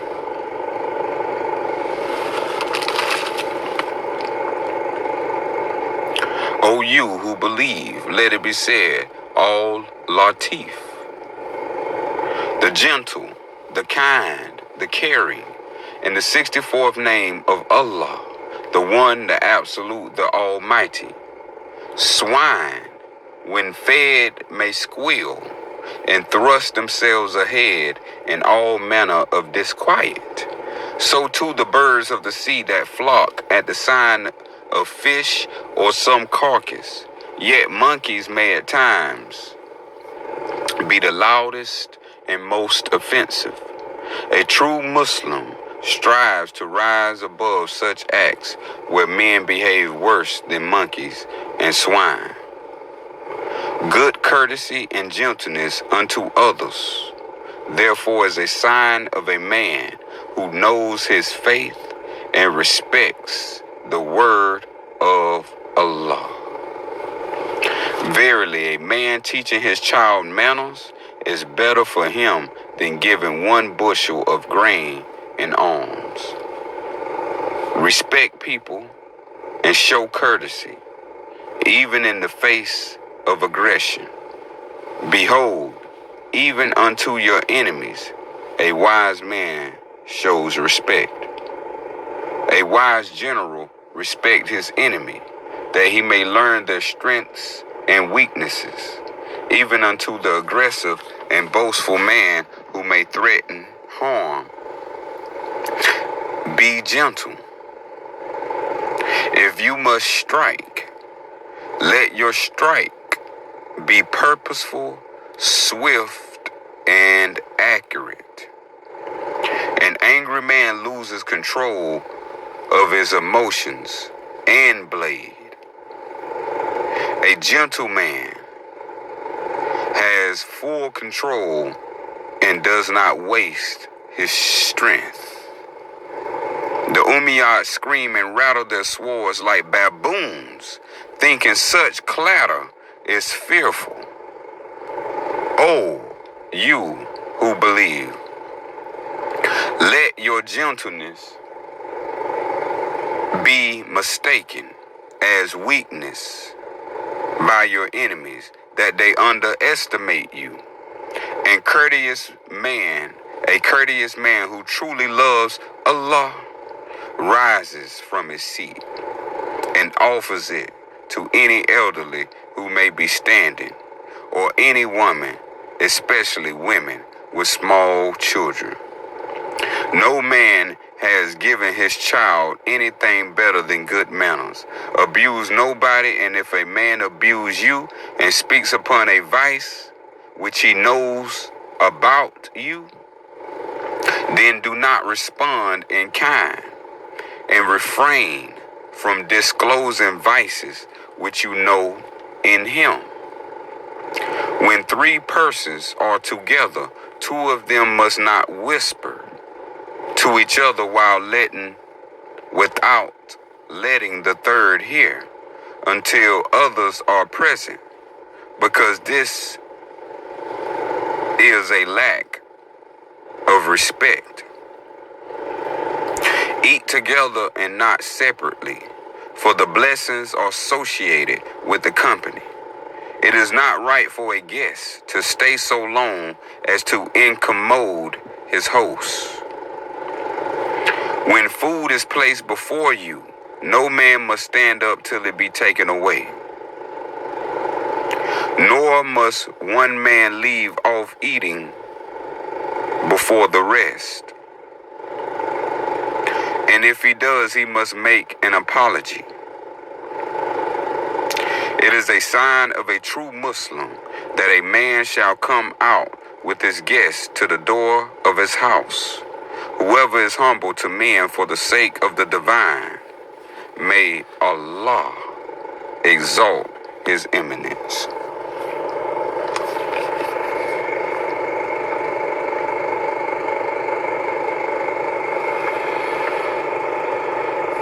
O you who believe, let it be said, Ar-Rahim, the merciful, in the 65th name of Allah, the infinite, the unique, the all-knowing. In the name of Allah, the kind, the merciful. Feed the hungry, care for the ill and dying, and do not abandon any orphan. Render firm and fair justice, forgive honorable debts, and never torture men or animals. This is the law. A true Muslim bestows mercy, and so shall have mercy shown upon. A true Muslim is just and firm, never cruel. Thus, it is the obligation of a neighbor first that his neighbor and family have enough to eat. If the neighbor does not have enough food, then it is to the village elders the obligation falls. If the village does not have enough food, then it falls to the leader of the region to feed and help the hungry. That is why to beg is an abomination before Allah. As a man forced to beg for food has a wicked neighbor or village or leader, nor should the sick and dying suffer greatly.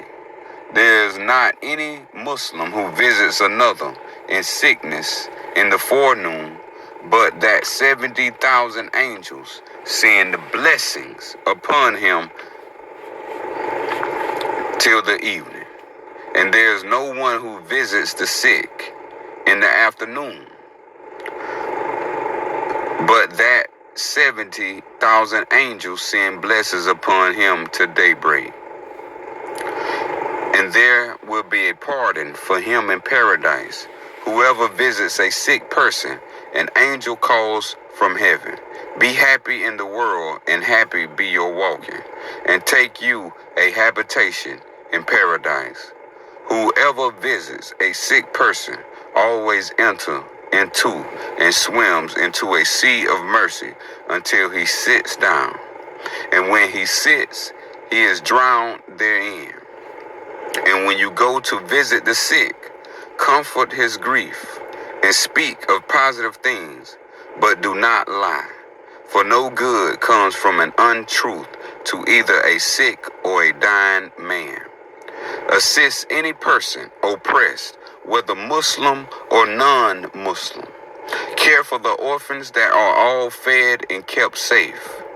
If a man who has honored his debt or rent fall upon hard times, forgive the debt. When a landlord behaves as the Persian merchants do and sell families into slavery, let him be handed over and his property divided amongst the community. If an enemy be defeated, let them gather their dead in the manner of their custom.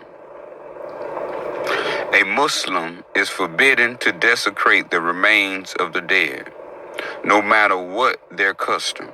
If a sentence demand a blood penalty, let the sword be sharp and the swordsman the strongest and finest. Verily, a swordsman who does not complete his work in one blow commits a grave transgression against justice and the word of Allah. If a sentence of death be yielded as torture, find those responsible and immediately execute them. Then find the judge and officials that permitted such torture and immediately execute them as responsible.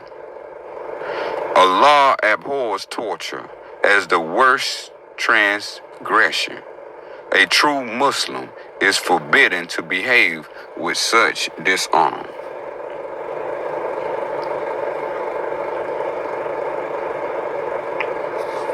O you who believe, let it be said, all Hamid, the all praiseworthy, the 66th name of Allah, the one, the absolute, the almighty, A man who gives thanks for nothing deserves nothing in return.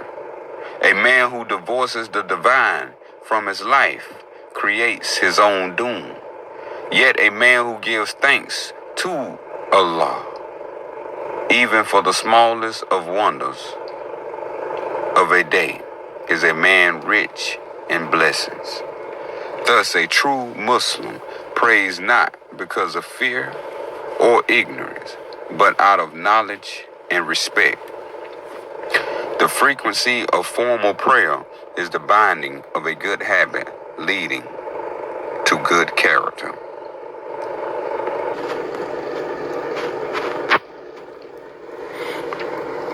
The frequency of formal prayer is in the binding of good habit leading to good character. He whom prays yet does not cease from wrongdoing and evil gains nothing but in remoteness from the divine. Right prayer, then, is right intention, right mind, and right action. In all prayers, all thoughts must be laid aside but those of the divine in conversation.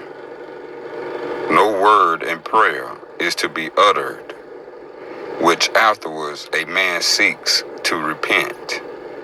No word in prayer is to be uttered if no mind or knowledge of meaning be present. If a teacher or scholar tells you that your prayer, if not valid to Allah unless done according to this or that ritual, expel them immediately as the very worst of impostors. Do not allow such blasphemies to be spoken in any holy place of Islam.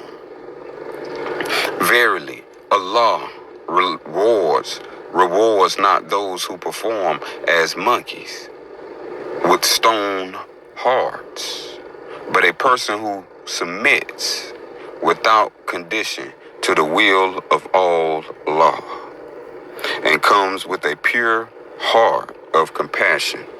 Above all things, what is most pleasing to Allah when you pray is a still mind and a warm heart. Allah cares not how many times you bow, but how many heartbeats are truly felt in prayer.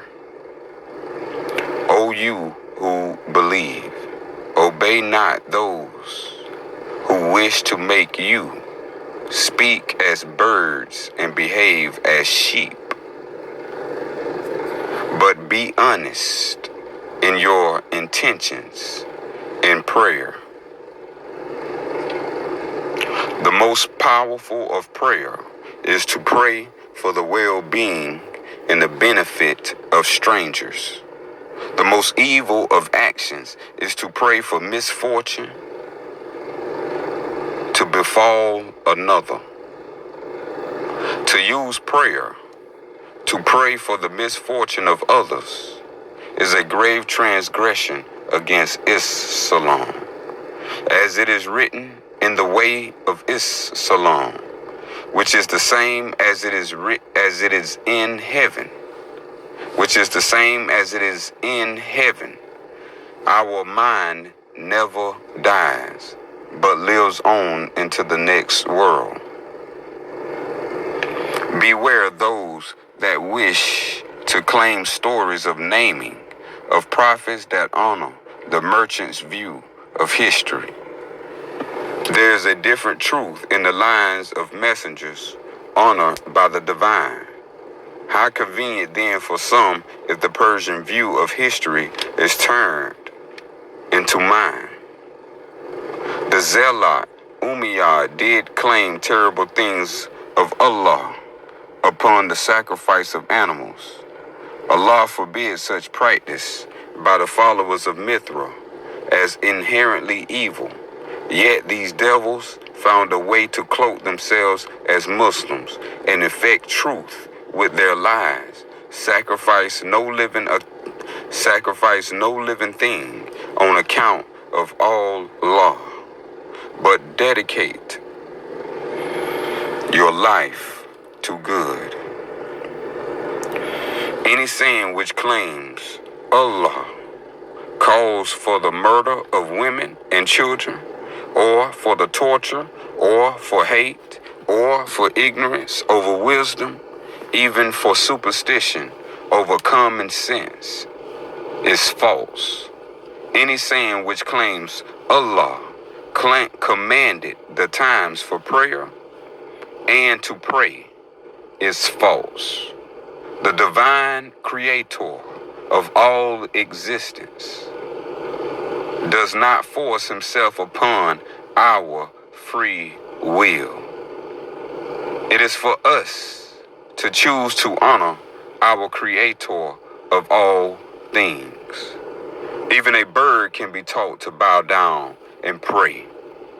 Use the discipline of prayer to remind you of what is important and set your mind clear of negative emotions and distractions. You do no honor to yourself nor to Allah in behaving as if the mind of a bird. One earnest session of prayer is 10,000 times more fitting than every prayer that is if a trained donkey. Allah knows everything that is in your heart and your mind. The path of a true Muslim is sometimes difficult.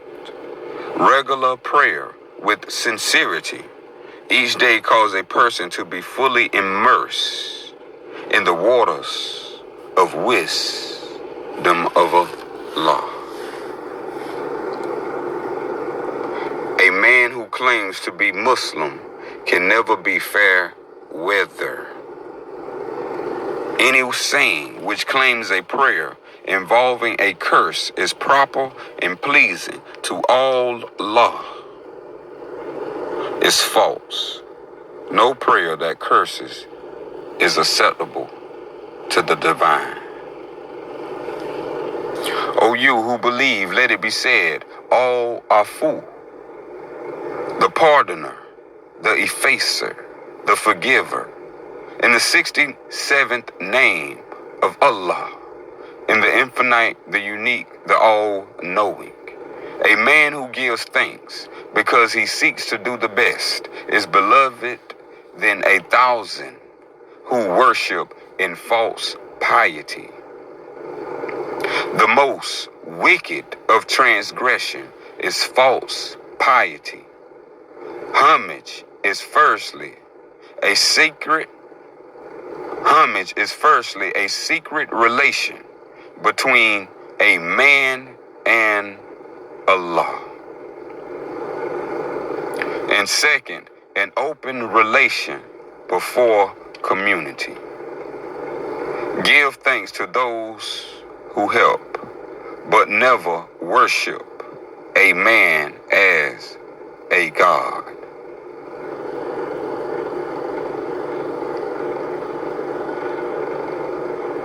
O you who believe, let it be said, Al-Qawi, the strong, and the 68th name of Allah, the one, the absolute, the almighty. Before the way of Islam, men did become animals in time of famine and war, that they would think of nothing but filling their stomachs, letting stores waste. Thus, men who are hungry without morality or knowledge quickly becomes like the Umayyad and monkeys that eat one another. Yet, the way of Islam, teaches all to grow food, to tend a flock, to store and use water, and to prosper. Before the way of Islam, when a city was blessed with prosperity, officials would themselves grow corrupt and incompetent, so that in time stores and grain would be stolen, food would spoil, and the prosperity wasted, and famine would return. Thus, the danger for all communities is to have nothing or to have too much. How then does a community that prospers under the way of Islam serve the will of Allah? By an act of piety that reminds all of the dangers of complacency. This is the sacred act of fasting. Ramadan. For the cycle of one moon, all adults who are faithful to the way of Islam are called upon to pledge and oath to better themselves and to fast between dawn and sunset. For all meals before dawn and after sunset, let the faithful abstain from all forms of flesh. For all contact during the sacred time, let there be no intimate relations nor partaking in such worldly pleasures, but meditation and prayer. For this, Allah asks that all who are blessed in this knowledge remember what has been gained.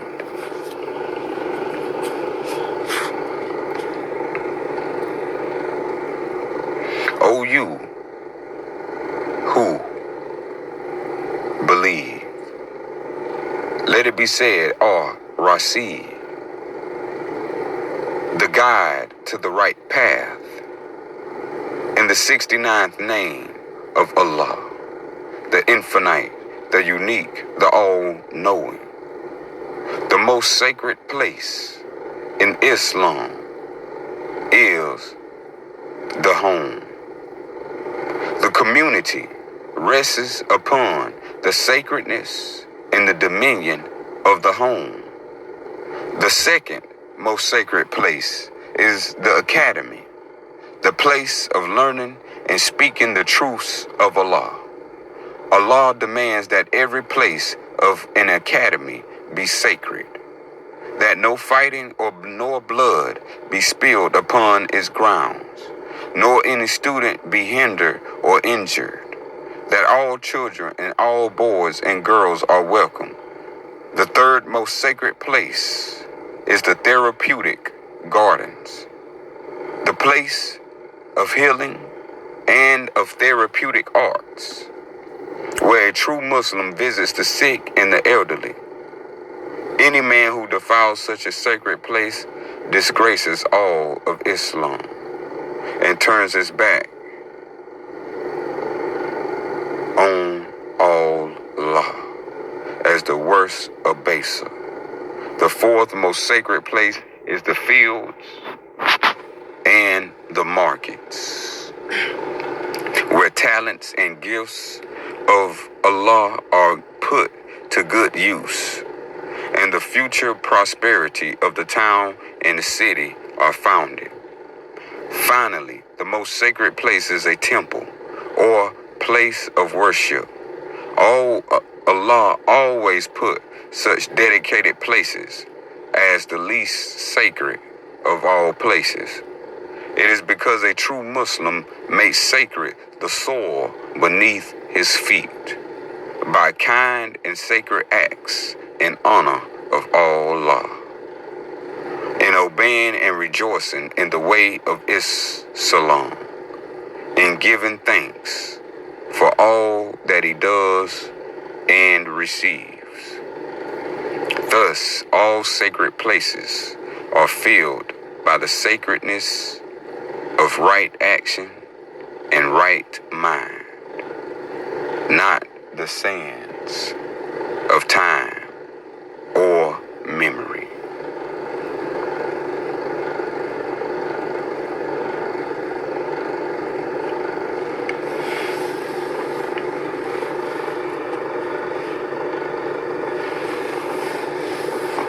O you who believe, let it be said, Al-Wajid, the perceiver, the finder, the unfailing, and the 70th name of Allah, the one and the absolute, the Almighty.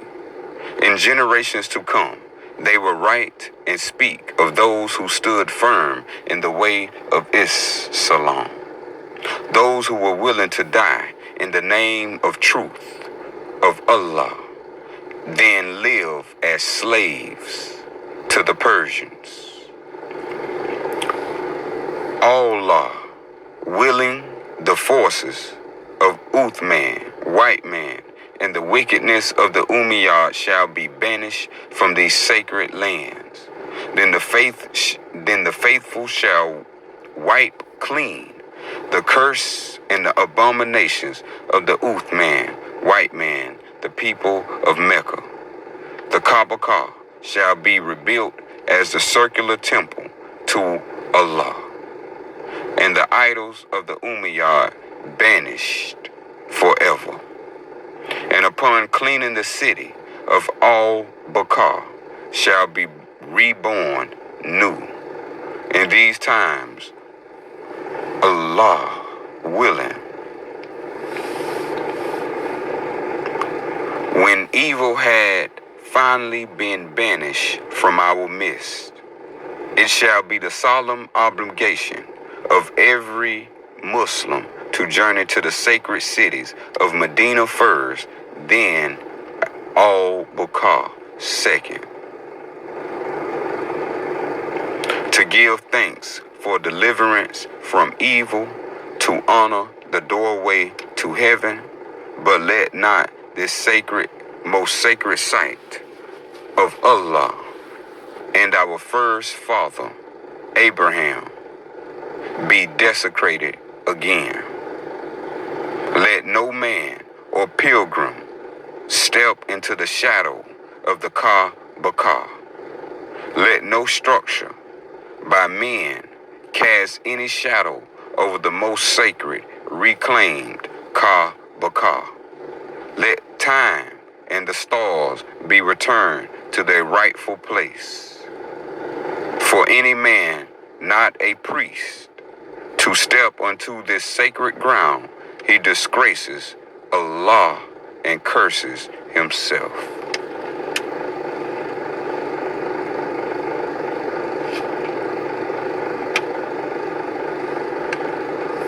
O you who believe, let it be said, Al-Ibra, the remission, the forgiveness, the redemption, and the 71st name of Allah, the infinite, the unique, the all-knowing.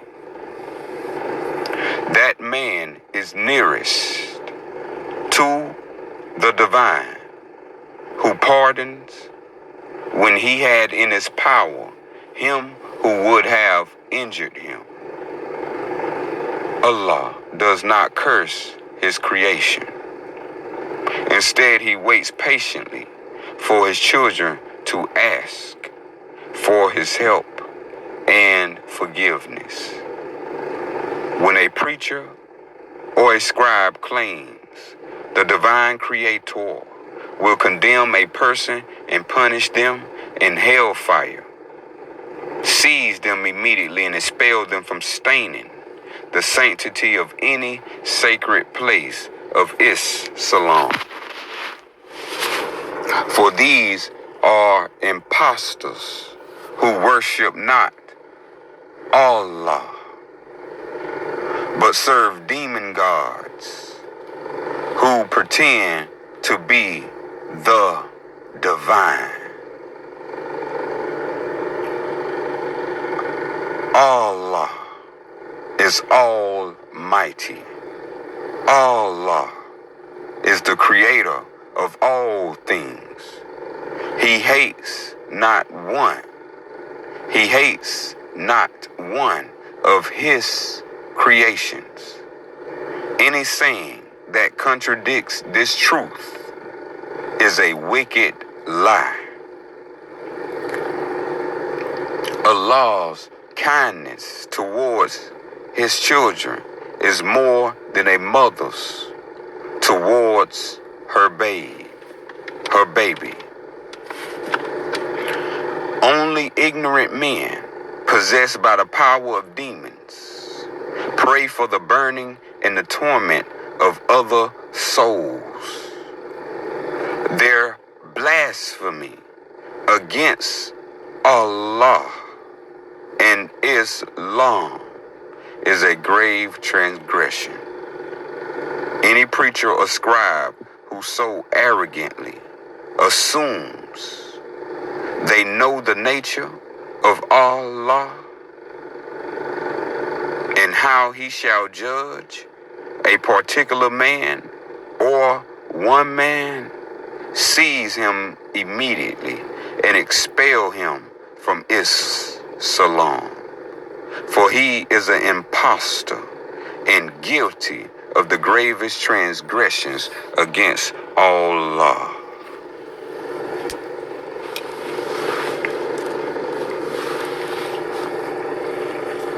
O you who believe, let it be said, Al-Ghafur,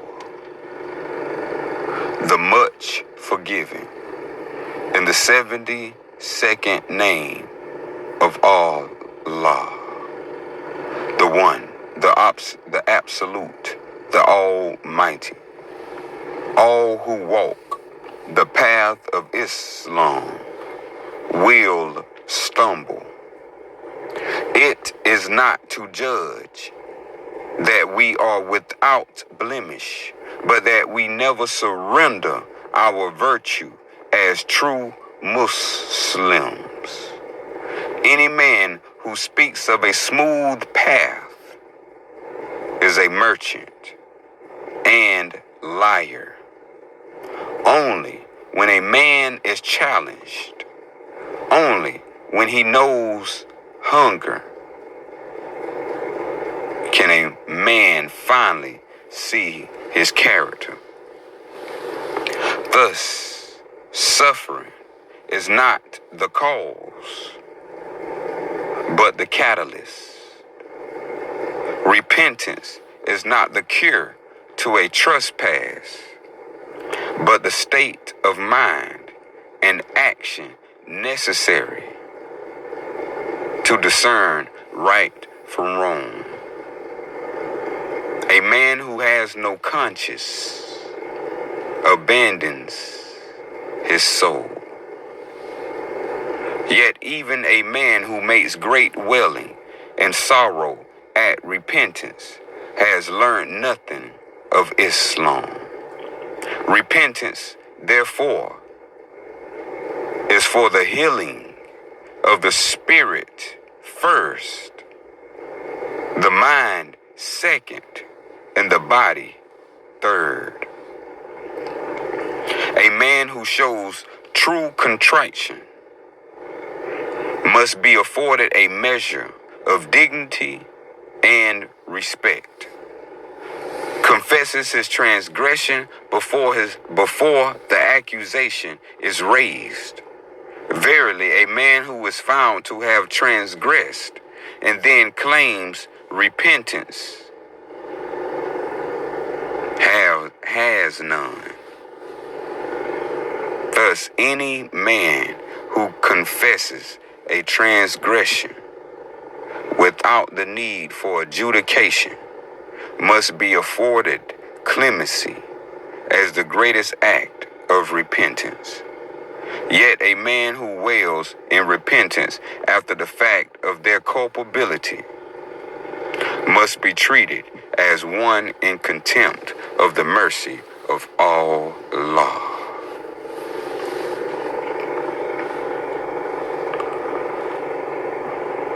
O you who believe, let it be said, Al Ghaffar, the repeatedly forgiven, in the 73rd name of Allah, the infinite, the unique, the all-knowing. Allah is ever forgiving and merciful. Yet a man who refuses to forgive curses himself. Not even Allah can lift such an injury until a man in life or in spirit resolves to forgive others, and in doing so, free themselves of such misery.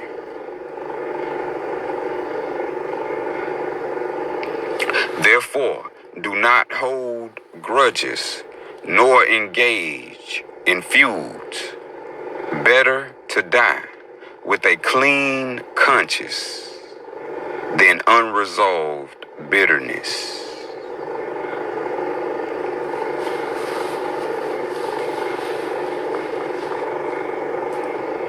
O people, there is no other deity but Allah, the compassionate, the beneficent, the gracious. All prayers and homage be to Allah and no other. The most disgusting act is to prey upon the weak and the young in the guise of piety. Truly, the Persians are the master impostors. They feign holiness when they are wicked. They claim modesty upon their women behind coverings. Yet they dress their most ardent assassins in such garments. They claim knowledge and wisdom of Allah. Yet all their scriptures are fake and full of ignorance. Woe to you, impostors! Your judgment shall come soon enough.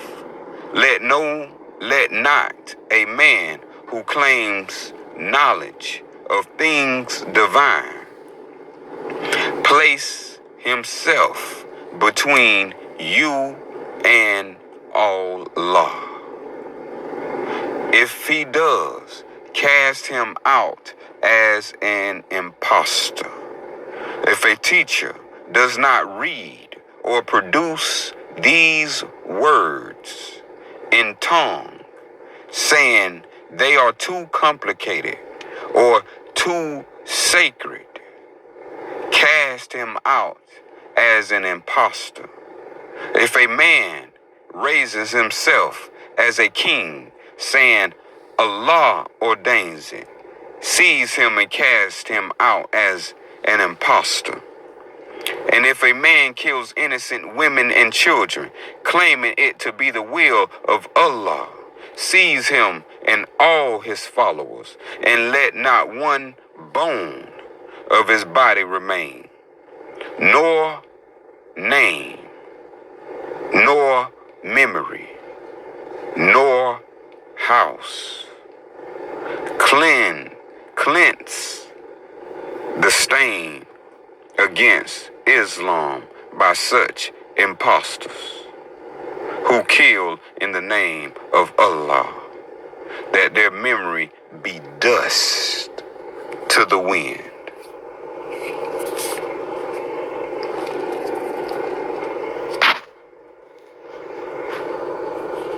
O people, there is no other deity but Allah, the compassionate, the beneficent, the gracious. All petition and thanks be to Allah and no other.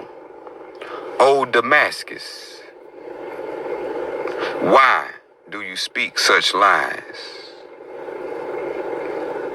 Uthman, white man, the Persian spy, does injure you. He casts doubt amongst the people, saying, I honor Islam. I speak for Islam when he worships the wickedness of the Aryans. He is the wolf sent by Allah to test the shepherd. Shall he succeed? Question mark. If a man hears the wisdom of Allah, he may agree and follow instruction. But when a man hears the half truth, he is now called to decide.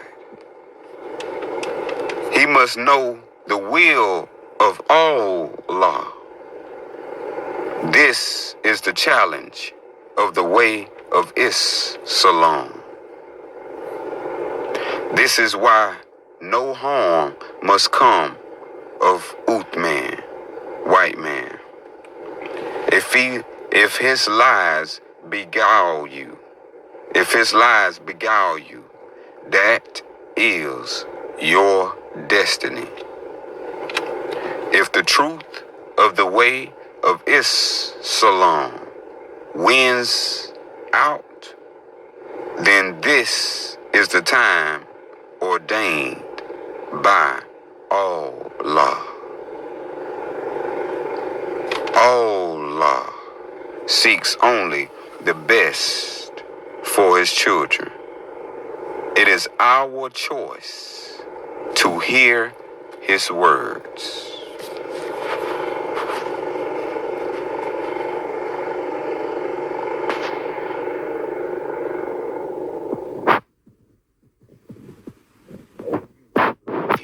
Let it be said, Al-Mulk, Al-Mulk, Al-Mulk. The one, the true, the only owner of all things.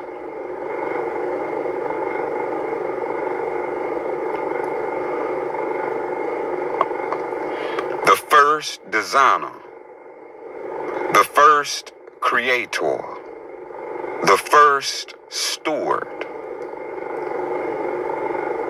and the 74th name of Allah, the one, the absolute, the almighty.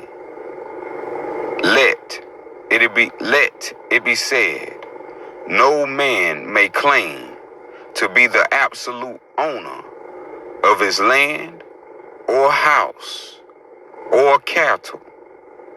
If a man so arrogantly claim to be the one, the true and the only ultimate owner, arrest him and cast him into the deepest pit for his deepest insult against the divine owner of all.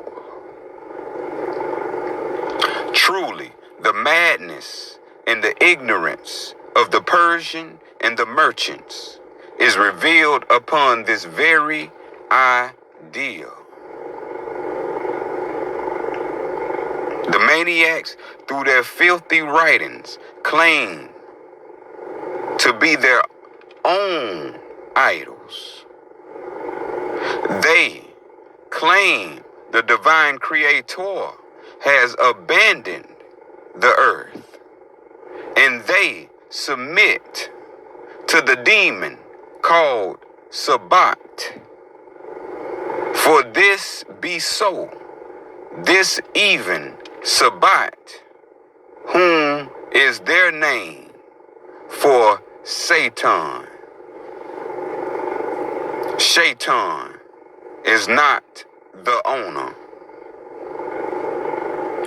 We all be stewards and custodians of this life, the land and the animals. Thus, when Uthman, white man, and the Umayyad seize and destroy cities, they own nothing.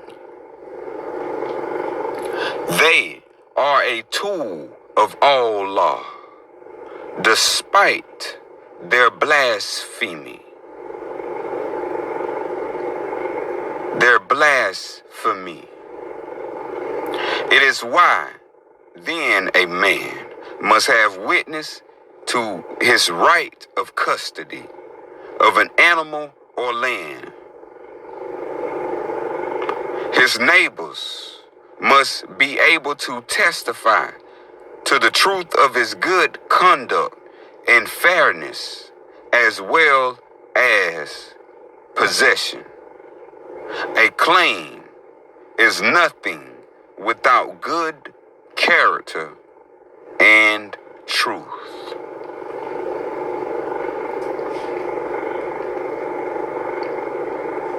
O you who believe, let it be said, All Ijaza. The absolute, final, and unquestionable authority. The one from whom all covenants, edicts, actions, and rights of use are derived. And the 75th name of Allah, the infinite, the unique, the all-knowing, as a man cannot claim to be the owner of his own land, home, or animals, but custodian. The highest form of a right a man may be given is the right of divine use. These are the gifts that Allah has given to you of your flesh and your mind.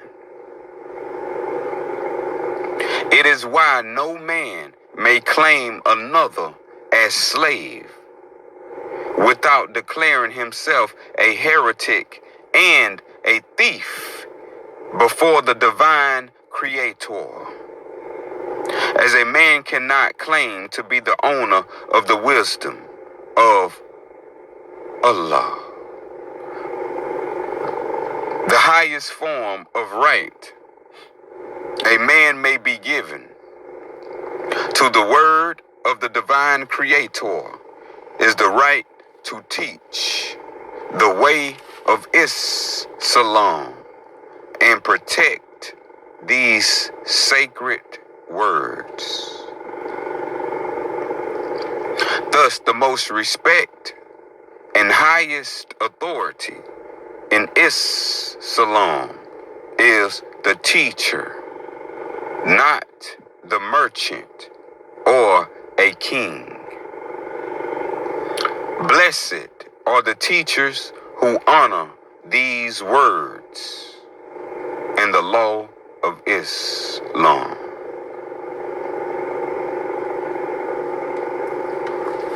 O you who believe, let it be said, Al Hadi, the leader of all existence, and the 76th name of Allah, the one, the absolute, the almighty. Verily, the best of all Allah's servants are just and learned laborers. And verily, the worst are bad and ignorant leaders. Do not ask for any high office, for if you are given it after asking, you will be left to discharge it yourself. If you are given it without asking, you will be helped to discharge it.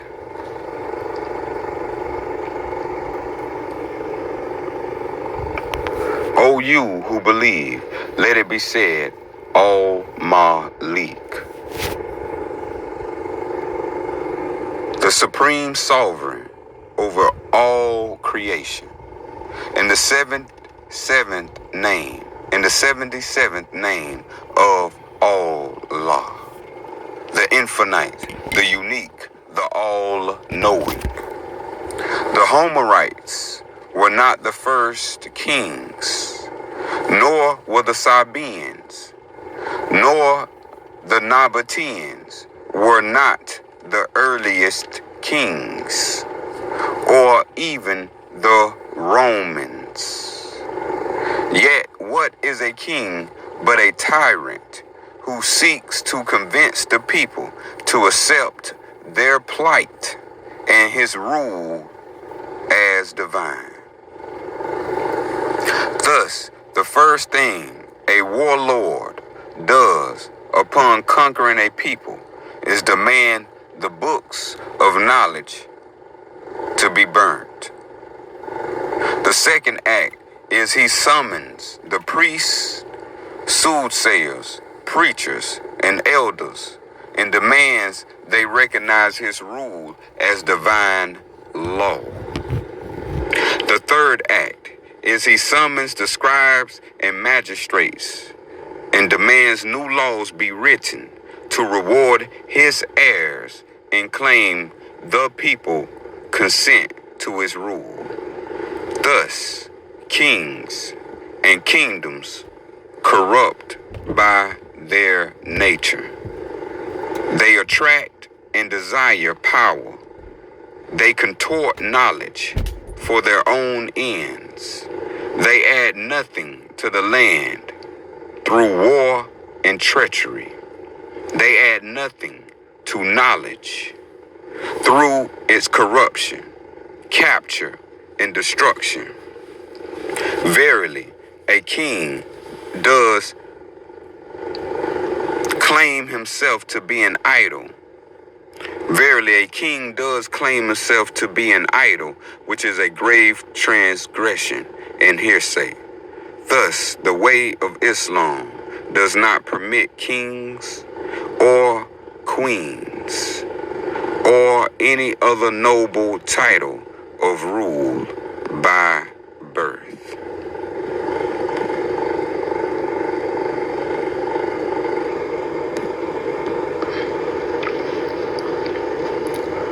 Oh, you who believe, let it be said, all Ghani, the greatest wealth and splendor, the most valuable of treasures, in the 78th name of Allah, the one, the absolute, the almighty. Let it be said, for all their wickedness, the Persians are not so ignorant to what is of greatest value. Thus, wealth and splendor distinguish men, not for their presence, but for what it reveals as to character. The merchants are not so dangerous for their perceived wealth of riches and finery, but for the knowledge of the world they possess. Ignorant and immoral men may kill a caravan, seize in the cargo, burn their books and manuscripts. Yet a wise man knows that spices and fabrics can be replaced, but the written word and knowledge of an interpreter of a caravan is worth 10 times in ransom. The Umayyad revealed themselves as monkeys with swords that swarm upon the land, breaking and destroying everything. They shall burn out like fire after drought until they feed upon their own. Thus, when the ancients speak of wealth and splendor, it is to knowledge, not gold. Riches are found not from an abundance of animals, servants, and land, but from an educated mind.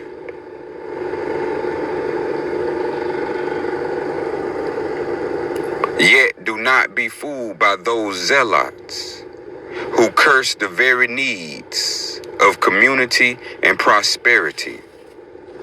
Do not be tricked by those Christians, preachers, celebrating their filth and speaking of inheritable curse and damnation.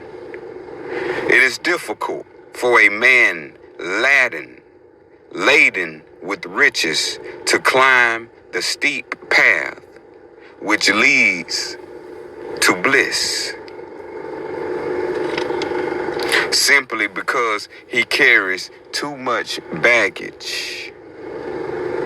Whoever desires in modesty the world and its riches in a lawful manner, in order to withhold himself from begging, and for a livelihood for his family, and for being kind to his neighbor, will come to Allah with his face bright as the full moon.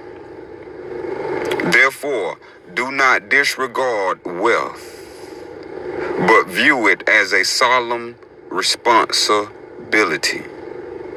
A wealthy man's first obligation, given his wealth, is not only to provide for his family, but to his community, that it may prosper, and then to the region, that it may prosper. Instead, a man who destroys a thing of value does not honor the divine, but show reckless disregard to the gifts given unto him. Therefore, be not obsessed in riches, nor disrespectful to prosperity. A wealthy man who does not attend to his own community is a disgrace in the eyes of Allah.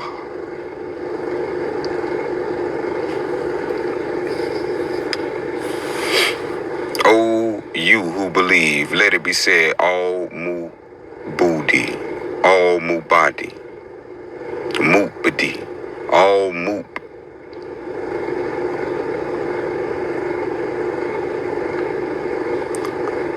O you who believe, let it be said, al-mubadi,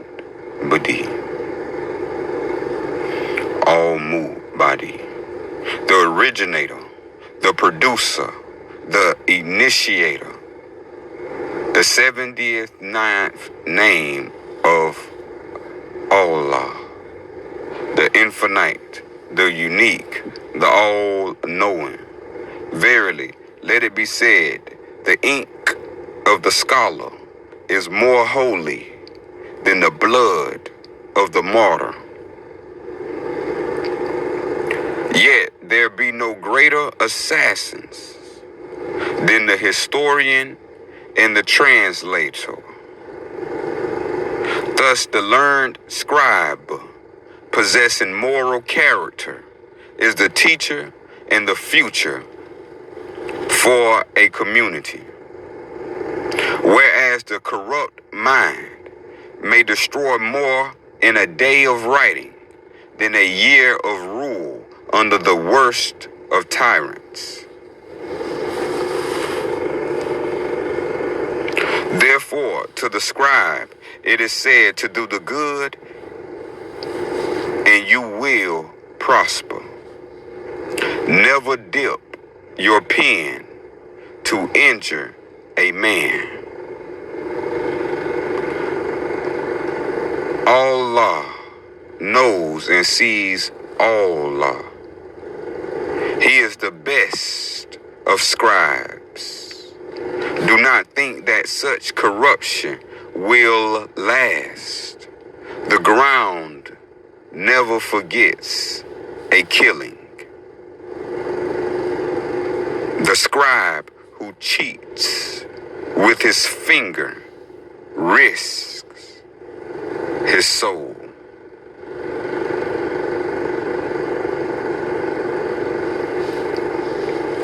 O you who believe, let it be said, Al-Ba-Ra. The good, the beneficent, the just, the 80th name of Allah, the one, the absolute, the almighty. No one is above the law of Allah. All are equal. Therefore, the wisest politic is the wisest counsel before the law. Let not men believe they can be wiser than the law of Allah.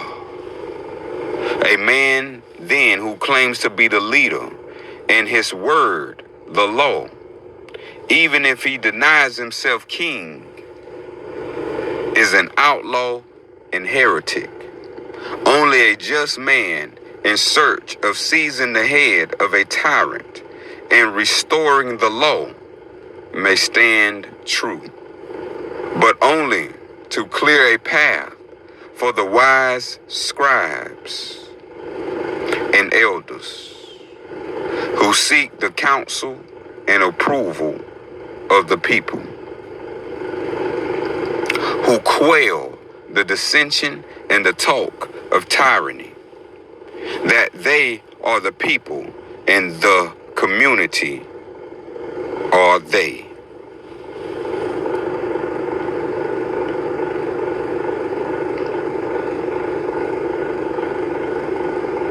Oh, people, there is no other deity but Allah, the compassionate, the beneficent, the gracious. All praises and worship be to Allah and no other. Let it be said, there's a time for peace and a time for a battle, whereupon a man is called to defend his family. He may choose to surrender as a slave or stand as a man. No man is called beyond his ability, nor may men become an army without rank or discipline. Therefore, let there be rank between the men on skill and experience, not simply age or family, but not so many in rank that the general and his officers are far removed. The general is the head of an army, but to lead he must be present. The officers of a general are the commands of the general and must lead. Therefore, if there be no rank but one, an army shall fail. If there be many, an army shall fail. Do not march an army during the day unless necessity, and never without water. When marching to battle, place your weakest men at the front and the strongest in the rear, that the spies of the enemy may sense you as weak. A man is strongest when he fights to protect his family and land. Therefore, do not send an army too far.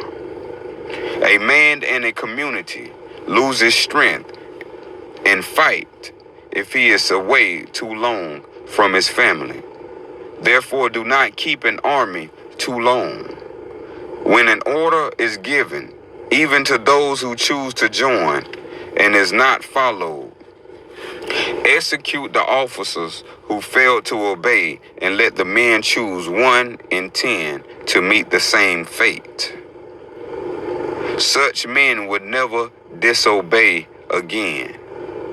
Do not permit an army to harm the people of a conquered city, but gather the wealth of the merchants and distribute it as reward. If a city be dishonorable and without remorse, kill the men, send the woman to work the fields, but do not kill their sons. Let such boys learn to fight, and through service redeem their women. Such young men are the best of fighters.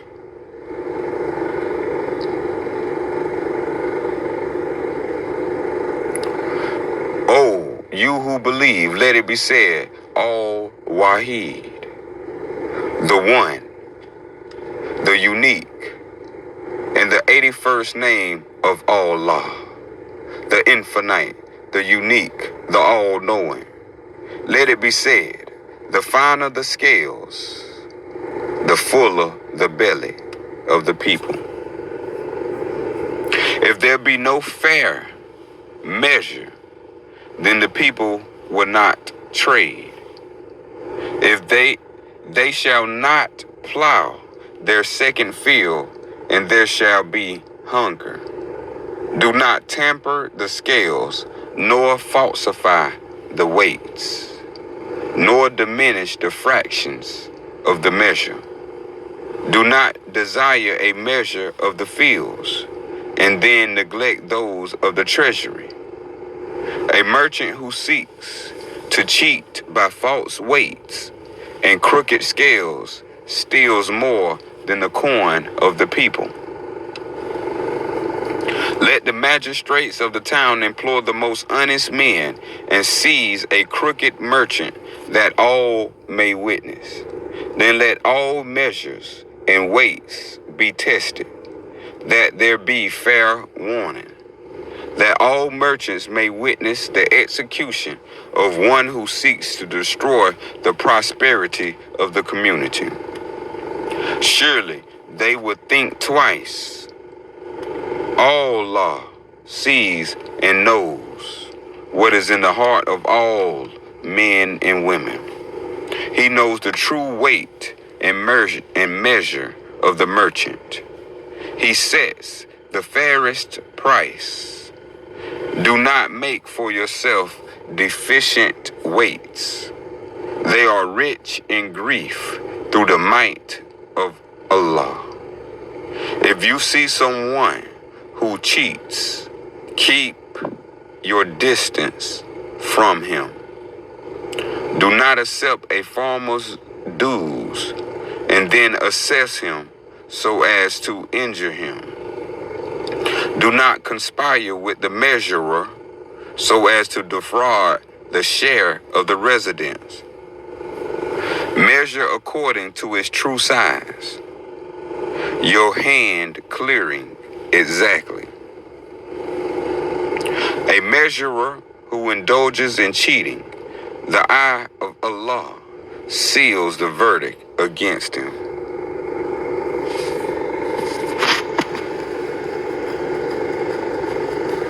O you who believe, let it be said, Ar-Razak,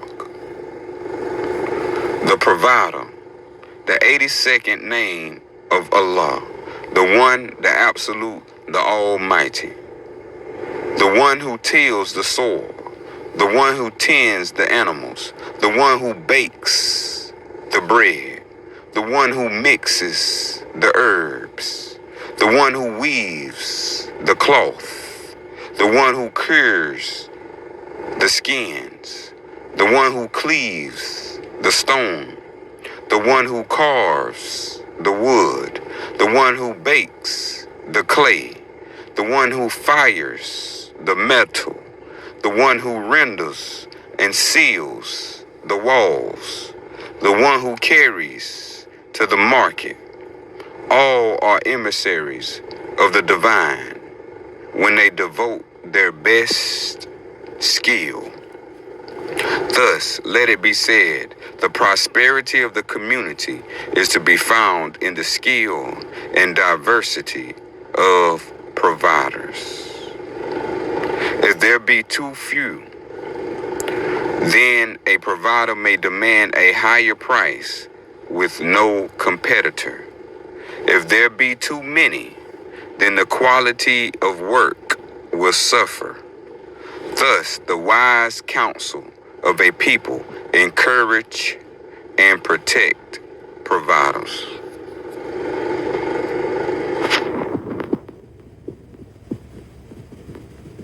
O you, let it be said, all Kareem, the bountiful, the generous, and the 83rd name of Allah, the infinite, the unique, the all-knowing.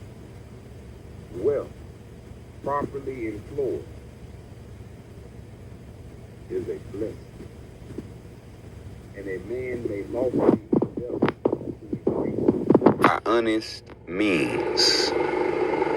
To trade with neighbors is to increase prosperity, providing it be without corruption.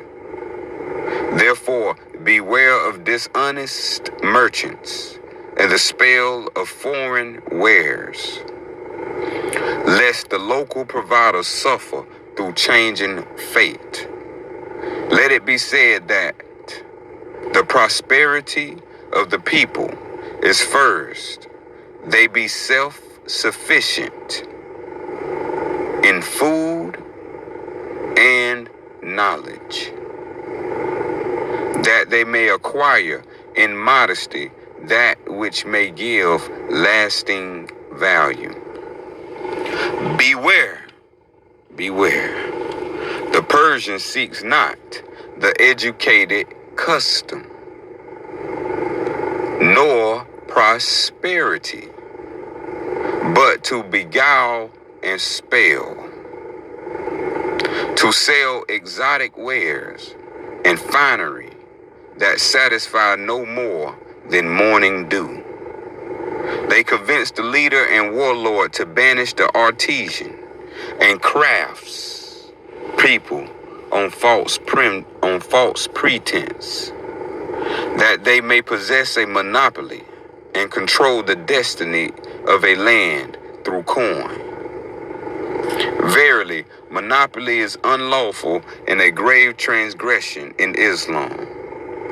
It be a solemn obligation of all Muslims that those who grant a monopoly and those who seek it, control it, be captured and executed. Truly, once a merchant gain a monopoly, he is handed the fate of the people. One who controls the grain to a city may sell it cheaply, ruining his competitor. Or the merchant may choose to hold back the grain, causing the price to rise. Thus, the crafty merchant, granted control, extends his influence through artificial drought and flood, and to manipulate the fate of the people.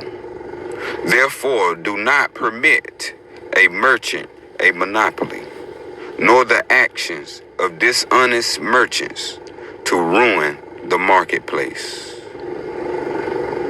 Enforce strictness in trade, that only that which may be delivered within a season or a cycle of the moon be agreed, and empty promises forbidden.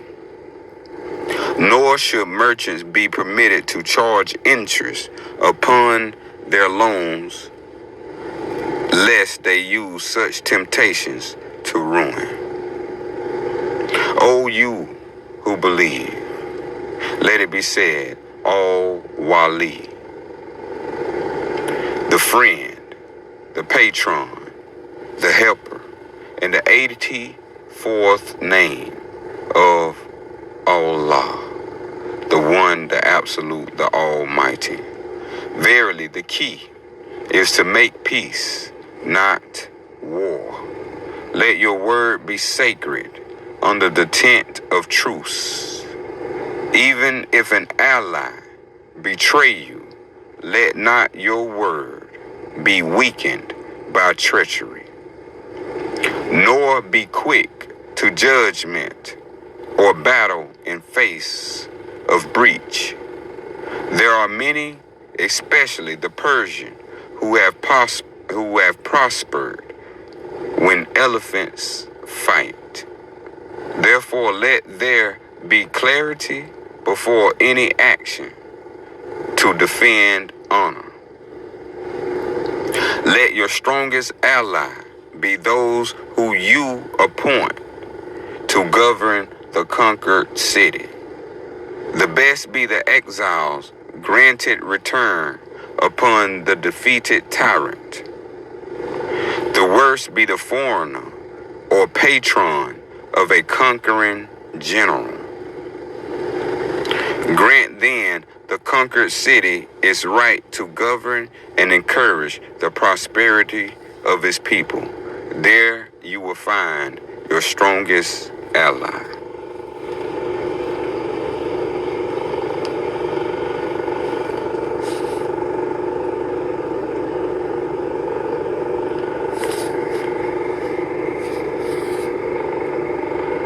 O people, there is no other deity but Allah, the compassionate, the beneficent, the gracious. All glory and honor be to Allah and no other. In disputes over land and possessions, even brothers can be mortal enemies. In drought, even parents may be enemies of their children. Thus, who is your kin today may be your enemy tomorrow. And who is your enemy today may be your ally tomorrow. To avoid dispute and to avoid war is the noblest and highest goal of all who are on the way. But when forced to fight, one must not hesitate, for kindness may always be treated as weakness. In pursuing peace, honor the dead of your enemy and refrain from acts of retribution. Do not provoke your adversary so as to make him tell his thoughts. Do not leap to come before him. Fear is the enemy. Hate is the enemy. Jealousy is the enemy. Above all, ignorance is the enemy. When you do not see his doings, first gain insight from his answer.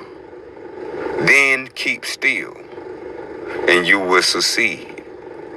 Leave it to him to empty his belly. Know how to sleep. He will be found out. Grasp his feet. Do not harm him. Be wary of him. Do not ignore him. Indeed, you do not know the plans of the divine Creator and should not weep for tomorrow. Settle in the arms of Allah, and your silence will overthrow them.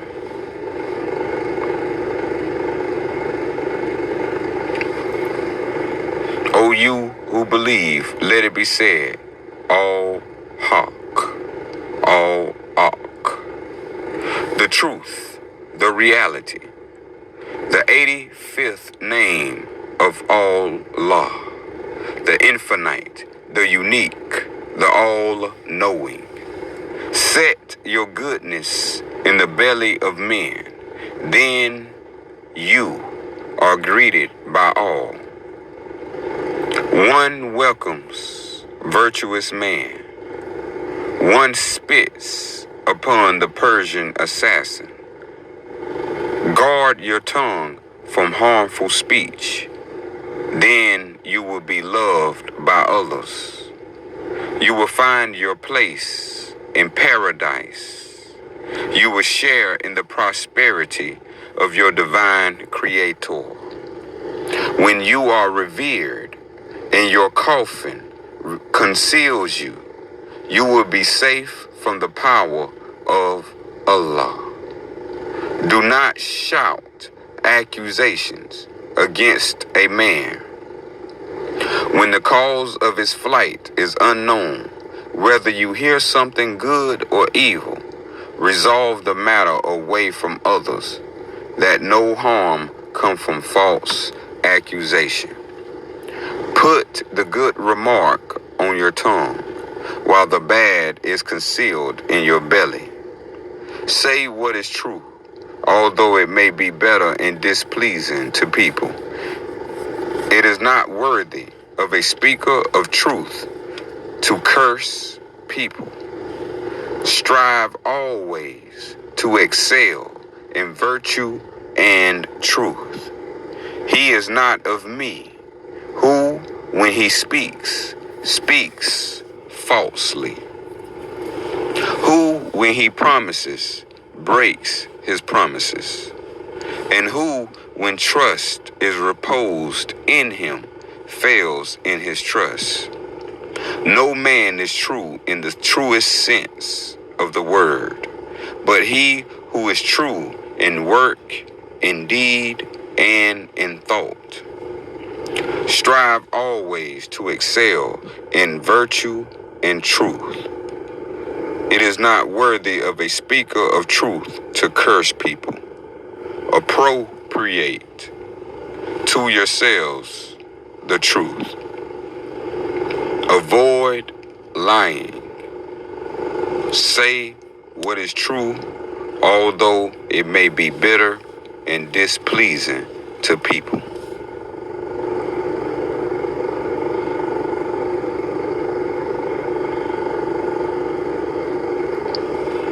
O you who believe, let it be said, all Adallah. The justice, the honor, and the respect of fair law. The one true and only rule of law. The 86th name of Allah. The one, the absolute, the almighty. To know of what one is accused. To know the evidence upon which one may be condemned. To be granted the opportunity to defend one's honor. To allow others to testify in one's defense. To be told the form of law upon which one will be judged. For such matters to be heard by a judge without motive or interest, with either the accuser or accused. That all speak nothing but the truth. To free a man and penalize his accusers if the accusations are false, to execute the penalty as described if the accusations be proven true. This is justice. This is the law. All law is just, and justice is to honor the living law of the Creator of all the heavens, to follow it carefully and to render judgment fairly, knowing that the justice of Allah never sleeps. In truth and justice there is no disparity. In the absence of justice, there is no rule of law. Justice cannot exist without knowledge.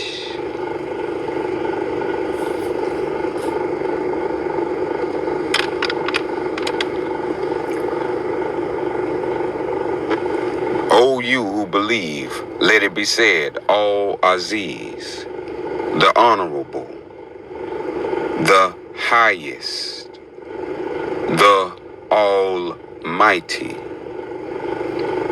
and the 87th name of Allah, the Infinite, the Unique, the All-Knowing. Do not recall yourself to an heroic ancestor, nor claim protection from a powerful kin. Do not hide behind the name of the tribe, nor the respect of the father or mother. In honor, it matters nothing our blood or kin. Honor is but the demonstration of virtue of character, as honor is nothing if not tested.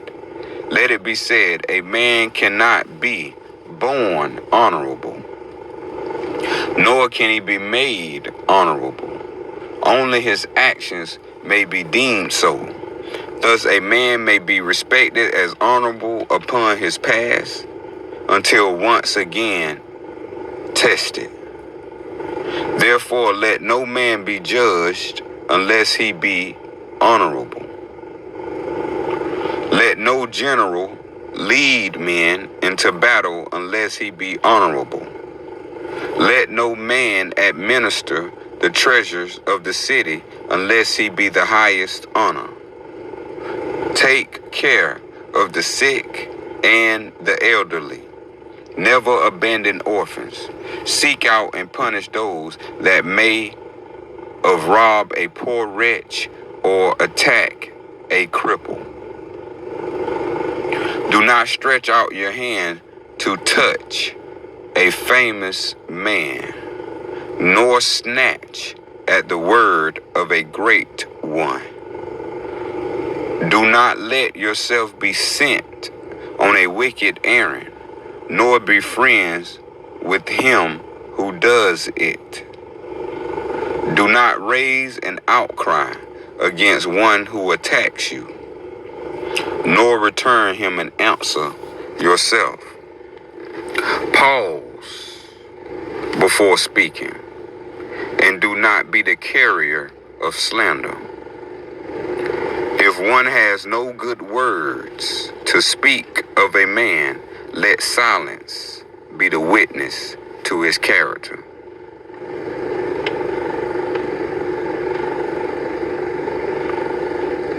O you who believe, let it be said, Al-Matin, Matin, the firm, the steadfast, the 89th name of Allah, the one, the absolute, the Almighty. The bravest is one who overcomes his desires, then him who conquers his enemies. For the hardest victory is over self. 10 people who speak make more noise than 10,000 who are silent.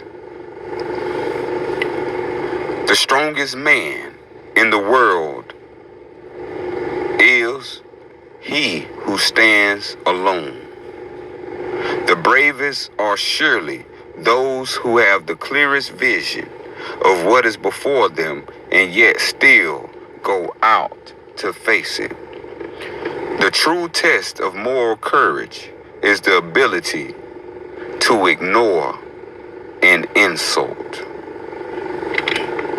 Courage is not the absence of fear, but the conquest of it.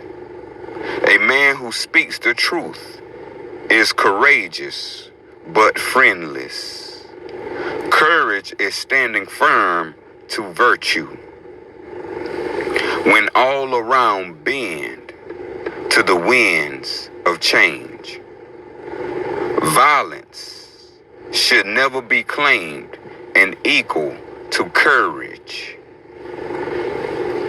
A man who defends his family and lands does so out of duty, whereas a man of courage is one who does not denounce his life of virtue in the face of violence.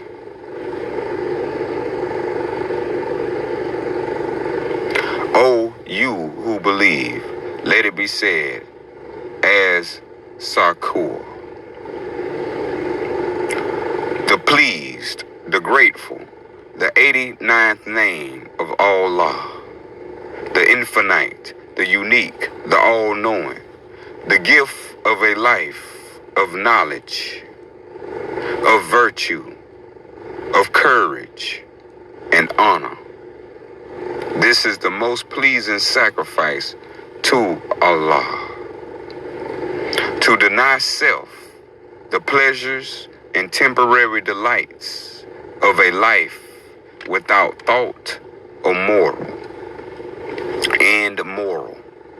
The empty existence of the robber, the thief, the abuser, the prostitute, the imposter.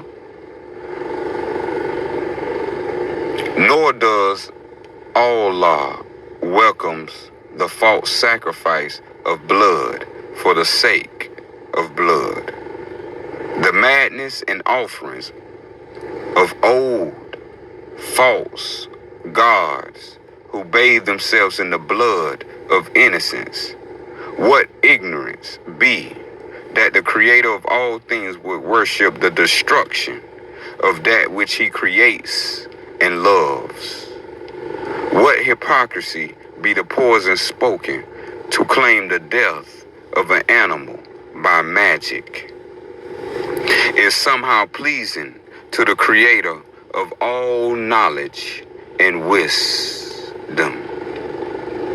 To give up something in ignorance is no sacrifice but carelessness. Be not too quick to throw your life for a lesser cause, but guard against emotions of pride, of arrogance.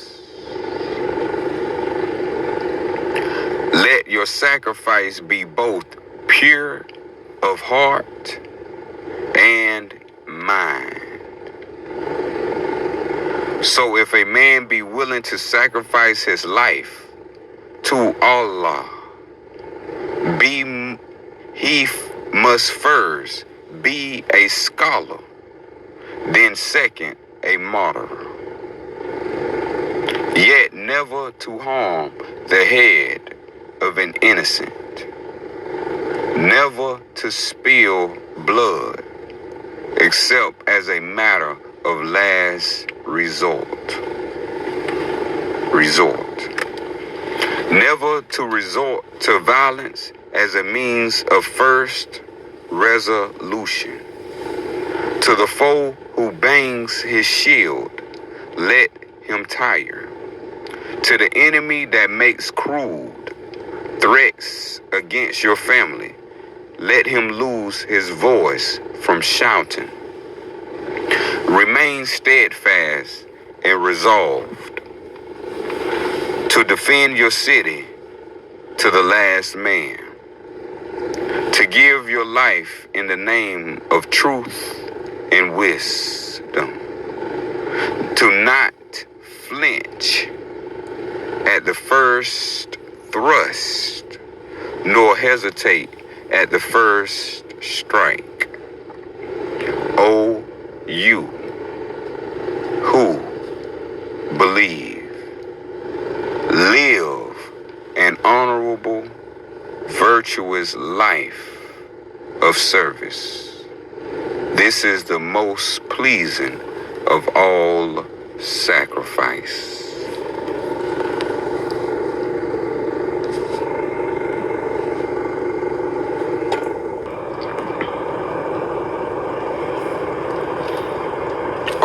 people. O you who believe, let it be said, on Nafi and Nafi, the propitious, the benefactor, the source of all good. In the 90th name of Allah, the One, the Absolute, the Almighty. It is not the robber that destroys the city, but the neighbor who claims what is not his by cheating. It is not the invading army that creates chaos and famine, but the landholder that changes the borders and marks of his tenants. When one claims the law to seize what is not rightfully due, there be three injuries, being the law, the victim, and certainty. Thus, do not move the markers on the borders of fields, nor shift the position of the measuring cord. Do not be greedy for a small measure of land, nor encroach on the boundaries of a widow. The trodden furrow, worn down by time, is a true marker. He who disguises it in the fields when he has snared it by false oaths, he will be caught by the might of Allah. Seize any man that steals property in such a manner as an oppressor of the weak and an enemy against the community. And when and even a man is permitted to steal land, no community or empire can stand. Let it be said, the rock upon which a community thrives is to honor the right of possession. Thus, the thief, through trickery, destroys the very foundation of it. He lights the fire that destroys the storehouse.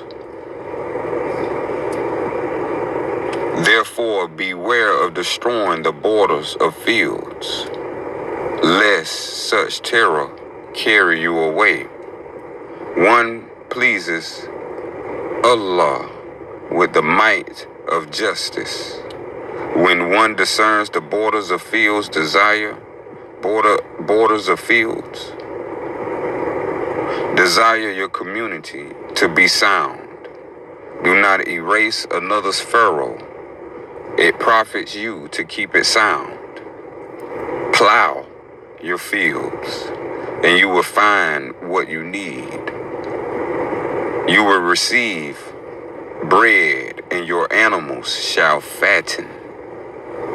Better is a bushel given you by honest labor than 5,000 through wrongdoing. Better is poverty honoring Allah than tribute in the storehouse. Better is bread with a happy heart than wealth with vexation.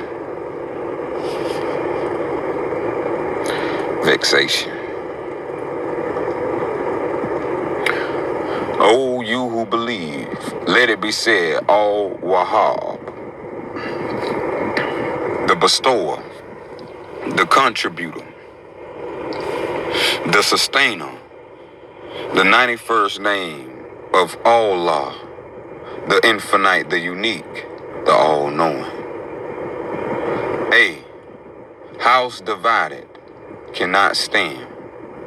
A community must exist for the benefit of all its members.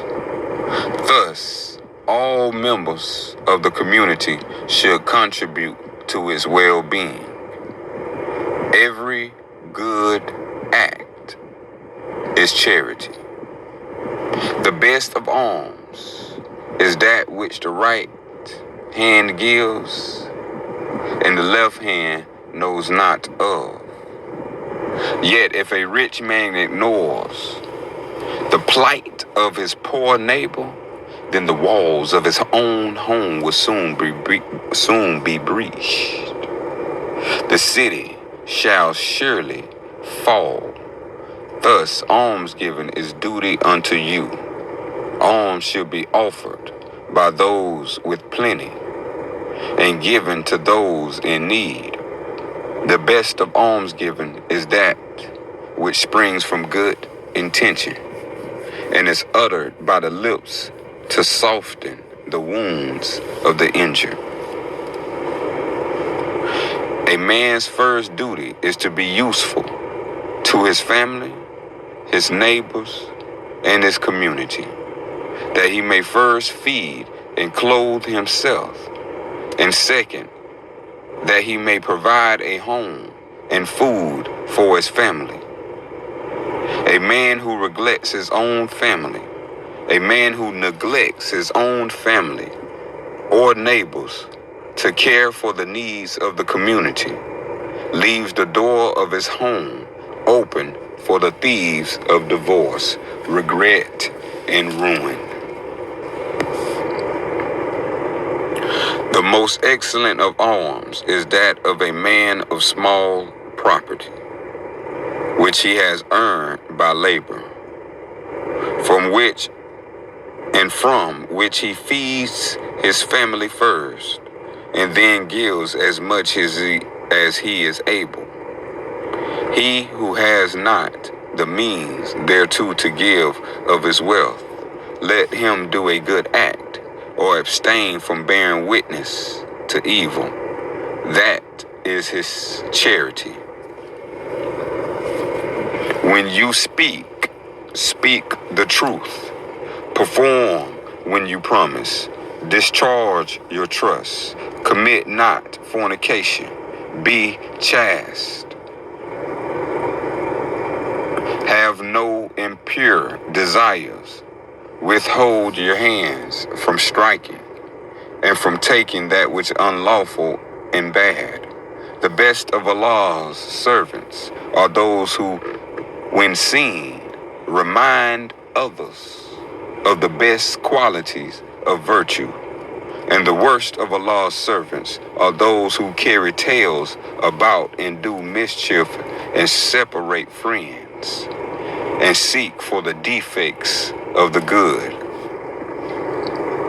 Every good act is an act of charity. Doing the justice between two people is charity.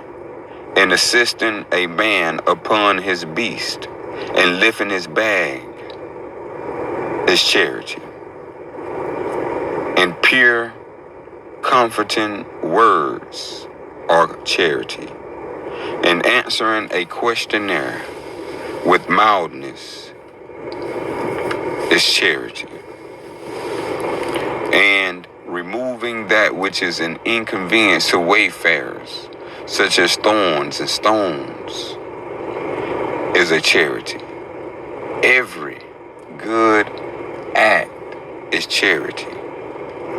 And verily, it is a good act to meet your brother with open countenance, and to pour water from your own water bag into his vessel. Your smiling to your brother's face is charity, and your exhorting man to virtuous deeds is charity, and your prohibiting the forbidden is charity, and your showing men the road in the land in which they lose it is charity, and your assisting the blind is charity. The Sufi of the way of Islam is a proof of gain to you.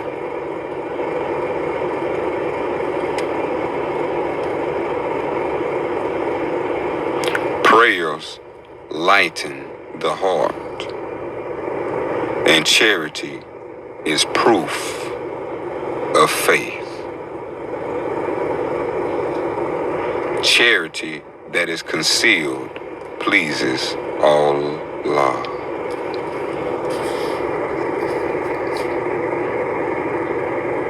O you who believe, let it be said, Al-Mu Amin, the guardian, the protector, the custodian, and the 92nd name of Allah, the One, the Absolute, the Almighty. It is the duty of the father to protect the house. It is the duty of the mother to protect her children. It is the duty of the adult children to protect their elderly parents. It is the duty of the neighbor to protect and aid his neighbor. It is the duty of the leader to protect the community. Thus, all are guardians. Behold, through the way of Islam, no one is an orphan. If a child be without parents, then the family of the father must care. If the family of the father cannot care, then the family of the mother. If the family of the mother cannot care, then the neighbor.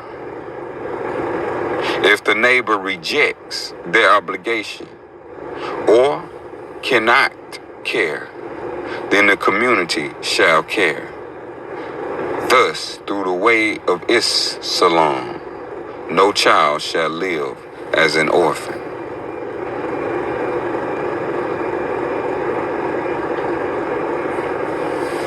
O you who believe, let it be said, Al-Warif,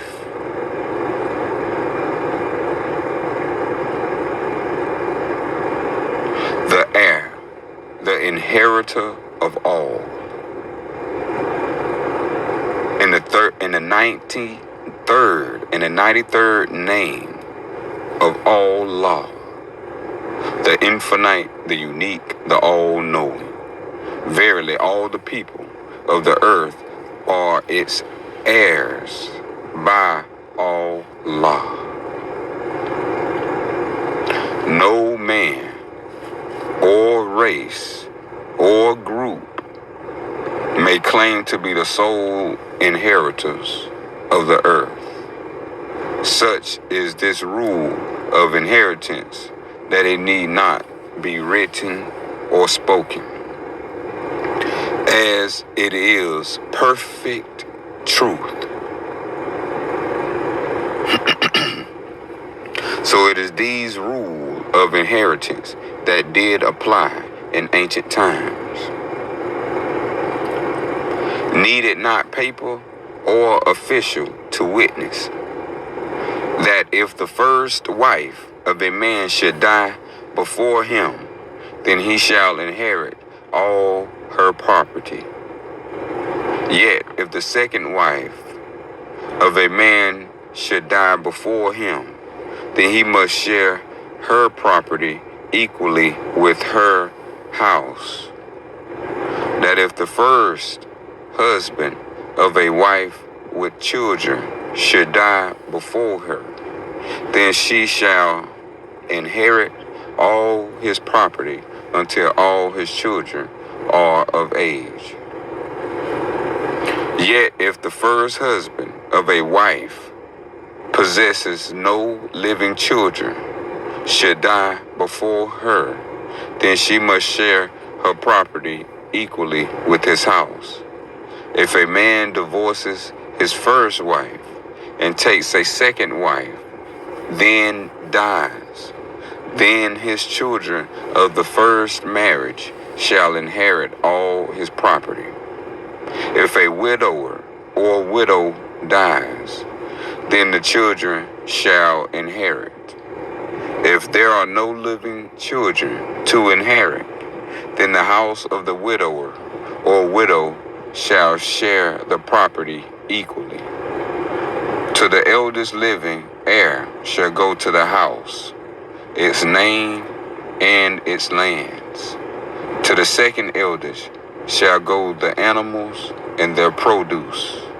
To the third eldest shall go all texts, books, and the administration of all in service to the house.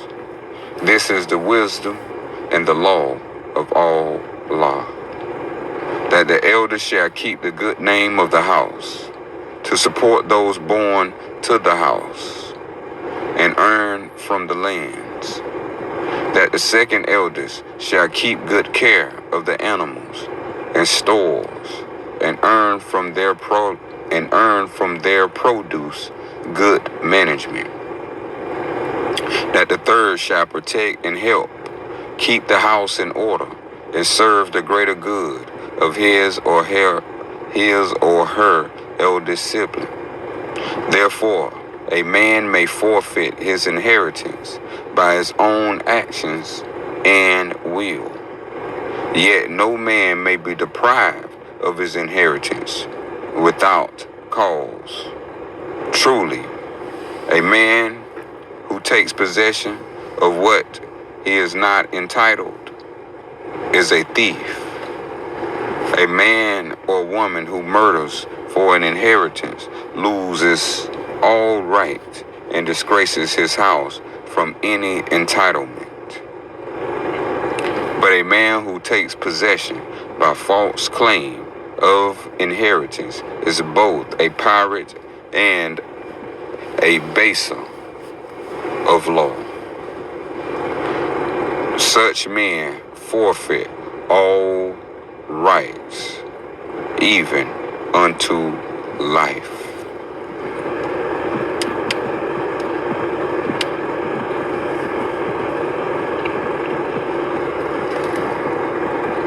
O people, there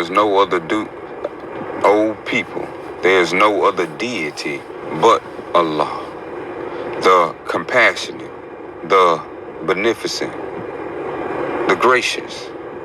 All praise and homage be to Allah and no other. Let it be said, it is an abomination before Allah for any man or woman to enslave another, whether by bondage, obligation, fear, or debt. Slavery in all forms is the gravest of transgressions. Verily, any man or woman who partakes in slavery is forbidden to be known as a Muslim. It is better a man loses his life in the eyes of Allah than permit one of his family be sold into slavery.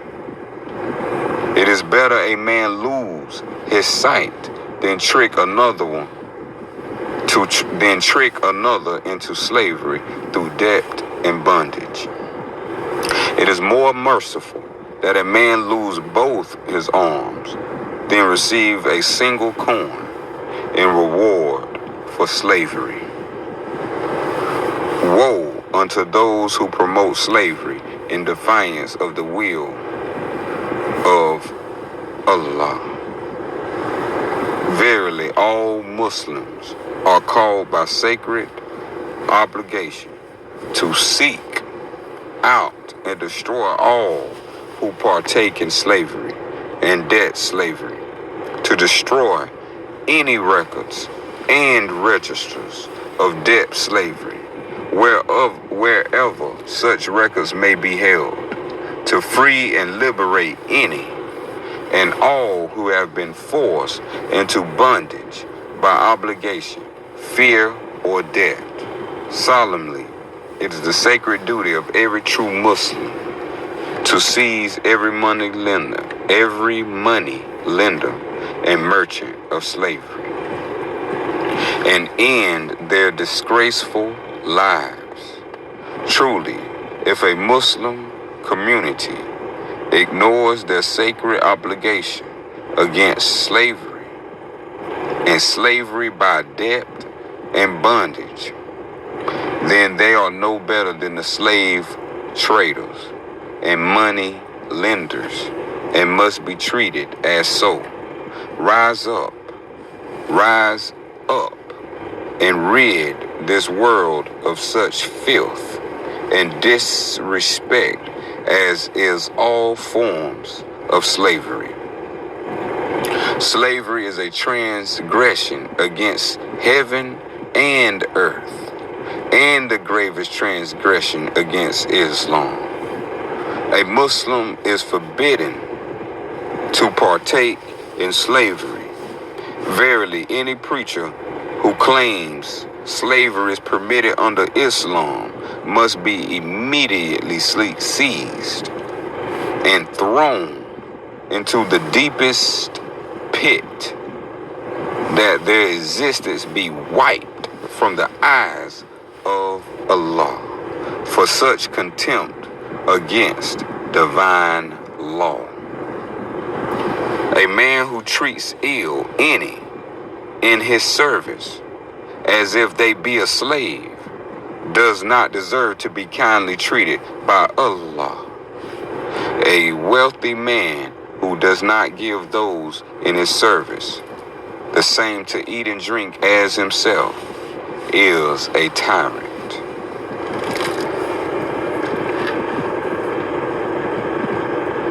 O people, there is no other deity but Allah, the compassionate, the beneficent, the gracious. All petition and thanks be to Allah and no other.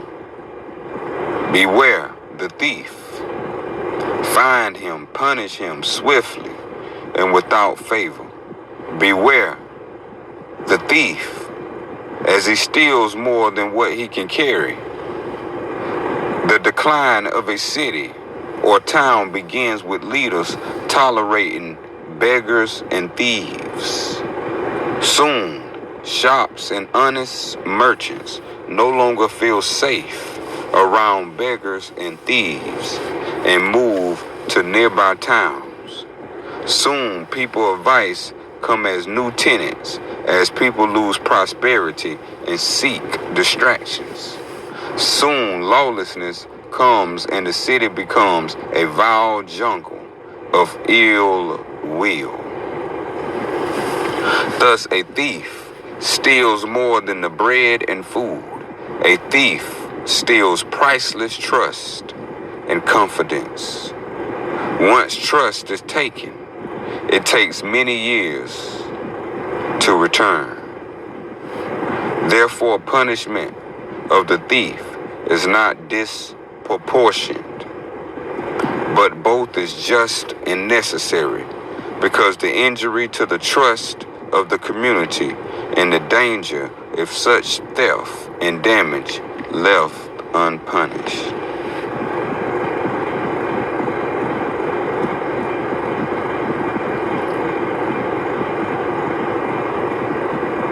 O people, there is no other deity but Allah, the compassionate, the beneficent, the gracious. All praise and worship be to Allah and no other. The Persian is obsessed in sorcery and magic. These merchants see their fortune in conjuring and spells. Truly, they believe they have the power to beguile and mask their vile hearts. Ignorance and fear are the only veils. Knowledge and virtues are the weapons to destroy them. The spell of a Persian is only as powerful as belief. Thus, much expense and ritual is made to convince poor victims. Allah abhors such trickery and deception. Thus, a true Muslim is forbidden to consult oracles or partake in the occult ceremonies beloved by artisans of magic and false scripture. To consult oracles and magic is forbidden, not because it has some power, but because its only true power is to deceive. All wise knowledge is honored in Islam, except that which is make-believe. Signs and omens exist all around us. Do not concern yourself with seeking to divine such meaning. Instead, keep your heart true to Allah and your head clear, and you shall have no need of omens.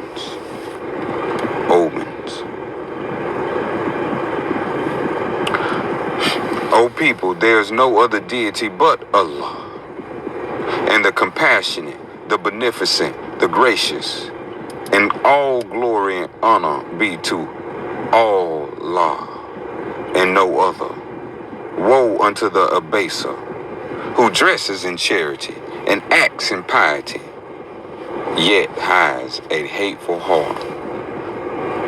Allah knows and sees all. Those who act as impostors before Allah are the very worst of beings. This is the way of Umayyad and the merchants. They drape themselves in finery and piety, yet believe and do none of it. They are whatever faith or from whatever tribe shall please their patrons.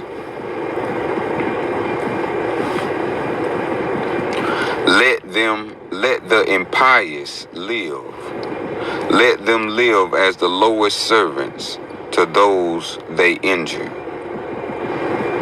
Woe unto the worst abaser, being those who dishonor the way of Islam.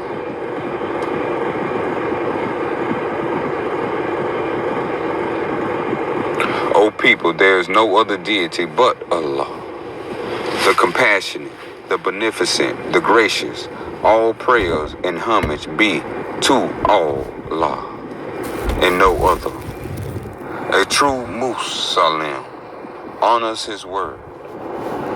Thus, all obligations made freely and fair by word and oath must be honored. So it is the merchant and moneylender. Declare all debts must be paid. Indeed, all debts through agreement are first with Allah and secondly with the merchant. Thus, to break an absolute agreement willingly is to breach the oath and promise with Allah. Yet the merchants and moneylenders are artful with trickery. They load an obligation with interest, which is forbidden under the law of Islam. They add penalties and burdens to an obligation for the most trifling of reasons.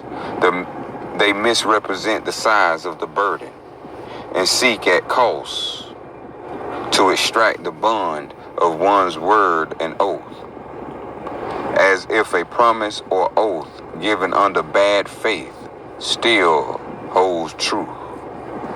Verily, when one is deceived in promise, when one is forced to take a burden greater than they can carry, when merchants change the terms or add burdens or interest, then such debts are obligated to be broken. Even when a debt is taken, the money lenders and merchants have many devious ways to extract benefit. They often forbid such debts to be traded against obligations owed.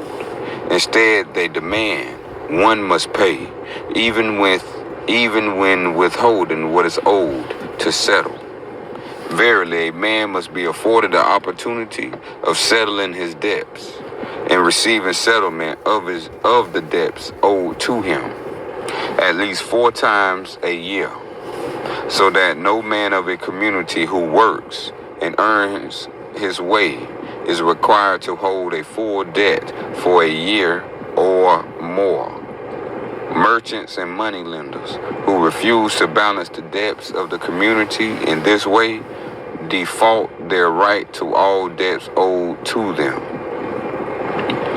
Truly, it is better to forgive debt and retain honor than to demand the torture or death of a poor man who cannot pay his debts. Whoso desires that Allah should redeem him from the sorrows and travail of the last day must delay in calling on poor debtors or abusing possession of those of poor means. A man of honor before Allah will forgive the debt in part or whole before the end of year, if such debt has been itself honored. Whoso has a thing wherewith to discharge a debt and refuses to do so, it is right they be dishonored of actions and not worthy of a true Muslim.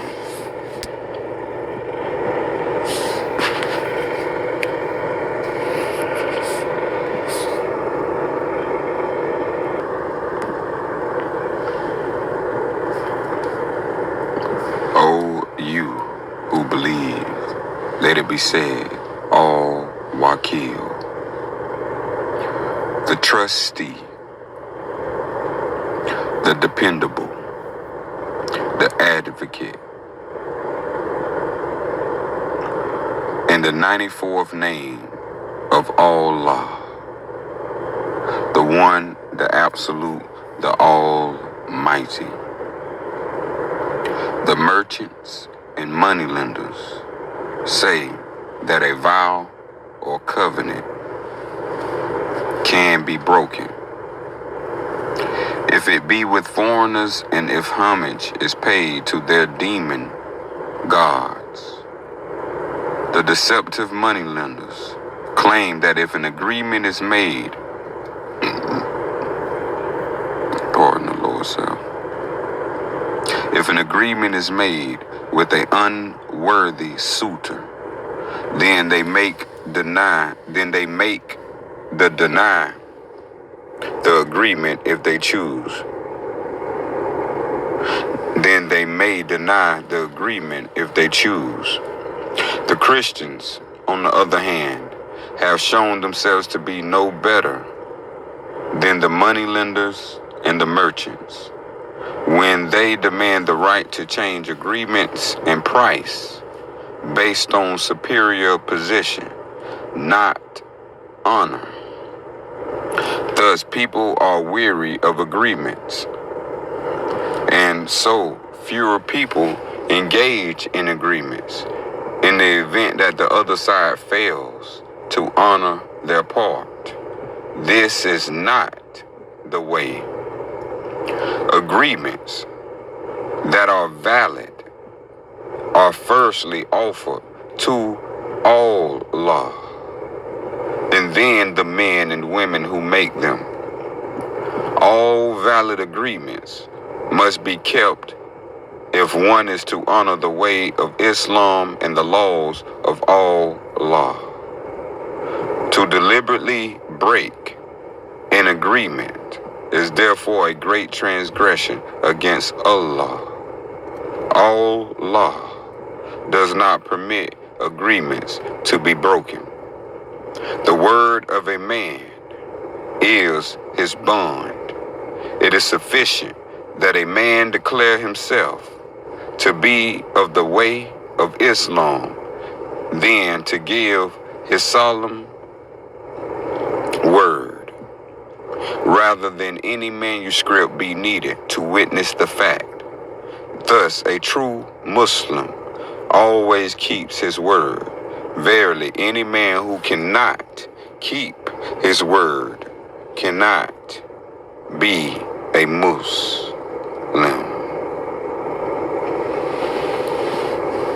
O you who believe, let it be said, Al-Bari, the evolver, the fashioner, the designer, and the 95th name of Allah, the infinite, the unique, the all-knowing. No one may claim the land nor seize it as their own possession. All earth, water, air, fire, and life is the possession of the divine Creator.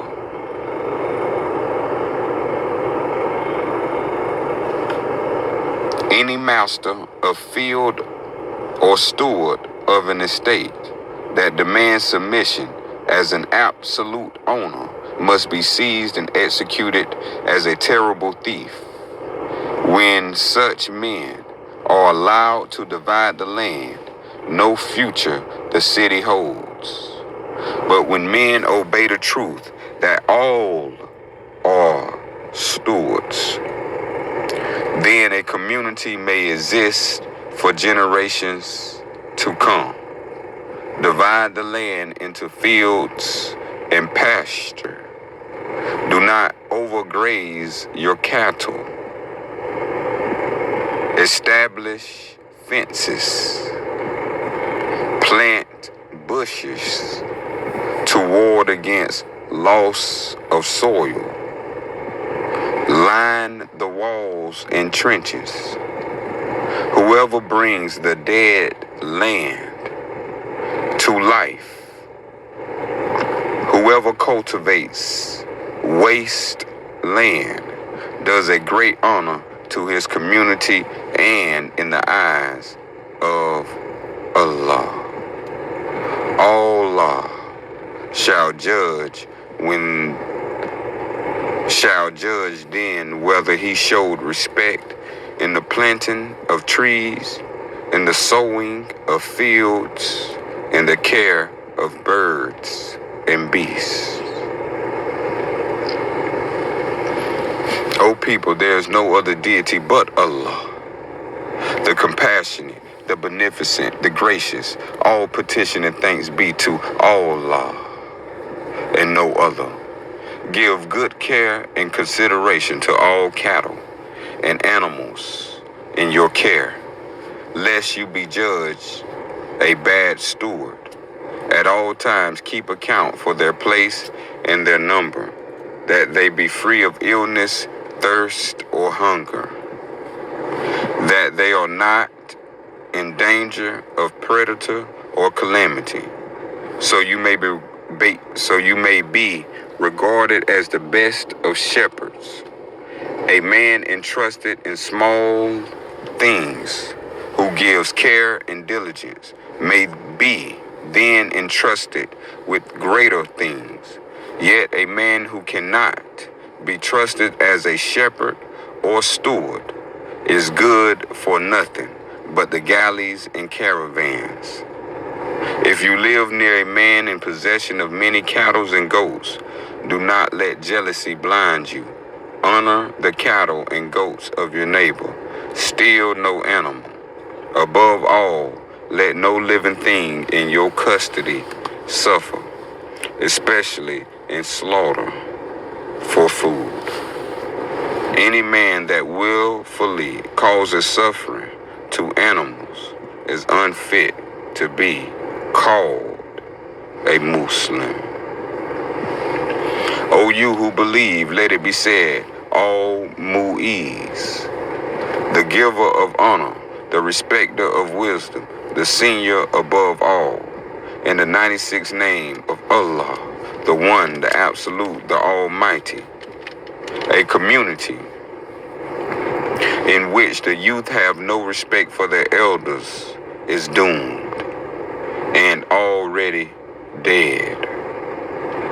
A man who shows respect and honor to his elders is closest to Allah. Those that have made the path before us are the first to testify before Allah. Thus, a true Muslim is always respectful to the elders of the community. If you see one greater in age than you, walk behind him respectfully. Give a hand to an elder, or food or shelter if needed. Respect him as if children would, as his children would. The arm is not hurt by being barred. The back is not broken by bending it.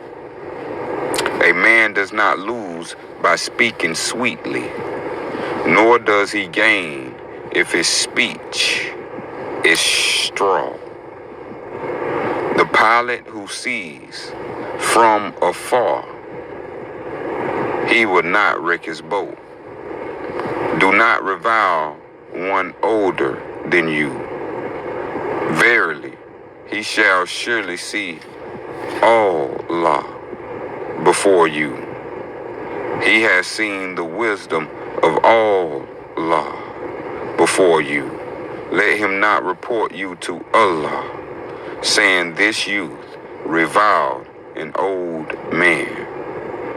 Verily, to honor an old man or woman is showing respect to Allah.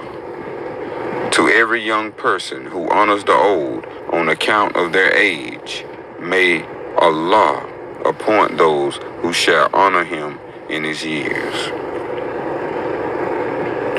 O you who believe, let it be said, Al-Ittihad. Al-Ittihad.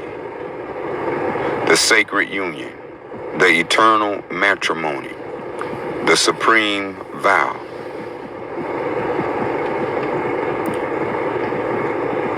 In the 97th name of Allah, the infinite, the unique, the all-knowing, the willing and free choice to be united, the binding of vows and exchange of promises, the becoming of one between one man and one woman of sufficient age, the cornerstone of all community, tribe, and civilization is union. Allah shows us the most important of laws in every aspect of the world around us. The most noblest of creatures of the land, sea and air, do but have one mate for life. The eagle and the gray wolf, even the most feared of animals such as the cow and the vulture, show greater character and respect of the laws of Allah than many merchants or money lenders.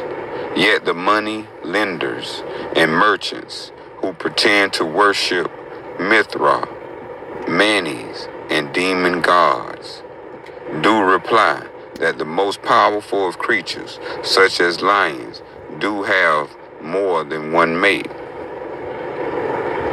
The merchants and money lenders, in their desire to twist the words of Allah, to permit all manner of vice and pleasure, argue that it is only natural for great men like lions to have more than one wife. Lo, how stupid and ignorant these defrauders of law and truth. The lion is but a servant to the lionesses.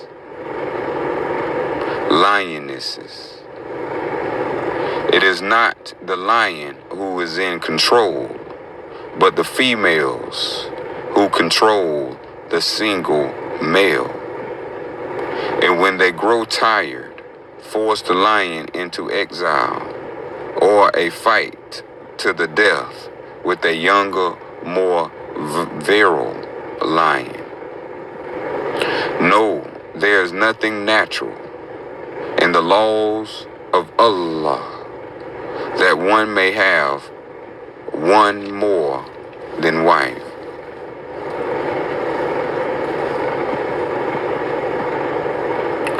Behold, if one should say to you, O messenger, I did hear you have more than one wife. Before Allah and all eternity, cut out the tongue of such a speaker of lies. For the messenger of Allah humbly obeys the laws of Allah and takes but one wife. Yet some men say, but what if my brother should die?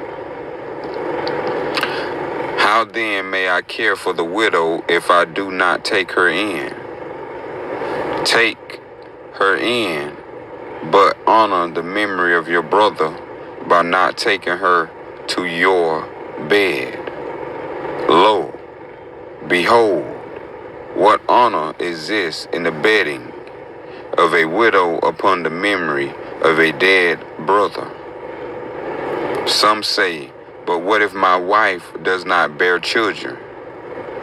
Then adopt. Orphans need parents, and if a man is a terrible father to an orphan, he will possibly be suitable for his own. He will not possibly be suitable for his own blood kin. Some say, but what if my relation is loveless and I desire a companion? Is not matrimony with two wives better than bedding with a prostitute and deceiving one wife? A man who lacks discipline will seek the fulfillment of a sexual pleasure, will sleep with prostitutes no matter how many wives as he is permitted. Therefore, such a man or low morals should not marry. Some say, but did not Abraham and ancient prophets have more than one wife? It is true that in history there have been men of character with more than one wife, but that does not make it correct in the eyes of Allah. A prophet is chosen by Allah, not because he is unblemished, but because Allah wills it.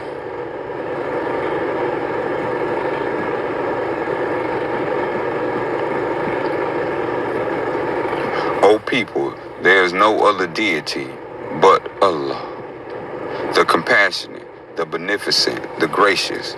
All praise and worship be to Allah and no other. The merchants and moneylenders say that their women slaves have no right to choose separation. As the merchant claims such women are owned and so are property. The wicked people say their religion permits them to kill their women, as divorce is forbidden. The Christians say that divorce is both immoral and unlawful, and that once bound in matrimony, a male and female can never be separated. Thus, like the moneylenders and merchants, many wives are murdered, rather than being granted the independent right to be recognized. Verily, by the law of Allah, it is every woman's right to ask for divorce. It is every husband's duty to show respect unto the laws of Islam and grant a woman's wishes of separation. There is no dishonor in divorce, only in men who defy the laws of Allah and Islam, and consider their wives as mere property, which they rather steal or destroy than surrender. It is a crime against Islam to refuse the right of a woman to ask for divorce when a just reason is given. Verily, a woman may be granted release from an unhappy matrimony, and yet by the laws of heaven, she may not engage in matrimony for a second time. The sacredness of matrimony is inviolable in the halls of justice of Allah. Thus, once recorded for all time, it cannot be undone. Yet Allah grants to all the blessing and wisdom against undue suffering, which may befall a man or woman in matrimony. Beware then of those that take such matters too lightly, and do not consider carefully the sacred act of matrimony. Beware to all who deny the wisdom of Allah.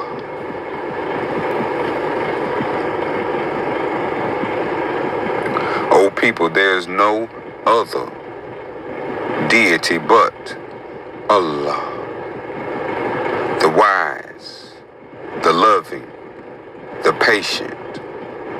All glory and honor be to Allah and no other. The way is not made to be a burden, nor is Islam the denial of joy and pleasure. Verily, the way is to honor life and liberty. The way is the honor of life and liberty. It is the teaching, the respect, the happiness. A community with no discipline and no knowledge may be blessed by rains or cursed by flood. Yet a community without law is a dark and evil place in which much suffering exists. Thus, Allah gives to his people a way to end suffering. By recognizing all who live in community must abide by some rule of law. The permitted is not then a trial or a test, but a means to lasting happiness and prosperity.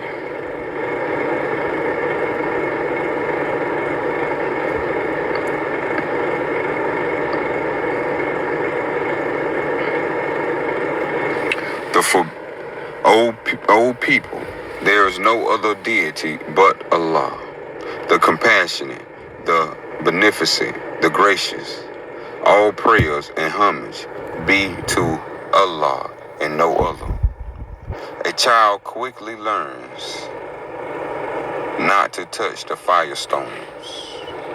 All men and women must learn what is good and bad for their soul.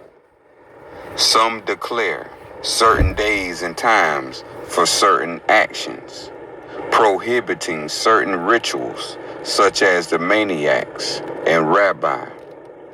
The Yahudi forbid the wearing of headdress as a form of dishonor and hiding oneself from Allah. Taboo and superstition is not sufficient reason for an action to be prohibited or permitted. The way of Islam prohibits certain actions that cause men and women to digress backwards. Actions that promote ill will and allow evil to flourish. Of actions being forbidden, it is forbidden for a Muslim to beg. Every man who shall beg in order to increase his property, Allah will diminish it. Verily, Allah loves a Muslim with a family who is poor and withholds himself from the unlawful and from begging. Whoso opens unto himself the door of begging Allah will open unto him the door of poverty. Verily, it is better for any of you to take your rope and bring a bundle of wood upon your back and sell it, in which case Allah guards your honor, than to beg of people, whether they give or not. Whoever have food for a day and night, it is prohibited for him to beg. Verily, it is not right for the rich to ask, nor for a strong, robust person, but it is allowed for the indigent and the infirm. Do not confuse poverty with austerity. A good man seeks a life dedicated to Allah and leads an austere life free of material distractions, whereas the poor man is too distracted with the material severity of their circumstances. Begging is a transgression for Muslims, but refusing to help those in genuine need is a much greater transgression. Poverty breeds ignorance, whereas austerity sustains holiness. Shame on those that change or corrupt the words of Allah concerning simplicity and austerity to the promotion of poverty. If such men live in palaces and riches, seize them and hold them accountable for their evil. Nothing saddens Allah more than people who live in filth and squalor as happily as pigs. Such ignorance is the playground of demons. Only tyrants and evil men claim poverty a virtue, to then exempt themselves from their duties to Allah, and to recruit fools for wars. The Christians allow those who seek to beg as a sign of outward piety and reminder of the great prophet Jesus Christ. Yet now there are whole armies of beggars, no longer seeking to emulate a life of poverty and piety, but who are forced by hidden overlords to pressure, frighten, and sometimes rob people of cities. Beggars have become bedfellows with thieves and all kinds of low moral people who sell their bodies, their children, and anything else in the promise of pleasure, only to take the life of those poor, unfortunate souls who succumb to their offering. A man who has taken an oath to austerity to honor the message of Allah should be commended.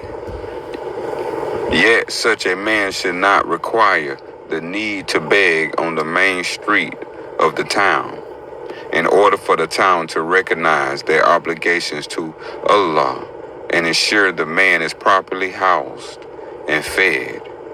Thus, there is no valid reason for anyone who is called to higher purpose to be on the street corners begging for food. Similarly, families and others who seek assistance should be able to bring up their needs to the council without being denied a voice.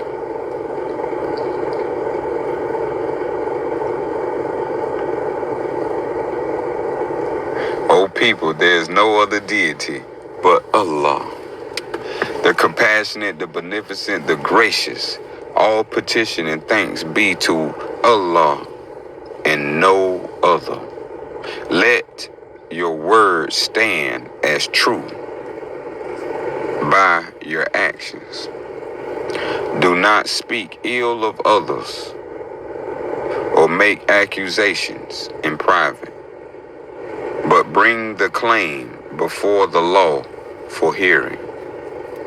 Keep records of account that you may know to whom you owe and what you are owed, that you do not overpay nor cheat those in your service. Enter into a covenant only with those who are your equal to you in virtue and character, and always from good faith and without bias. Above all, honor all agreements made in good faith. Thus, if a man can be trusted, then his house and lands may be properly administered. If the traders and merchants of a city are known for honest dealing, then the city shall thrive and prosper. But if a man cannot honor his word, if he cannot speak the truth, then he cannot be trusted and is not fit for any office. If a man cannot be trusted, he will find no buyer or seller, and his house will fail. If a city be run by thieves, then the people will suffer. Thus, the greatest transgression of corruption is not only the disrespect of the word of Allah,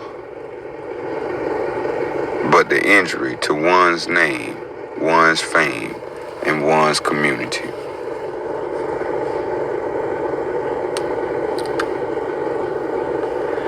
O you who believe, let it be said, Al-Faqih, the perfect jurist, and the 98th name of Allah, the one, the absolute, the Almighty, as the most learned in law and justice, the fairest of all judges in resolving all matters of controversy. All jurists owe their office to the highest jurist of all, being Allah, no other. Do not confound a man in the sanctuary of law in order to brush aside one who is right. Do not incline to the well-dressed man and rebuff the one in rags. Do not accept the gift of a powerful man and deprive the weak for his sake. Righteous law is a great gift of Allah. He gives it to whom he wishes. Indeed, the might of him who resembles him saves the poor from his tormentor. O you who believe, do not make for yourself false documents. They are a deadly provocation. They mean the great restraining oath. They mean a hearing by the herald. Do not falsify the oracles in the scrolls and thus disturb the will of the divine creator. Do not use for yourself the name of Allah to hide as if a holy man hand over property to his owners. Thus do you seek life for yourself. Do not give false witness, or your bones belong to the execution block.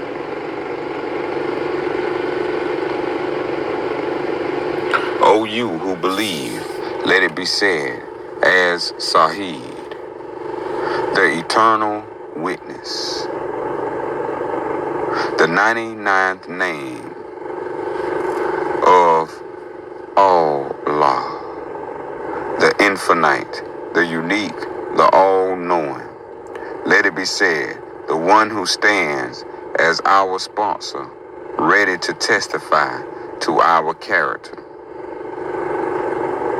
The one who has first-hand knowledge of all that may be written, spoken, or acted.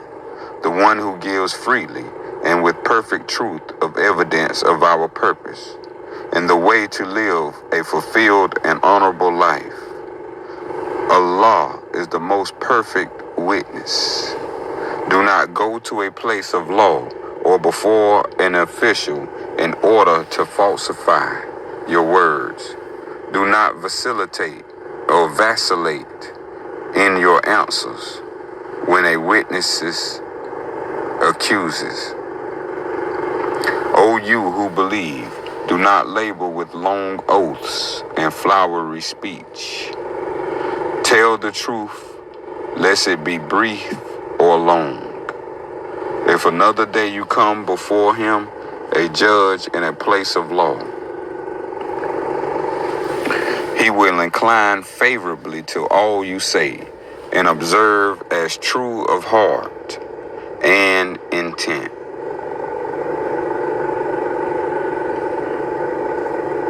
A man is nothing if his words carry no weight. My word is my bond. Any agreement is firstly with Allah, and secondly with the other. Thus, when an agreement is broken, it is broken first with Allah, and then with the other. And if one says to you that an agreement can be broken, an agreement before Allah is and has always been by word and deed, not by paper. O you who believe, let it be said as Samad, the eternal, the absolute, the self-sufficient, the 100th name of Allah, the one, the absolute, the almighty. What the eyes see, there can be no doubt. What the ears hear, let no one say otherwise. The proof is given. Now let the unbeliever state their argument. By all law and logic, each word is measured and with purpose. Every phrase has reason and meaning. As these Sufi characteristics are divine, and if one should doubt it, let them write such Sufi greater than these, which they cannot. Therefore, evidence speaks for itself.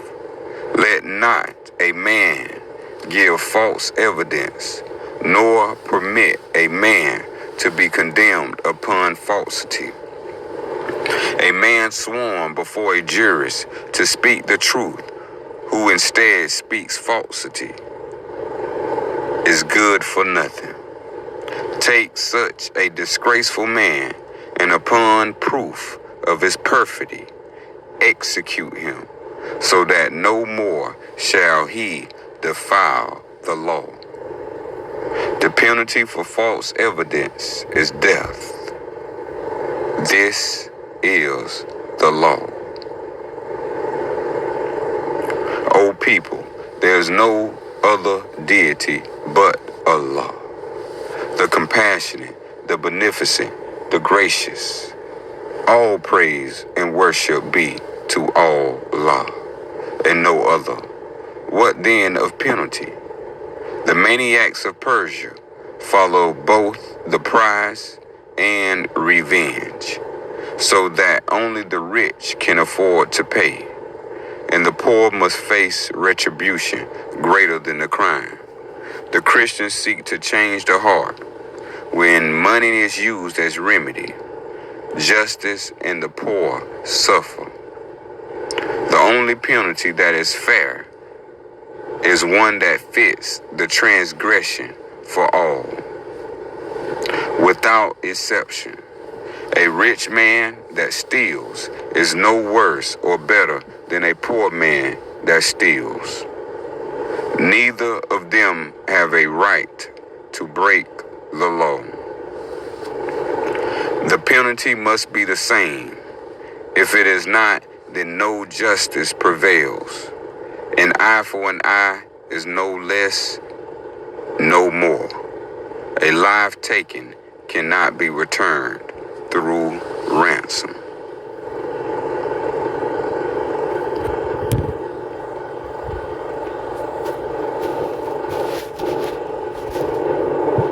Last Sufa. O you who believe, let it be said, All Qadir,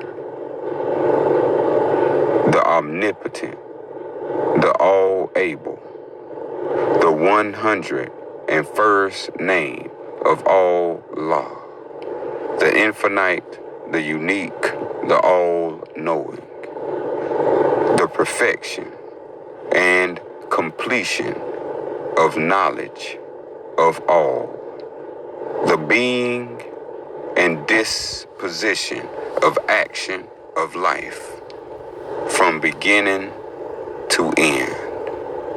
Behold, the end of fear, of uncertainty, of darkness, a new age of light through wisdom. Let not one word be altered, lest those that alter the word of Allah be judged, and let the word of Allah transform your heart, your life, and spirit. Narrated by Sufian Shareef.